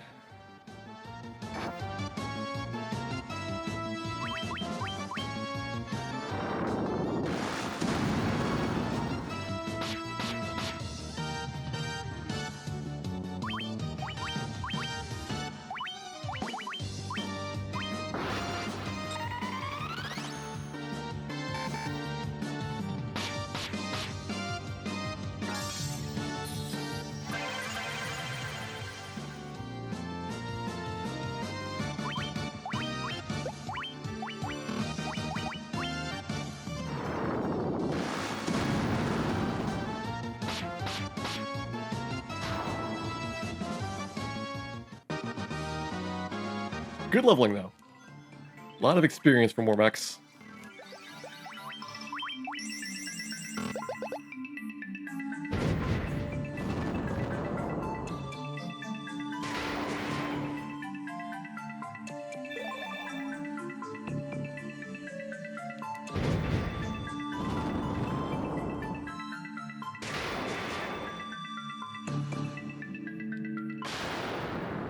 Where am I going?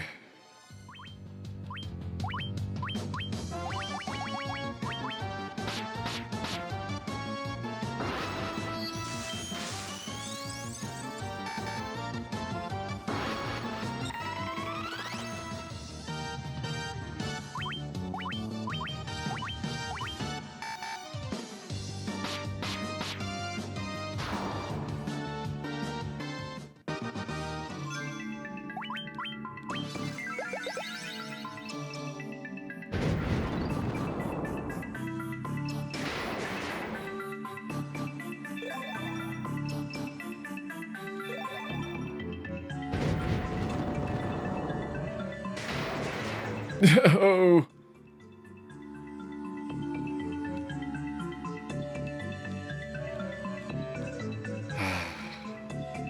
I didn't see an exit in all that exploration we just did.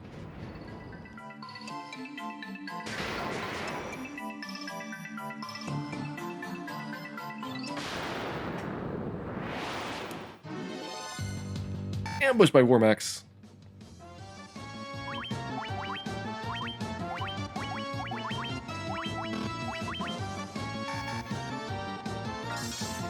Do the candles go up? Yes, they go up periodically.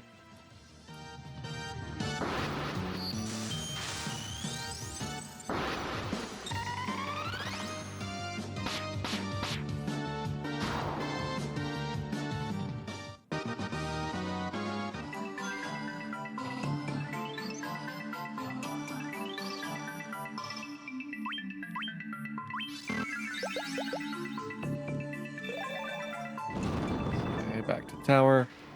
This direction doesn't seem to be as good for getting places as the first one I went. Okay.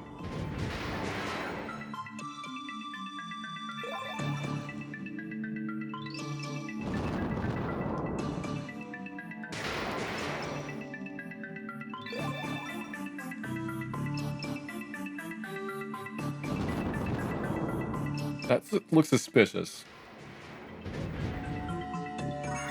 There we go. That was evidently the exit. Went right by it last time.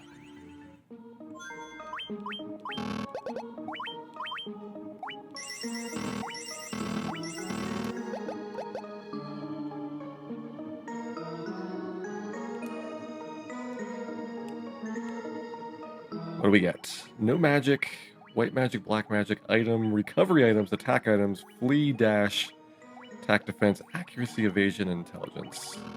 Pretty chunky amounts of time as well. No black magic would just mean no haste and temper for the most part. I could deal with that. No attack items is probably not too bad. Just takes off my judgment staff. Well, that would leave me with physical attacks, but I think it's worthwhile. Ooh, 12.5 minutes for no dash. I'd probably do that. It wasn't that bad last time. So 25 minutes here.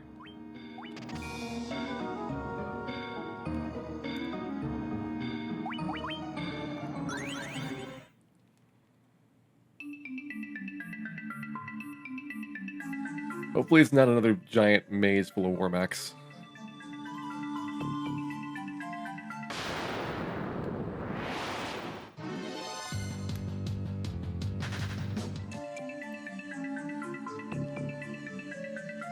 Here's the tablet. I remember those guys, they had a lot of HP. Good thing they're runnable.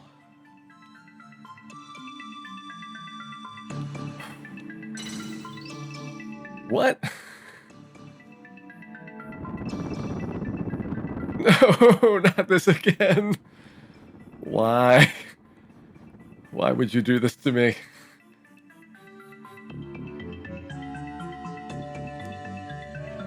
Each of the forms of the past was holding a flower. Great. I didn't see any flowers on them.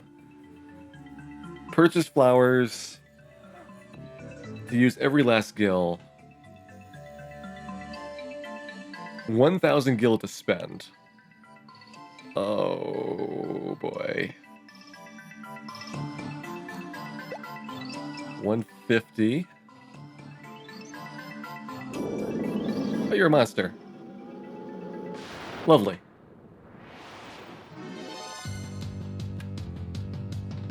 Hope you stay gone. Good, you do. 260.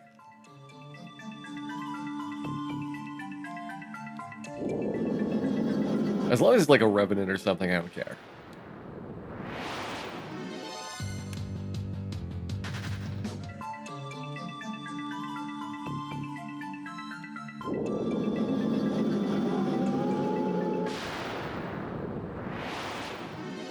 I do not know how much time is left. But we did a lot of floors, so I think we're pretty close to the end.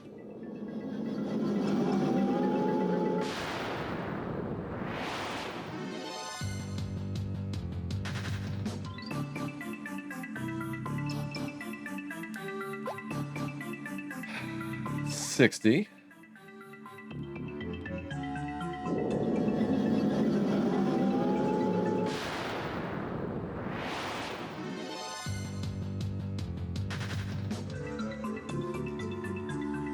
$40.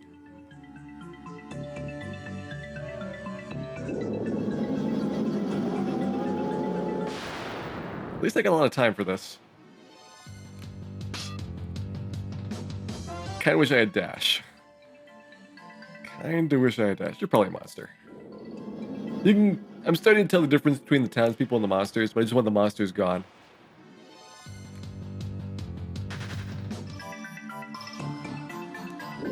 Never mind. I thought you were not a monster.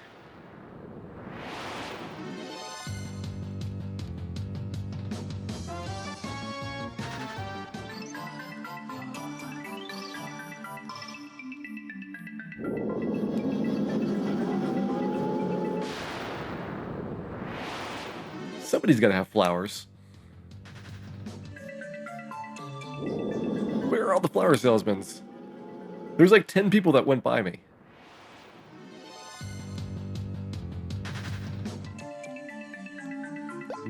190.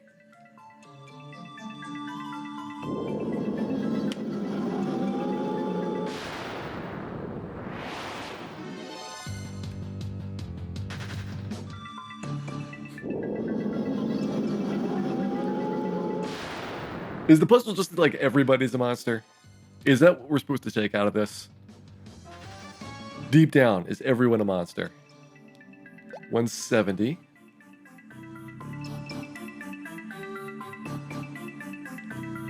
$30.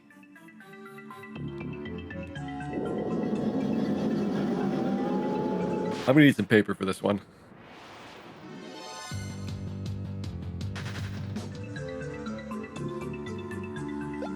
$130. And a monster.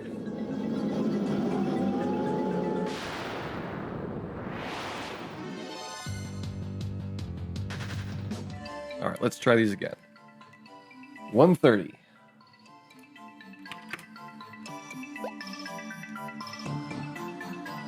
$30.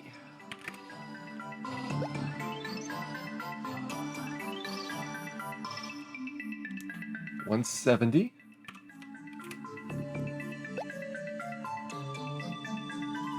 I'll go over there. 190.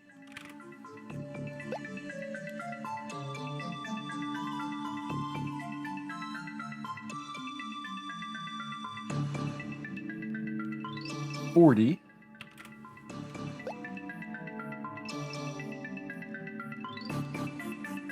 $60.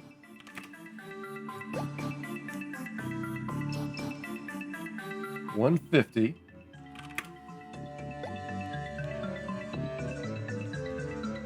$260. I got 1,000 gil I need to spend.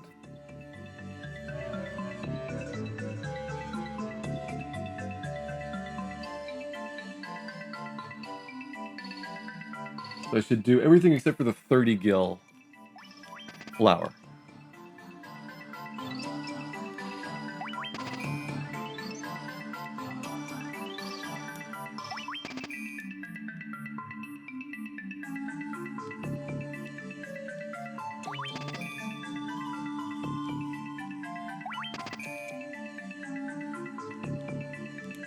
No.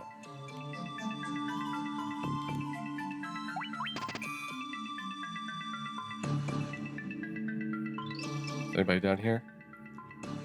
All right, I think I spent exactly 1,000.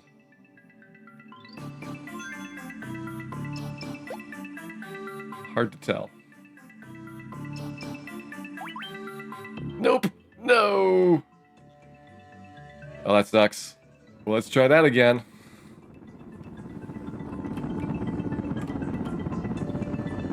I might have missed one of the flower sellers. Ugh.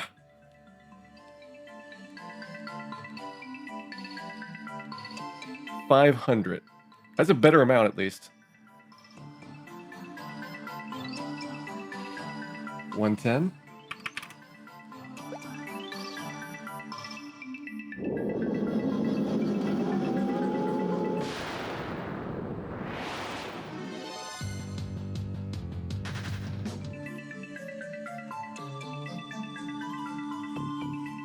90.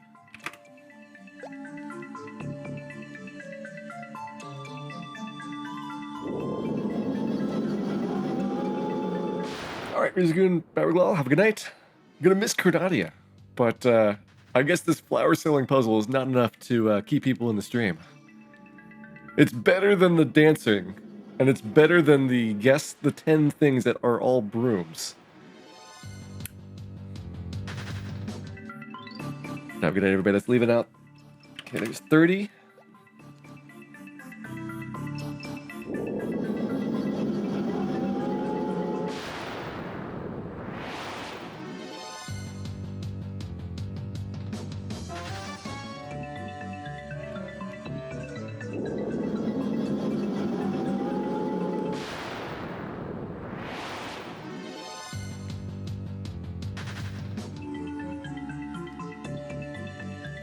$220.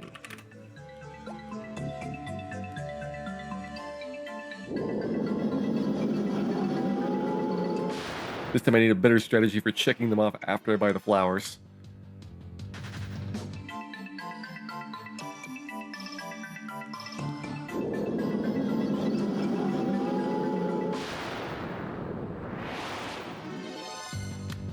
The 10 people one, that was by far the worst. That was worse than the maze full of Remakes with lightning strikes.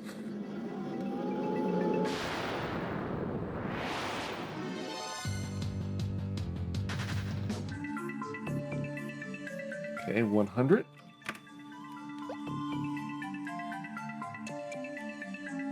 $15.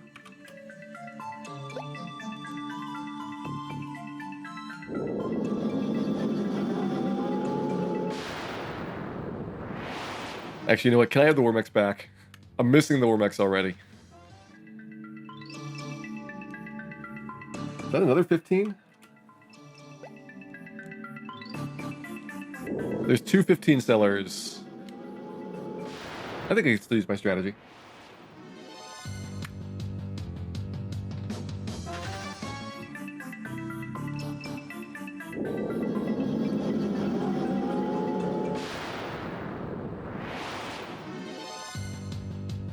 Hey, Galtier, welcome in.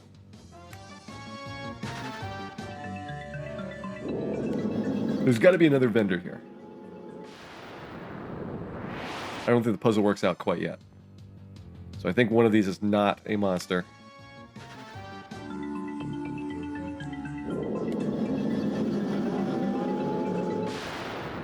If somebody sold Remakes, I would buy them. I would buy all the Remakes, because we are at a lot of gold right now. You're a monster.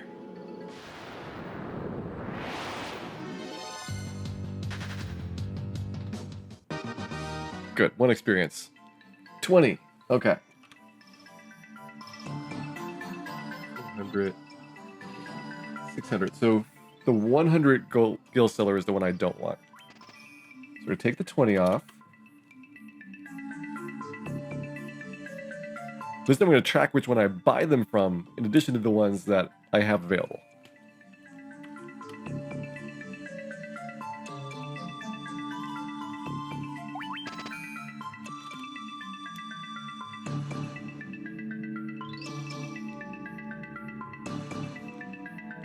You're the one I don't want.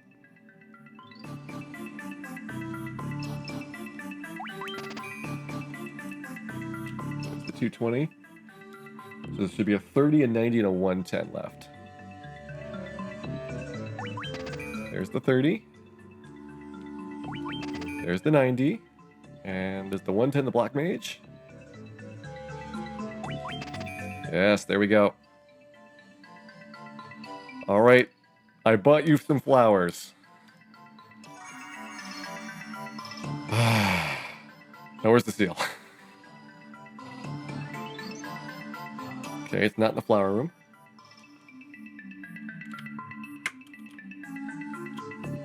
See, the other one was a cross between Final Fantasy X and a room full of Remakes. This was Final Fantasy VII and a room full of Remakes, but the Remakes were on vacation, so it was not as fun.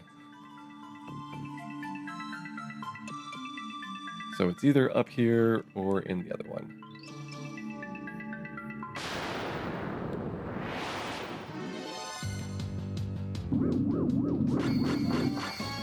Ew.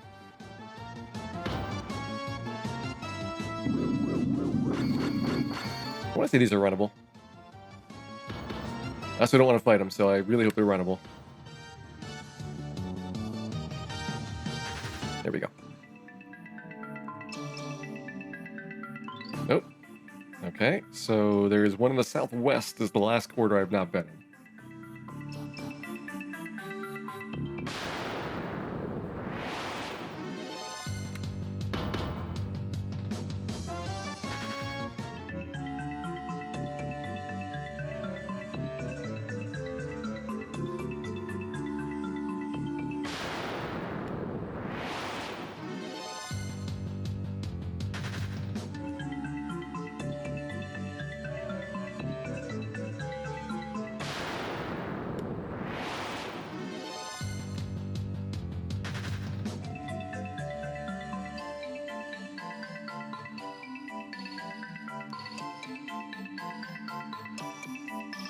Why does everything have to be giant mazes? There we go. What's that way?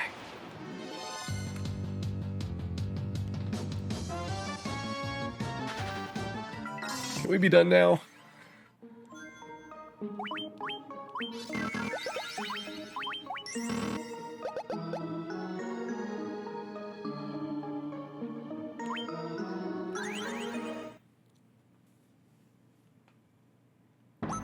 We might be done.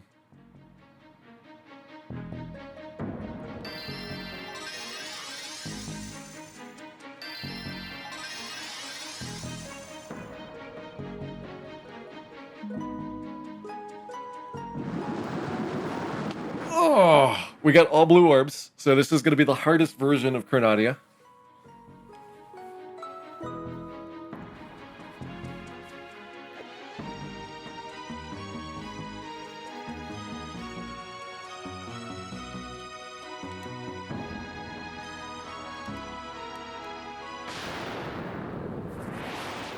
Here we go.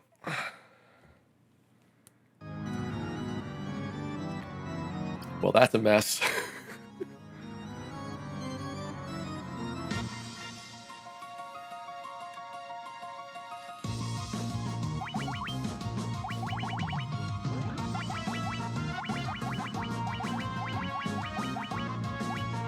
Giants tonics are here. Double prepare to start. I'll take that. Ink opening is great. This is the Chronadia that we deserve.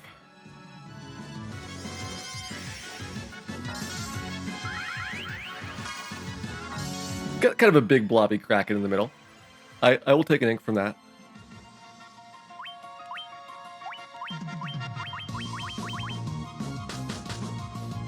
That's a lot of damage.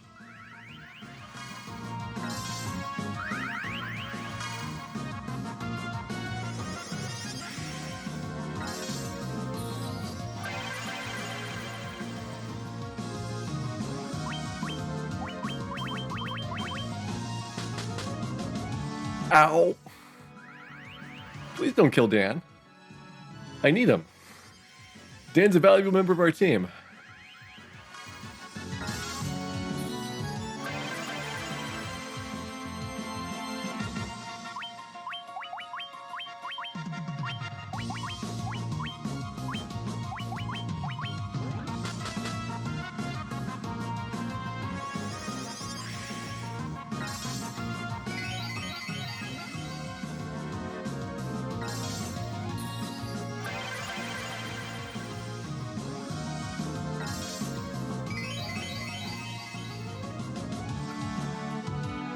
What game is this from? This is an original boss. This is the ultimate boss for the PSP version.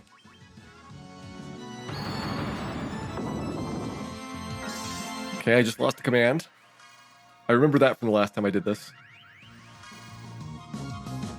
We'll find out what command I no longer have access to once I get to my menu again.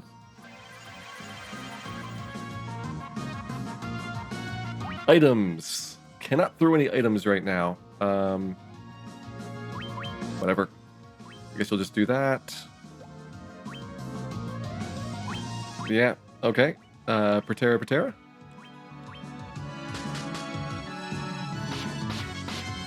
372. We need some buffs.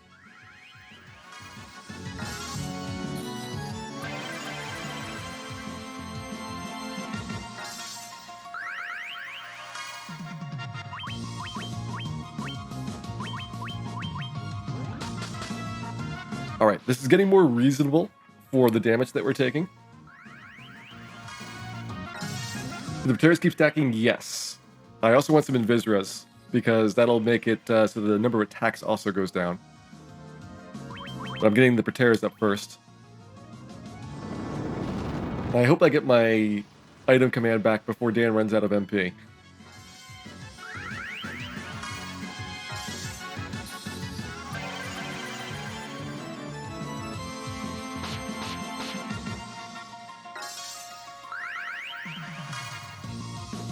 Oh, items are back. Good. Very good. White shirt. Start getting some Invisors up. If I can find where the white shirt's gone. There it is. Those Pateras should be the last I need. Yeah. I think we got the Pateras rocked out.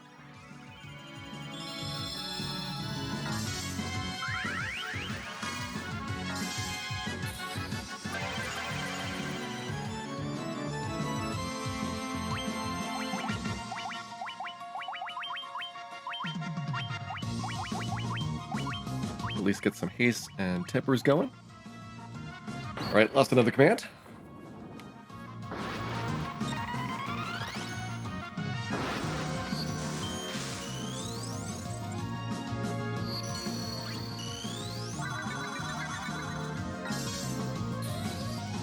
We'll see what's gone now. Hopefully it's not magic. Magic's my important one. Magic's gone. Whew, boy.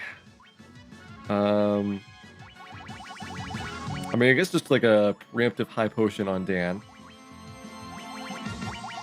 Take this opportunity to throw some speed drinks.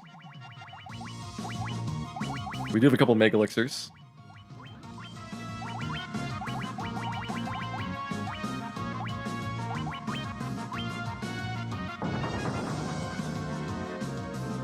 Not a great time for Cornada to go back to AoEs. Oh, Rune Staff, that's right. Dan does have the Rune Staff from Ultros.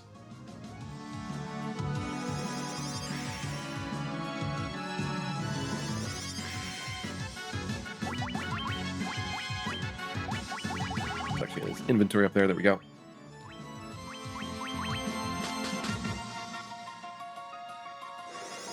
When the red mages get more hit points, I use Giant's Tonics at the start of this fight to buff them up. Each Giant's Tonic is 200 permanent increase to your HP for the battle. It doesn't continue after the battle is done. All right. This is starting to look pretty comfortable. I need to make sure that Dan does not run out of MP. That's really the biggest priority here. Okay, 30 hits. Another round of speed drinks should max out the fighter. Is this the final fight? This is the final fight of Labyrinth of Time, and then we need to go kill Chaos after this.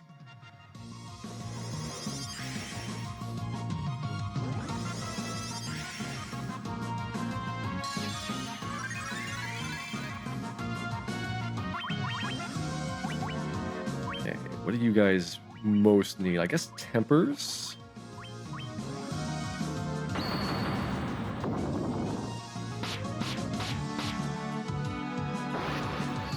We've maxed attacks per round, so now we're going to see if there's any benefit from additional base damage increase.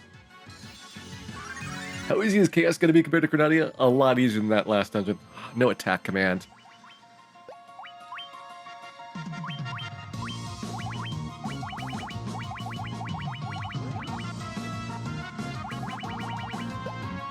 Might as well just keep doing tempers while we are blocked on attacks.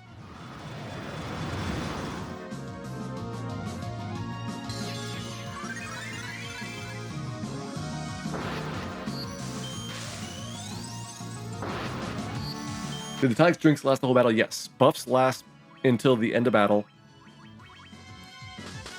Or, in the case of attribute or immunity buffs, they will get wiped if you die. The drinks will last after your death, which is interesting.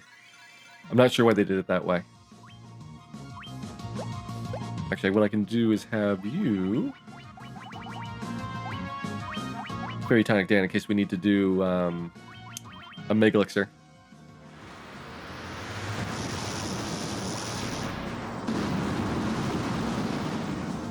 Alright, that hurt. Hey, Koopas, welcome in.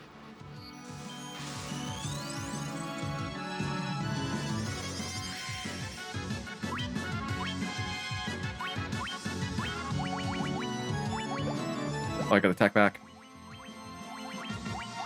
Ilaga. I know you guys want to drop Kiragas on people just to give me some extra buffer. Spawn a Warmech every 5 turns. We've fought plenty of Warmechs here. I think we know how to handle them.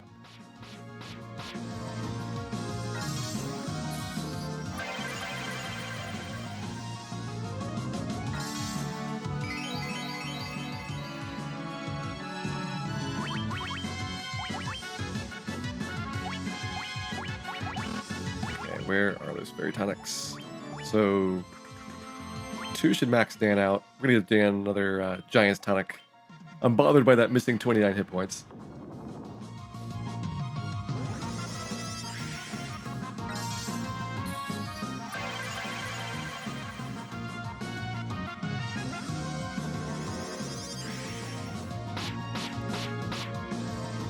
Oh, there's some good damage. No items again. You guys are pretty much just defense mode then.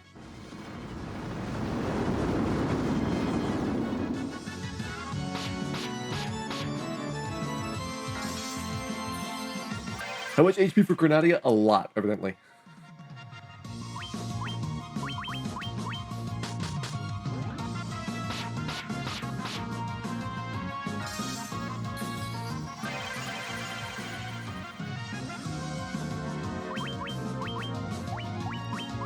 Still don't have items. Dan's getting really uncomfortably low on MP, but as soon as I get my item command back, I can throw like a dry ether on him, and then we'll be fine.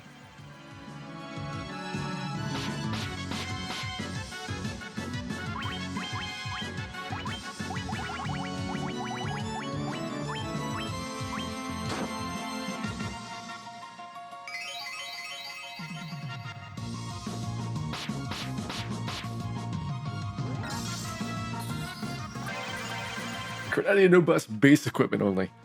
Yeah, we'll take Grenadia on with some staves. Alright, see what we lost. Hopefully not attack, because at this point, we really just need to go and finish her off. Or we're done. Look at that. Beautiful. Hardest Grenadia has been defeated.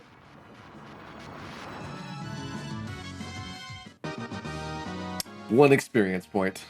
Not quite as good as Warmech.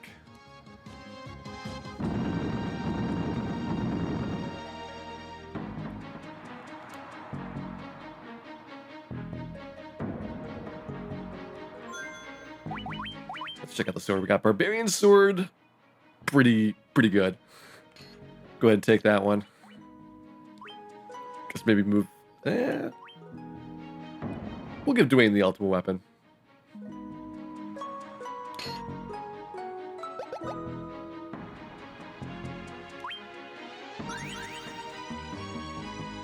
One hour, 1 minute, and 49 seconds. It's a speedrun dungeon. 10 battles. The ultimate overlord.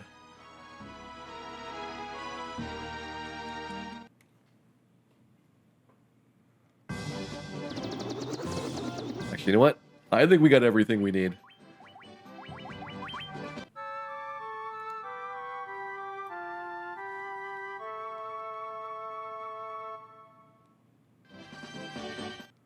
Let's fight some chaos. We got some Warmechs already. I feel like we're good on our Warmech count.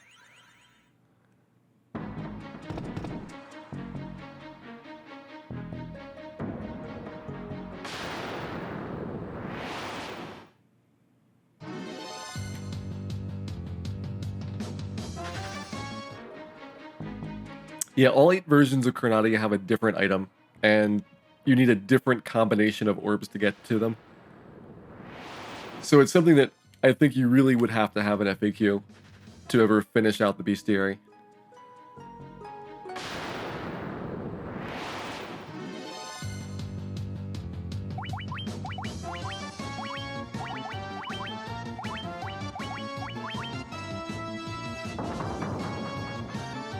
Hey, Glow Stick, welcome in.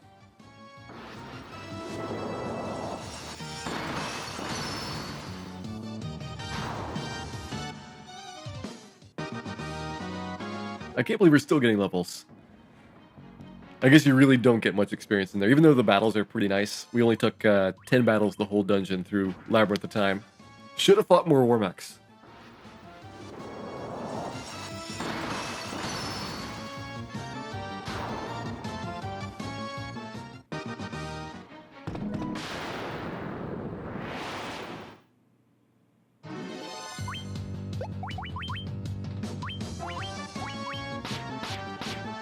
Good fight.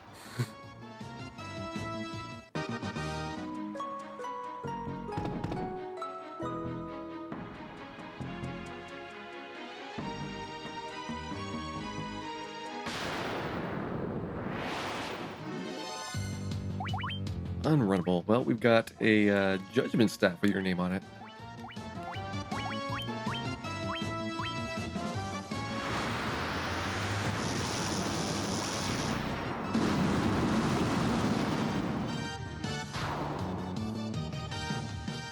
I think it'll be tough to one-shot Chaos. He just has too much defense for that.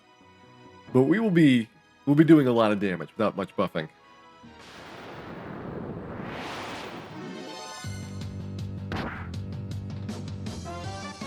Lich in one turn. I think it'll be dependent on turn order. I think the haste needs to go before the fighter attacks.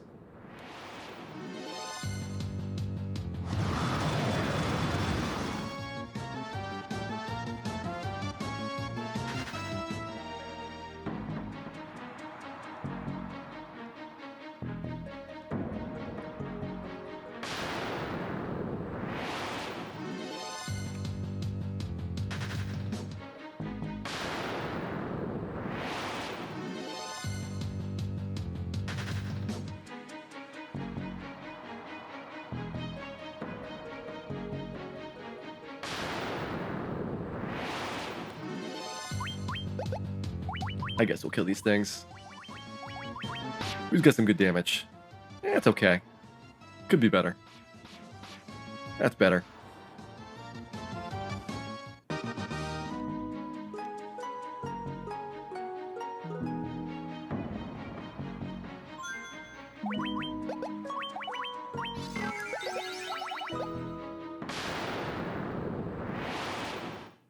All right, Lich. This is gonna hurt you a lot.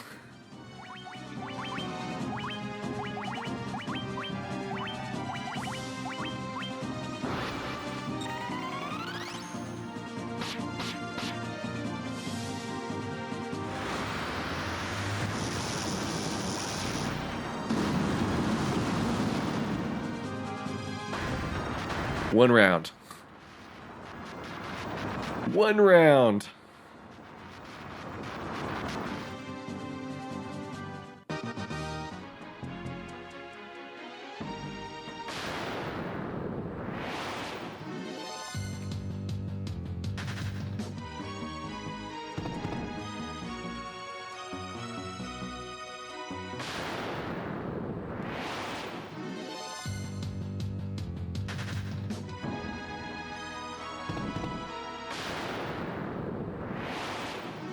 What was the reward for Labyrinth of Time? Labyrinth of Time, I got the Barbarian Sword. Because we got the best Chronadia.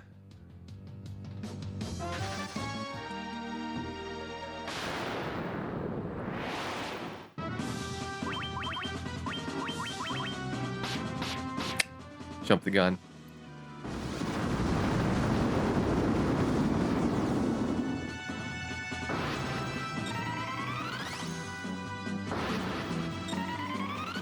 I think the fighters got this. The Barbarian Sword went to the fighter. I'm still going to keep him as my primary attacker.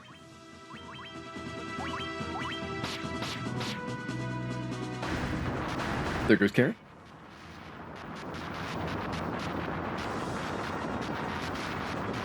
If Labyrinth of Time wasn't an hour long, then maybe it'd more exciting to do multiple versions. But I feel like that would be a fairly extensive project to get all the Chronatias done.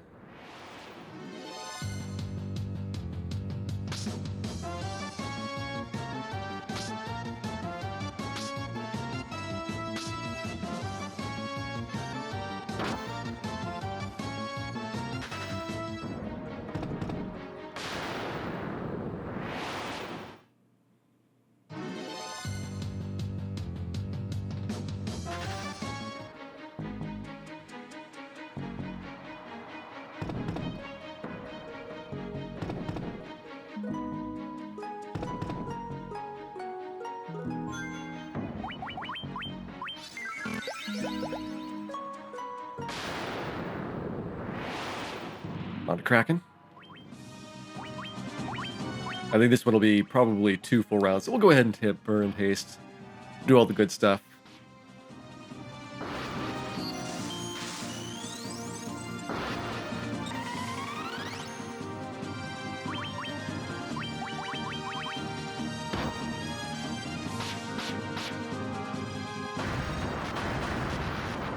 Alright, Kraken done.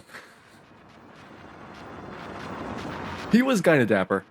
He was not as dapper in the Chronatia fight as he could have been. But all 3 times we fought Kraken, I would say his dapperness was 100%.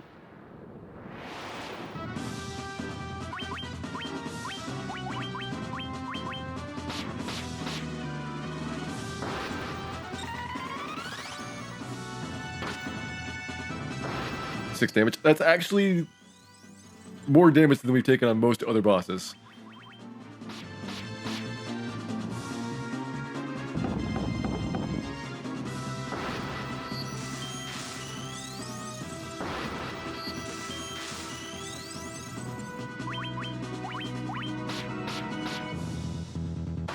Three-round team out of shame.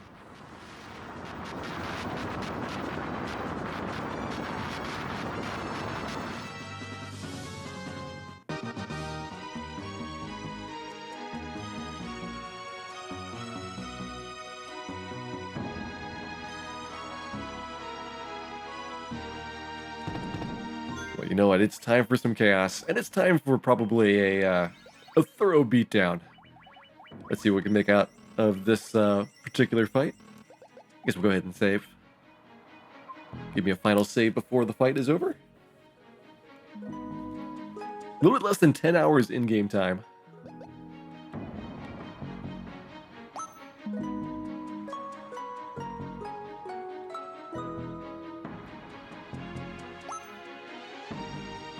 Never have we been more ready for this fight than we are right now. We've killed the fiends. We've killed the fiends, most of them 3 times. All the Final Fantasy 3 bosses, the Final Fantasy 4 bosses, the 5 bosses, the 6 bosses. We killed Chronatia, and now it's time to kill Chaos.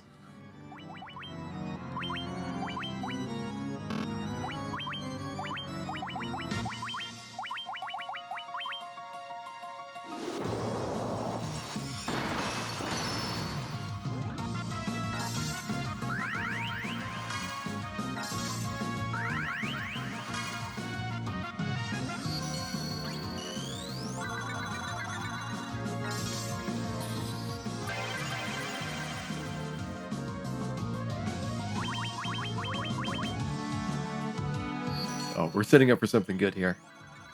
I would like to get a really big opening round on him.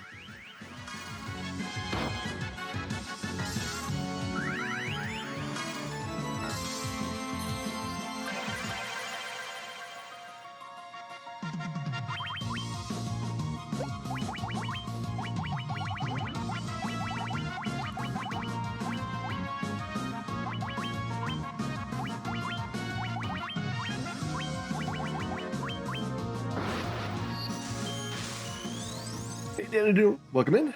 How bad is this chaos? He's gonna be in a bad way really soon.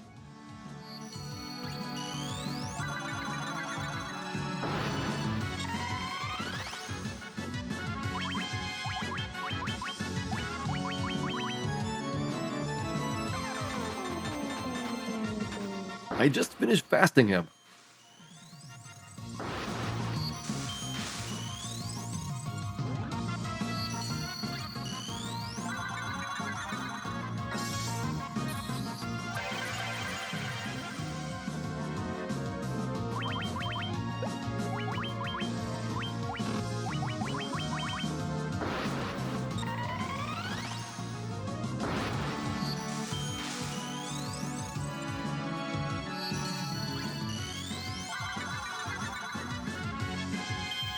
There's a couple rounds of buff so far.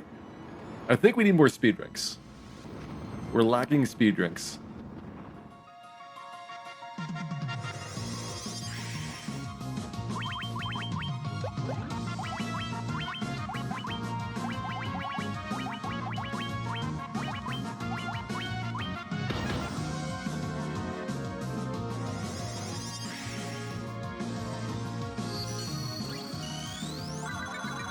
Hey, Jillikins, welcome in.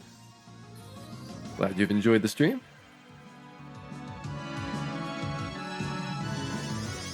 The thing with speed drinks is that you do need way more than you think to max out.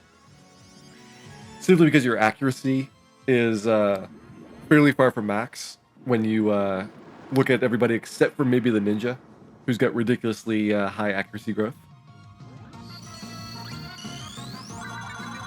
Base attack power we should be really good at, just because we got a crazy weapon, fighter's pretty high level, and it does benefit a little bit from the Giant's Glove every round.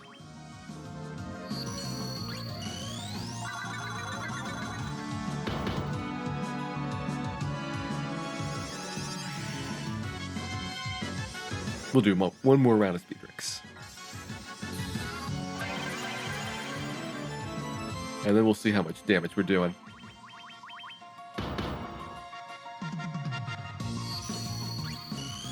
What's the difference between Giant's Glove and Temper? The Giant's Glove is the Saber spell, which in addition to a attack bonus like Temper gives you, it also increases your accuracy by a bit.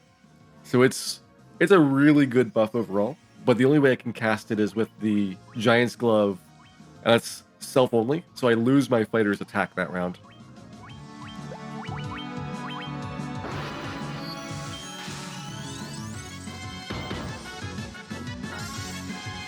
Make sure that we're our peak optimal condition here. Come on, Gil, get that off. There we go. How much damage will Sassoon do to Chaos? Only 8,000. I feel like it should have been higher.